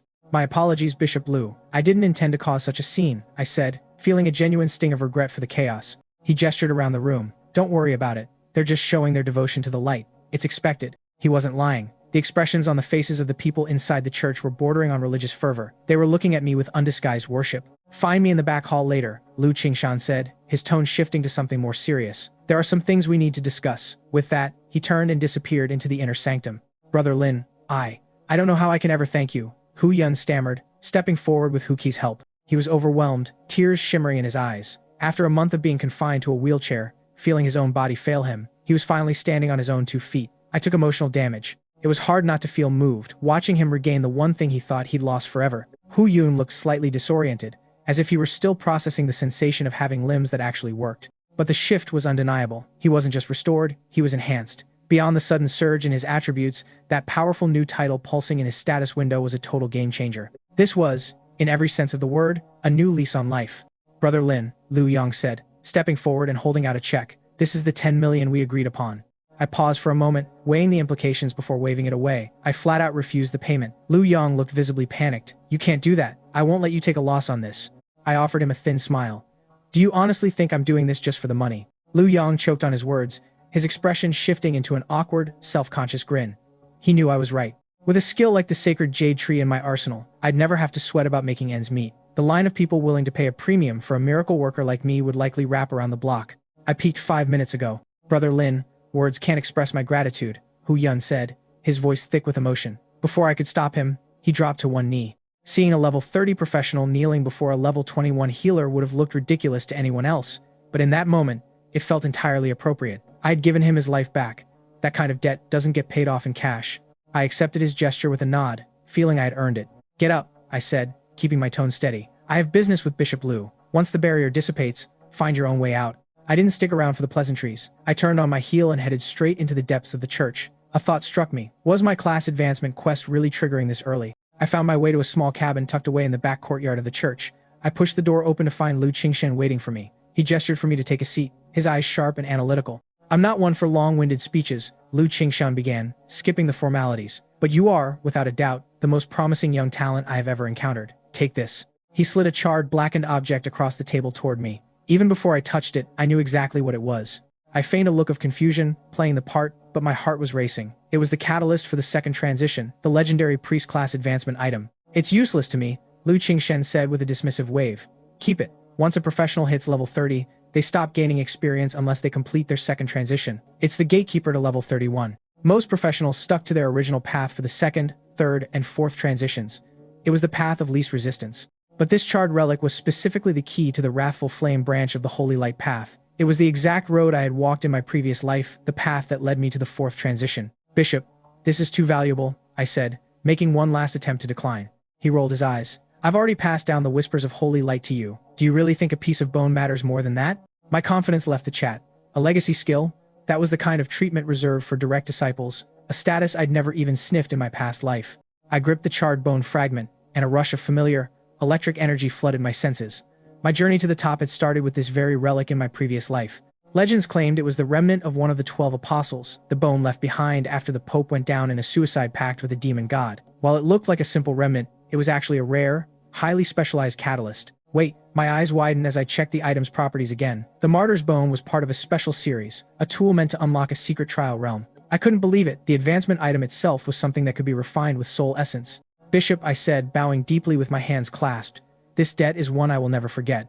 As I walked home, my mind was already whirring with the possibilities. I had a lot on my plate, but for now, the refinement of the relic could wait. I had a future to secure. My top priority, without question, was the championship battlefield, 3 days away. Teacher Chen had already informed me yesterday that we were departing tomorrow, which meant I didn't have the luxury of diving into any time-consuming, long-form secret realms today. The championship battlefield was a unique space, originally an ancient battlefield secret realm that had been forcibly repurposed by human space-type powerhouses into an arena for the younger generation to compete. Accessing it was a logistical nightmare. It required massive amounts of secret realm energy to open. Because of the sheer cost, it only opened once a year, exactly 1 month after the awakening ceremony, and restricted entry to only 100 participants. I had pulled every string I could to secure a spot, and I had my reasons.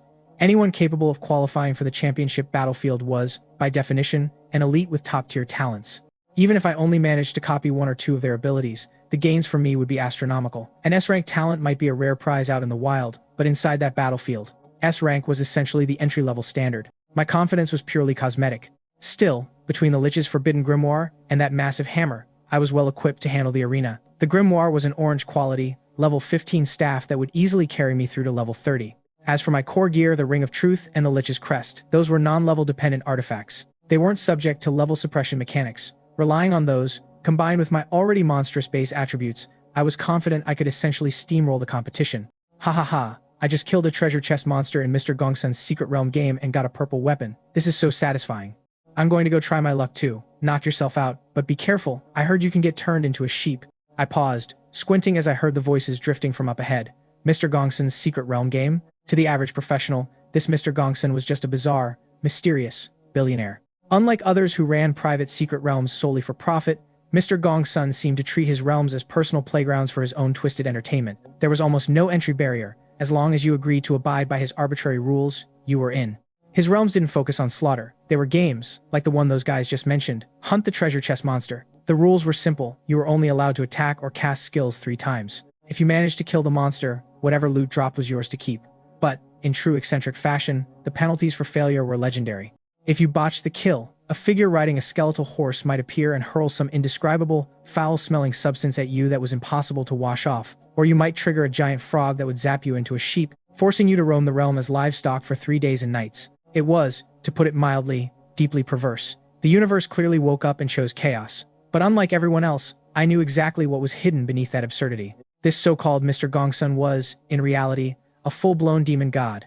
Not all abyssal demon gods viewed humanity as their mortal enemy. Gongsun, for instance, was a god of rules. His stance leaned toward the chaotic and evil, sure, but as long as you strictly adhered to his games, he couldn't touch you. Since I didn't have the time for a long-form secret realm today, why not take a detour into Gongsun's playground? I pulled up my professional interface and located the private secret realm labeled Treasure Chest Monster, controlled by the man himself. Without hesitation, I selected Enter. Deep within the abyss, in an opulent, lavishly decorated manner, a man dressed in exquisite formal attire, possessing a beauty that bordered on the ethereal raised an eyebrow. Oh, we have a new plaything. Lin Mo, is it? I'd already abandoned my S-rank talent blazing body and a 200% contract bond fire warrior class, opting instead to swap it for a damageless healer class with the school beauty. And now, here I was, stepping into Gongsun's realm to hunt treasure chests. The moment I arrived, a system notification chimed in my mind. There are a total of 10,000 treasure chest monsters. You begin with only 3 attempts to attack.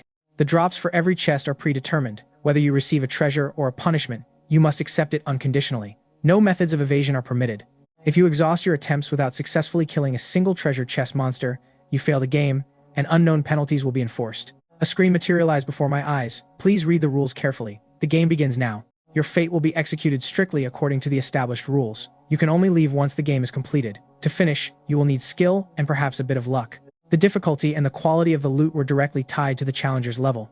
The higher your level, the tankier the chest and the better the reward. Of the 10,000 monsters present, half were simple, prank-like nuisances, while the others were split evenly between rewards and outright punishments. I wasn't sweating the combat part. My common sense took the day off. As for the loot, that was a pure gamble. And frankly, as long as I was willing to burn a few attribute points, I could treat luck as a guaranteed result. I was just about to kick off the game when I felt a sudden shift in the air. I turned around, a strange prickle of intuition guiding me. Standing about 10 meters away was a figure draped in luxurious, ornate robes, topped with a wide-brimmed hat. A guest has arrived, and I failed to welcome you properly. I hope you'll forgive my lack of hospitality, the man said. Mr. Gongsun, you're too kind, I replied, keeping my voice level. There was no mistake. The man standing before me was the legendary, top-tier Lord of the Abyss, Gongsun himself. He strolled toward me, a curious smile playing on his lips.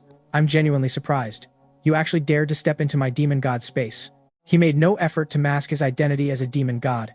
He watched me, likely waiting for me to react with terror, but he clearly hadn't accounted for one thing. I wasn't even the slightest bit surprised. Gongsun's smile widened, deepening the crinkles at the corners of his eyes. Interesting, very interesting. It seems you aren't just some run-of-the-mill kid. Perhaps these trivial games aren't quite your speed. How about something with a little more kick? I should have seen that coming. I kept my guard up. Dealing with a demon god meant never letting your common sense take a vacation. State the rules first. I'll decide whether or not I'm playing after I hear them. Gongsun didn't lose that grin. Simple. I'll toss a level 0 treasure into the sea of treasure chest monsters. Every other chest will contain a punishment. And you get exactly one shot. One swing. How does that sound? I narrowed my eyes. A level 0 treasure was essentially an heirloom tier item, powerful, immune to level suppression, and something you could carry with you throughout your entire career. My Ring of Truth and the Lich's Crest were artifacts of that very caliber. It was a tempting offer, but the stakes were clearly stacked against me. You aren't going to ask what the punishments are? Gongsun teased, his expression twisting into something cryptic. Not interested, I answered, my tone flat and final. Good, looks like I'm going to have some real fun today. Gongsun let out a genuine, booming laugh. At the same time, the 10,000 chests surrounding us erupted in a menacing red glow. The loot tables had been swapped. The rewards are set, dear guest. Begin the game. I surveyed the Morsaland. Chests were scattered within a 1,000-meter radius, and I had exactly one chance to hit the jackpot. I reached into my spatial ring and pulled out a 4-leaf clover, glowing with the luster of deep, emerald jade. Gongsun's eyebrows shot up. He looked genuinely delighted.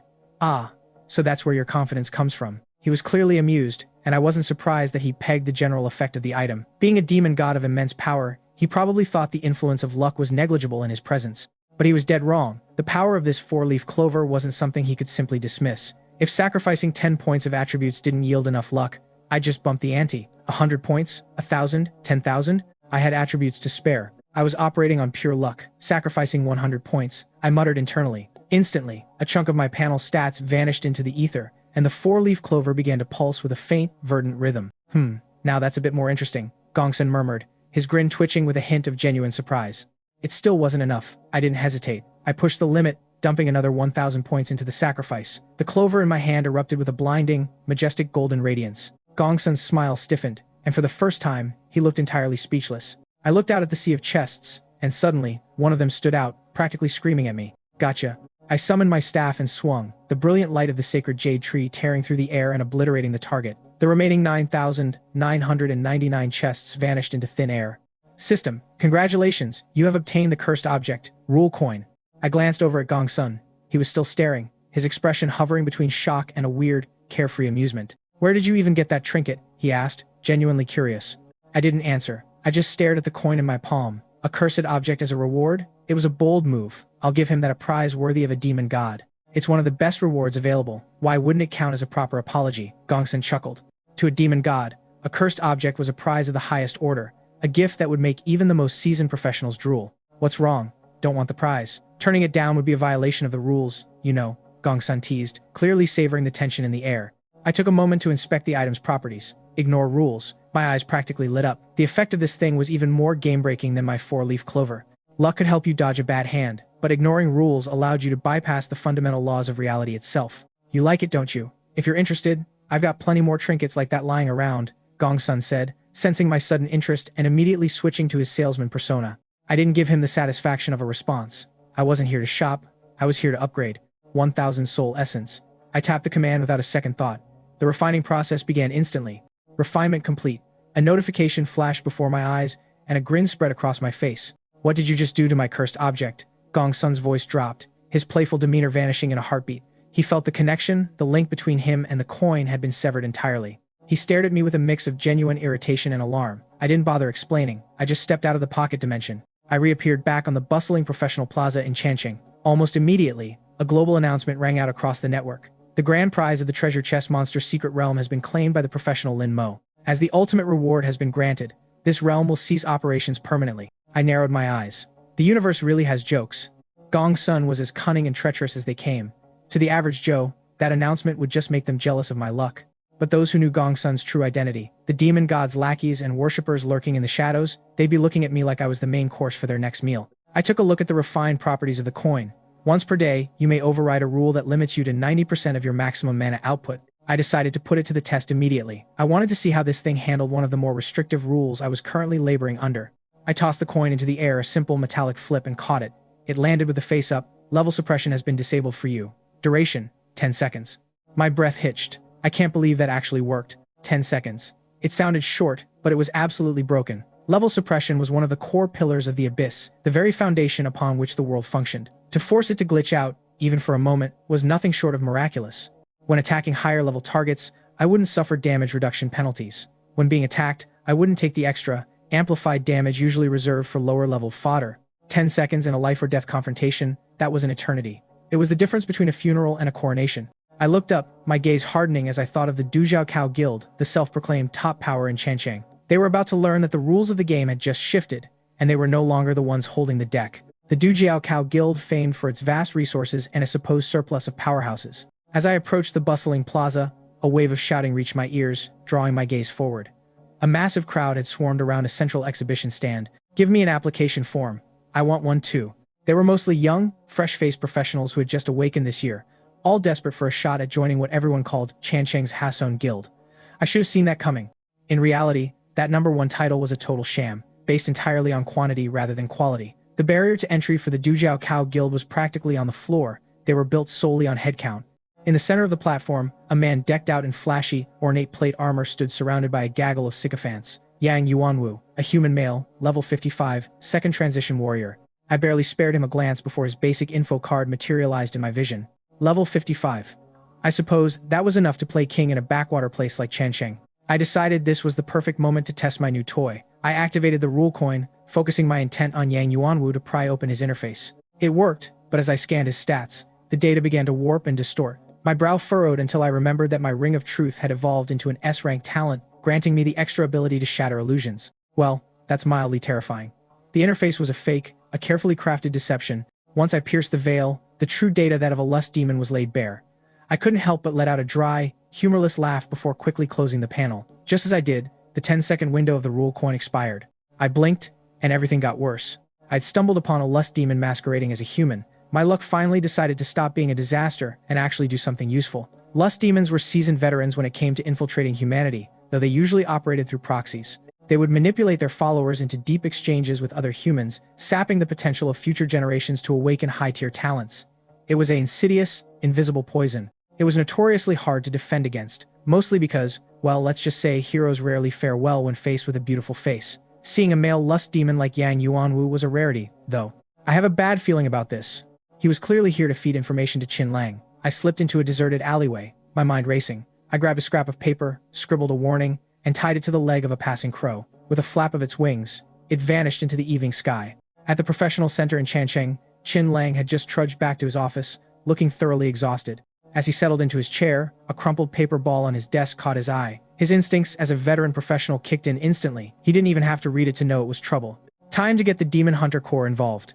That very night, the Dujiao Guild's headquarters was surrounded by an army of demon hunters. After a sharp, violent confrontation, the hunters executed several high-ranking members of the guild and rescued a large number of rookie professionals who had been lured into their web. Standing amidst the chaos, Qin Lang watched as his team combed through the wreckage. "Captain, the sweep is complete. Evidence has been sealed," a lean man reported, gesturing to the surrounding officers who were busy clearing the scene. Qin Lang didn't look back. "And the victims? What's their status?" "They're all downstairs, receiving emergency treatment now, sir. The casualties are heavy this time, and we're facing a massive shortage of healing resources. I've already put in requests to the local city lord's mansion and the church for emergency support," the captain said, his voice strained. It was a tactical failure. None of us expected Yang Yuanwu to be hiding the strength of a Tier 3 demon general behind his schemes. The Demon Hunter Corps has paid a heavy price today. I immediately regretted every life decision that led me to this mess, but I knew I had to act. Just then, a soft, ethereal radiance poured through the window, illuminating the room. Golden droplets began to fall like rain, and as they touched the wounded, I saw Qin Lang's expression shift from despair to astonishment. "That light, it's Lin Mo," Fang Tianming murmured, looking just as bewildered as I felt. "I'm going down to check it out," I replied, heading toward the stairs. Below, the scene was nothing short of miraculous. Under the influence of my light of saintly words, the soldiers' wounds were knitting themselves back together at an impossible speed. By the time I reached the lower floor, most of the injured were already stable, requiring no further intervention from the resident healers. I spotted Qin Lang and walked over, offering a nod. "Section Chief Qin, long time no see." "Lin Mo, it's an honor," he replied, clearly catching his breath. He turned to the man beside him. "This is Fang Tianming, captain of the 3rd Battalion's reserve team." "Captain Fang, a pleasure," I said. "Thank you for your assistance, Lin Mo. You've saved countless lives tonight," Fang Tianming said, his voice thick with gratitude. "Don't mention it. It's the least I could do," I replied, my eyes drifting to a soldier who was still clinging to life, his condition critical. "That teammate over there, do you need me to cast sacred light on him?" Fang Tianming's face clouded over with hesitation. He clearly wanted the best for his man, but I knew the cost. A single sacred light required 10 million units of holy light crystals, a fortune that the brass would never approve. Even within the professional alliance, the budget was tied up in red tape, with dozens of people waiting in line just to get funding for basic limb restoration. "I wish I could, Lin Mo, but the cost. The higher-ups will never authorize that level of expenditure," Fang Tianming sighed, shaking his head. "Forget it. Just provide standard treatment. 10 million crystals. I'll cover it, I said, waving him off. Consider it a donation. Fang, Tianming, and Qinlang froze, their eyes widening in shock as they scanned my aura. I heard the boss music. The pressure radiating from me was clearly that of a third transition professional. Why was someone of my caliber even in Chanqing? They stood a little straighter, their demeanor shifting from grateful to deeply guarded. Suddenly, Liang Hoyun strode over and tossed a spatial bag toward me. I caught it midair without looking away from the wounded man. Thanks, uncle, I called out. If you call me uncle one more time, I'm going to personally peel you, kid. Call me big brother, he barked back. I cracked open the bag and raised an eyebrow. 50 holy light crystals. 50 million in value, just like that. With the resources secured, I walked calmly toward the dying soldier. I wasn't just here to be a hero. When I saw the wounded man's innate talent, I knew he was an asset I couldn't let go to waste. I raised my staff, and blinding brilliance exploded from my body. This time, I didn't hold back. I reached out through the sea of light and tapped the soldier's forehead. He drifted upward into the air, and a pair of radiant wings sprouted from his back, wrapping around him until he was completely encased in a glowing cocoon. Liang Hoyun's expression shifted, his jaw dropping in pure awe. He actually triggered feathered rebirth. This kid is absolutely broken. Liang Hoyun's voice was laced with pure disbelief. Even the current pope couldn't trigger feathered rebirth with the kind of frequency I was pulling off. As the brilliant radiance finally dissipated, the soldier settled onto the ground. He hadn't regained consciousness yet, but his grievous wounds were gone, replaced by healthy skin and a subtle, holy aura. A system notification chimed in my mind. Your sacred jade tree has reshaped Li Wei's body. You have acquired the innate talent, superior casting. Your spell priority has been significantly increased. Nailed it. Somehow, this talent was rare, to say the least. It was the kind of thing that could turn the tide of a losing battle. If I could push this to SSS rank, it might evolve into a conceptual level power absolute priority. If I chose not to act, everyone could go about their business. But the moment I started chanting a spell, everything else would be forcibly interrupted. My magic would reign supreme. If there's nothing else, I'll be heading out, I said, glancing at the crowd. Kid, I'll see you at the champion's battlefield in a few days, Liang Hoyun called out as he turned to leave. I didn't linger. I'd long since traded my S-rank blazing body and a 200% affinity fire warrior class for a zero-damage healer class with the school beauty, a move that still felt surreal in hindsight, but I wasn't about to stick around for the applause. I headed straight home. By the next morning, the news that the Dujiao Cow Guild had been wiped off the map was the talk of the entire city. Navigating the buzzing crowds, I finally arrived at the professional center. Chen Daosheng had set up a meeting for us to head to the champion's battlefield together. Lin Mo, you're here, Chen Daosheng greeted, his eyes softening with concern. I heard about last night. You didn't get much sleep, did you? I should have stayed in bed. I'd been out until the early hours of the morning, treating the injured and burning through massive spells like Light of Saintly Words and Sacred Jade Tree. For a healer barely past level 20, that level of exhaustion was practically expected. I just shook my head, flashing a smile. Don't worry, teacher, I'm fine. Seeing my bright-eyed, energetic demeanor, Chen Daosheng let out a relieved sigh. He wasn't alone in the room. Another girl stood nearby. I glanced at Keiju and gave her a friendly nod. I remembered her. She was actually a decent person, back when we were total strangers. She'd gone out of her way to warn me not to get scammed by a crooked merchant when I was looking to buy a Raging Wave staff. But when she saw my greeting, she just lowered her head, refusing to meet my eyes. That was painfully awkward. She felt different, lacking that spark of confidence she used to have. If you can, try to work together, Chen Daosheng urged. The champion's battlefield might be an individual competition on paper, but alliances between the weaker participants to fend off the powerhouses are common. You'll be at a disadvantage if you just go it alone. I understand, teacher. I still couldn't wrap my head around Keiju's talent. As a 1 in a million SS-rank talent holder, she could easily be a titan of industry even in the major cities. It was only because she'd run into Su Yao who had fallen to the dark path that her life had gone off the rails in my previous timeline. 9 out of 10 mages are arsonists. That old saying held some truth. I scanned Keiju's interface. Talent, SS-rank blazing body. Class, fire source mage. This talent would be critical when she went for her next class transition. Let's go. Time's up, Chen Daosheng announced. I'll take you to the teleportation array. Under his guidance, we arrived at the center of the plaza. Keiju and I stepped onto the platform, and as the operator engaged the controls, the array hummed to life. A brilliant, sapphire light erupted, swallowing the entire room in a blinding, electric glow. A spatial tunnel. I looked around at the shimmering, warped dimensions formed between the two teleportation arrays. It was a bizarre, shifting reality. As we stepped through, a pleasant, automated voice echoed through the chamber. Welcome to the Shenxi Professional Center. Waiting for us outside the array were several staff members. Leading them was a tall, sharp-looking woman with a professional air. Hello, I'm Huang Li from the Shenxi Professional Center, she said. Pleasure, I'm Chen Daosheng. My teacher stepped forward, looking a bit stiff as he shook her hand. Huang Li then shifted her focus to me. And you must be Lin Mo, correct? That's right, Director Huang. I'm Lin Mo. She turned her gaze to the girl beside me. And this is Keiju? Yes, that's me, Keiju stammered, looking up in a panic before quickly ducking her head again. Let's talk while we walk. The center has already arranged your accommodations, Huang Li said. For the duration of your stay, anyone participating in the champion's battlefield is strictly prohibited from leaving the premises without authorization. Under her direction, we underwent a tedious series of registrations and security screenings. By the time we were handed our room cards, I was exhausted. The champion's battlefield begins in 2 days, Huang Li added, casting a pointed look in my direction. For the remaining time, you are all required to remain within the monitoring zone of the center. Lin Mo, that goes double for you. Unless absolutely necessary, please refrain from entering your private domain to avoid unnecessary misunderstandings. I made eye contact with Disaster. No problem, I said, keeping my expression neutral. I won't enter my domain unless I have no other choice. As I watched Chen Daosheng and Huang Li walk away, I couldn't help but let a smirk play on my lips. This was either genius or spectacular stupidity. Suddenly, a voice cut through the air, drawing my attention. I squinted as a group emerged from the courtyard. It was Ku, leading his own entourage. As soon as his eyes landed on us, his gaze drifted sharply to Keiju. I have a bad feeling about this. I could immediately sense the tension. The air between Keyue and Keijue was thick with something entirely unharmonious. There was no exchange of words. Keijue simply stiffened and veered toward the female dormitory. Lin Mo, welcome to Shenxi, Keiyu said, stepping forward with a practiced, smooth smile and an outstretched hand. Long time no see. Confidence level, completely unjustified. I wasn't about to start a brawl in the middle of their lobby, so I took his hand, my tone flat. It's been a while. Since you just arrived, why don't I show you around? He offered, playing the part of the gracious host. I'll pass, I said. It was a long trip. I'm exhausted and just want to rest. Don't trouble yourself. Don't be in such a hurry to walk away, a man from Keyu's entourage interjected, stepping out from behind him. Young master, K means no harm. He's just looking to discuss a partnership. I glanced at the lackey and then back to Keyue. No thanks. I'm doing just fine on my own. I turned my back on them and headed toward the courtyard.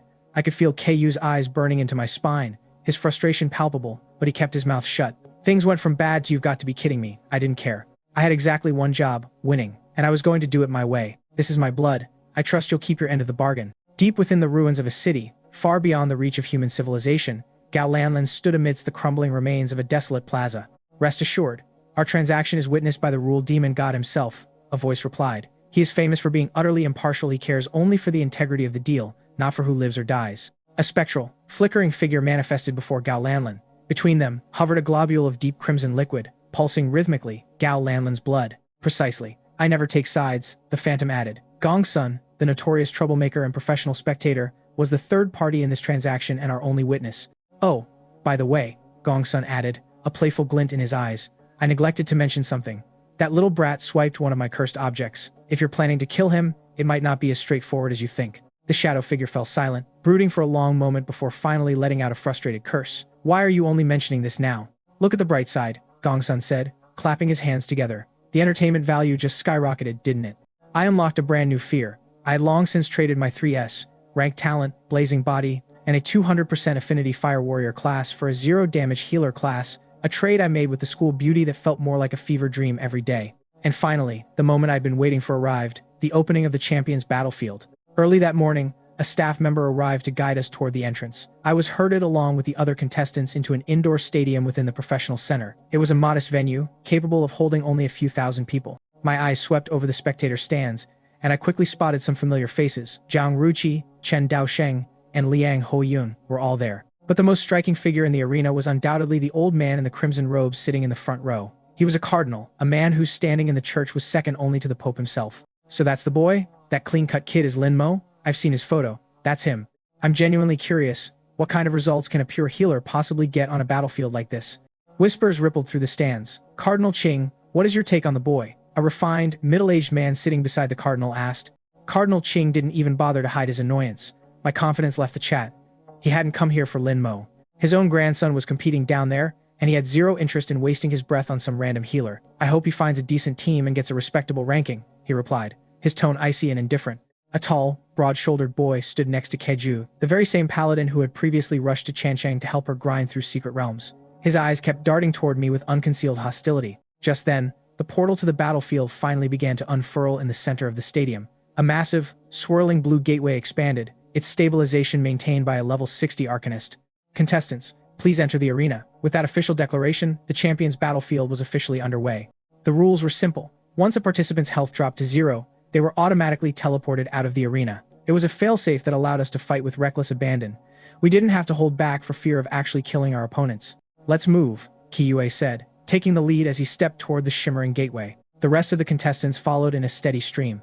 I adjusted my gear, took a deep breath, and walked forward to meet my fate. I wasn't ready for this plot twist. I kept a leisurely pace, trailing behind the rest of the pack. "Remember," Qingyi emphasized, leaning in to instruct Keiju with a serious expression, "the moment you enter the battlefield, use the communicator's coordinates to find me. We need to rendezvous immediately." Keiju didn't say a word, merely offering a silent nod. The world blurred into a kaleidoscope of swirling light and color. I braced myself, and when I finally opened my eyes, the familiar scenery of the stadium was gone. I stood alone on a vast, windswept wilderness. A crisp, system notification floated before me. "You have entered the champion's battlefield. Unleash your carnage and prove your strength." I accidentally chose hard mode. I scanned the horizon. My spawn point wasn't bad, no cover, sure, but as far as the eye could see, there wasn't another competitor in sight. Better yet, no massive hordes of monsters were crowding the area. It was a decent start. I gave my spatial pouch a sharp tap. With a flicker of energy, a swarm of puppet crows materialized from thin air. They multiplied rapidly, clustering above me until they formed a living, feathered thunderhead. At my silent command, the flock exploded outward, scattering in every direction to scout the terrain. As they vanished, I pulled a strange, eerie mask over my face and gripped my bone-carved staff. I was improvising the entire time. Meanwhile, in a desolate, hidden corner of the abyss, a swirling mass of black fog laced with crimson lightning began to expand. It coalesced into a colossal shadow that hovered over a massive, intricate sand map, a perfect miniature of the battlefield. A space-type expert, rotting away in a dark corner where no one even knows you exist, a voice mused. "How tragic. Wake up and get moving." Back on the plains, a flash of holy light descended, and under the crushing weight of my punishment spell, a hulking half-orc collapsed to the dirt. Mission accomplished. Technically. 10 points secured, I muttered, marking the kill. The champion's battlefield wasn't just a brawl, it was a brutal hybrid of a points-based competition and a survival elimination. 100 contestants would hunt each other down until only one remained, with final rankings determined by the order of elimination. Points were primarily earned by slaying the creatures infesting the map, a measly 1 point for a lowly goblin, 10 for a half-orc, over 100 for various elite monsters, and thousands for the bosses lurking in the dark. Of course, the real kicker was that when you shattered another contestant's health bar, you could plunder all the points they had accumulated. It was a ruthless mechanic that offered a glimmer of hope to the underdogs, provided they were cunning enough to exploit it. I pulled up the current leaderboard to get the lay of the land. Things went downhill at record speed. After nearly 30 minutes of hard work, I managed to secure the top spot on the leaderboard by taking down 2 small leopards. Trailing behind me in second place was Kong Feiliu, the future Storm Mage, who was roughly 1,000 points shy of my current total. Sitting in third was Wang Yuan Danqing, a low-profile newcomer from Shancheng. He was only about 100 points behind Kong Feiliu, meaning the runner-up position was volatile enough to flip at any moment. I caught sight of another flying surveillance puppet circling in the distance. Thanks to my crows, I had a god's-eye view of everything happening on the battlefield. Most contestants were desperate for screen time, practically begging to be followed by 8 or 10 puppets at once. Me, I had zero interest in that. I didn't need the clout, and I certainly didn't want every move I made being broadcast to the peanut gallery. Meanwhile, back in the stadium at the Shenxi Professional Center, the crowd was getting restless. They were glued to the big screens, watching the live feeds of the combatants. But with so many participants and limited screen space, the producers were only cycling through the major fan favorites. "Are you kidding me? We still haven't caught a glimpse of Lin Mo," someone in the stands grumbled. "This is insane. He's sitting at number 1 on the leaderboard, and we don't even have a clue what he's doing. Is it just me, or has the world gone mad?"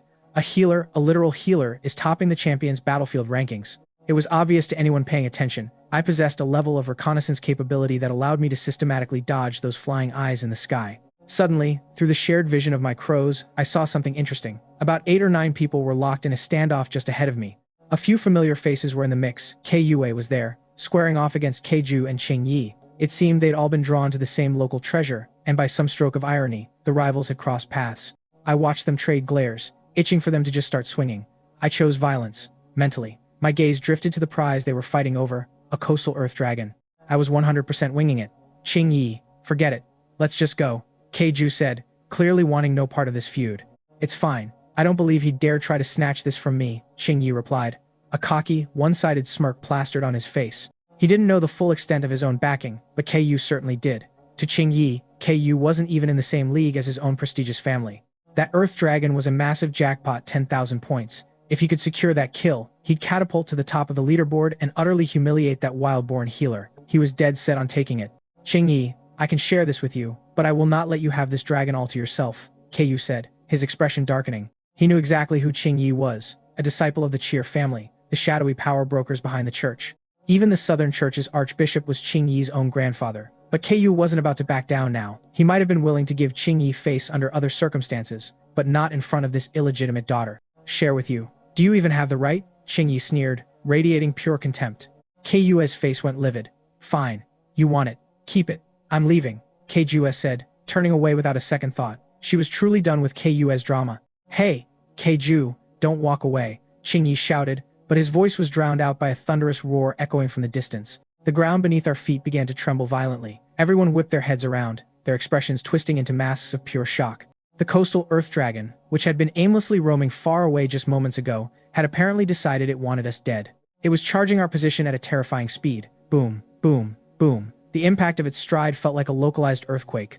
Retreat. Ku's face went pale. At this point, running wasn't just an option, it was a survival necessity. Kiju, don't leave. Stay and help me slay this earth dragon, Qing Yi roared, gripping his warhammer with manic excitement. If he could secure those 10,000 points, he'd leapfrog right over Lin Mo and claim the #1 spot on the leaderboard.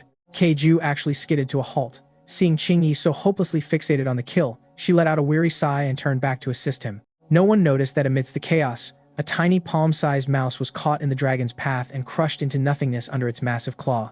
Tank, block it, I'll keep you healed, Qing Yi bellowed, barking orders at the team's vanguard. The warrior didn't hesitate, stepping forward to intercept the beast. The battle erupted. Whatever flaws Qing Yi had in his personality, he was undeniably talented in combat. Kiju, standing in the backline, proved even more fearsome. Her damage output was so aggressive that she was single-handedly outperforming the rest of the team combined. But just as they were locked in the heat of the struggle with the Earth Dragon, a glob of viscous green liquid splattered across Qing Yi's armor. A high-damage acid, laced with a potent neurotoxin, hissed as it ate through his gear, making him jump back in terror. An ambush. He spun around, his expression shifting from anger to genuine horror.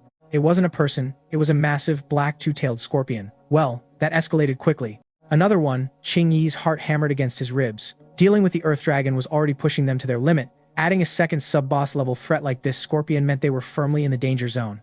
Retreat. Stop fighting, Keijue urged, panic creeping into her voice. It's Kiyu. It has to be him. Qing Yi shrieked, instantly convinced this was a grudge-fueled sabotage. He definitely lured this monster here just to spite us. Don't worry about who did it. Just get out of here. Keiju sighed, frustration mounting. Two bosses closing in at once? We weren't going to Tujan, disengage that easily. Young Master Qing, pull me out of here, the warrior in the front line cried out, desperately pleading for support. But Qing Yi, currently being hunted by the two-tailed scorpion, was far too busy fighting for his own life to care about anyone else. He had no intention of wasting energy on a teammate. Under the devastating impact of the Earth Dragon's tail sweep, the warrior's health bar was instantly obliterated, and he was unceremoniously teleported out of the arena. Damn it, Qing Yi cursed, retreating without a backward glance. As for Keiju, women were replaceable. His own survival and profit were the only things that mattered. As he fled, the coastal Earth Dragon pivoted, fixing its murderous gaze squarely on Keiju. Without a warrior to hold its attention, the coastal Earth Dragon locked its gaze on the one who had been dealing the most damage, Keiju. With a violent sweep of its massive tail, it slammed into her. Her health bar plummeted into the red, a single, glancing blow away from being completely shattered. My survival instincts took a coffee break. As the beast prepared another lethal strike, my heart tightened. I braced for the inevitable. But then, a surge of brilliant holy light descended, enveloping Keiju. In an instant, her health bar snapped back to full. The force of the impact still sent her flying 10 meters away, but she survived the collision. Before Keiju could even process what had happened, golden rain began to fall from the sky, bathing her in a constant stream of restorative energy. Qing Yi skidded to a halt, staring at the golden petals in utter bewilderment. Saint's word? He was right. I was standing in the distance, bone staff in hand and that eerie mask covering my face, channeling a steady stream of holy energy. Qing Yi's jaw tightened. I'd actually saved them. The last person he ever wanted to owe was me. Compared to the healing power I was currently displaying, his own abilities looked like a pathetic joke. Back in the stadium, the spectators were losing their minds. They had been waiting forever to catch a glimpse of the top-ranked contestant, and now that I'd finally revealed myself, I wasn't just lurking, I was carrying the team. Holy, we finally caught him on camera, a fan shouted. He shows up for the first time and immediately saves the whole group. Comparing this guy to Qing Yi looks like a total fart in the wind. Exactly. What a complete trash player. If he just kept his cool, they could have all survived. That girl, Keiju, has insane damage output. If Qing Yi hadn't been such a coward, they could have easily taken down that two-tailed scorpion. The audience was practically booing Qing Yi, disgusted by his display of self-preservation at the cost of his team. Meanwhile, on the field, I took a deep breath. Under the effects of my four-leaf clover skill, my heel hit its mark perfectly, successfully triggering the replication of Keiju's talent. Mission accomplished, technically.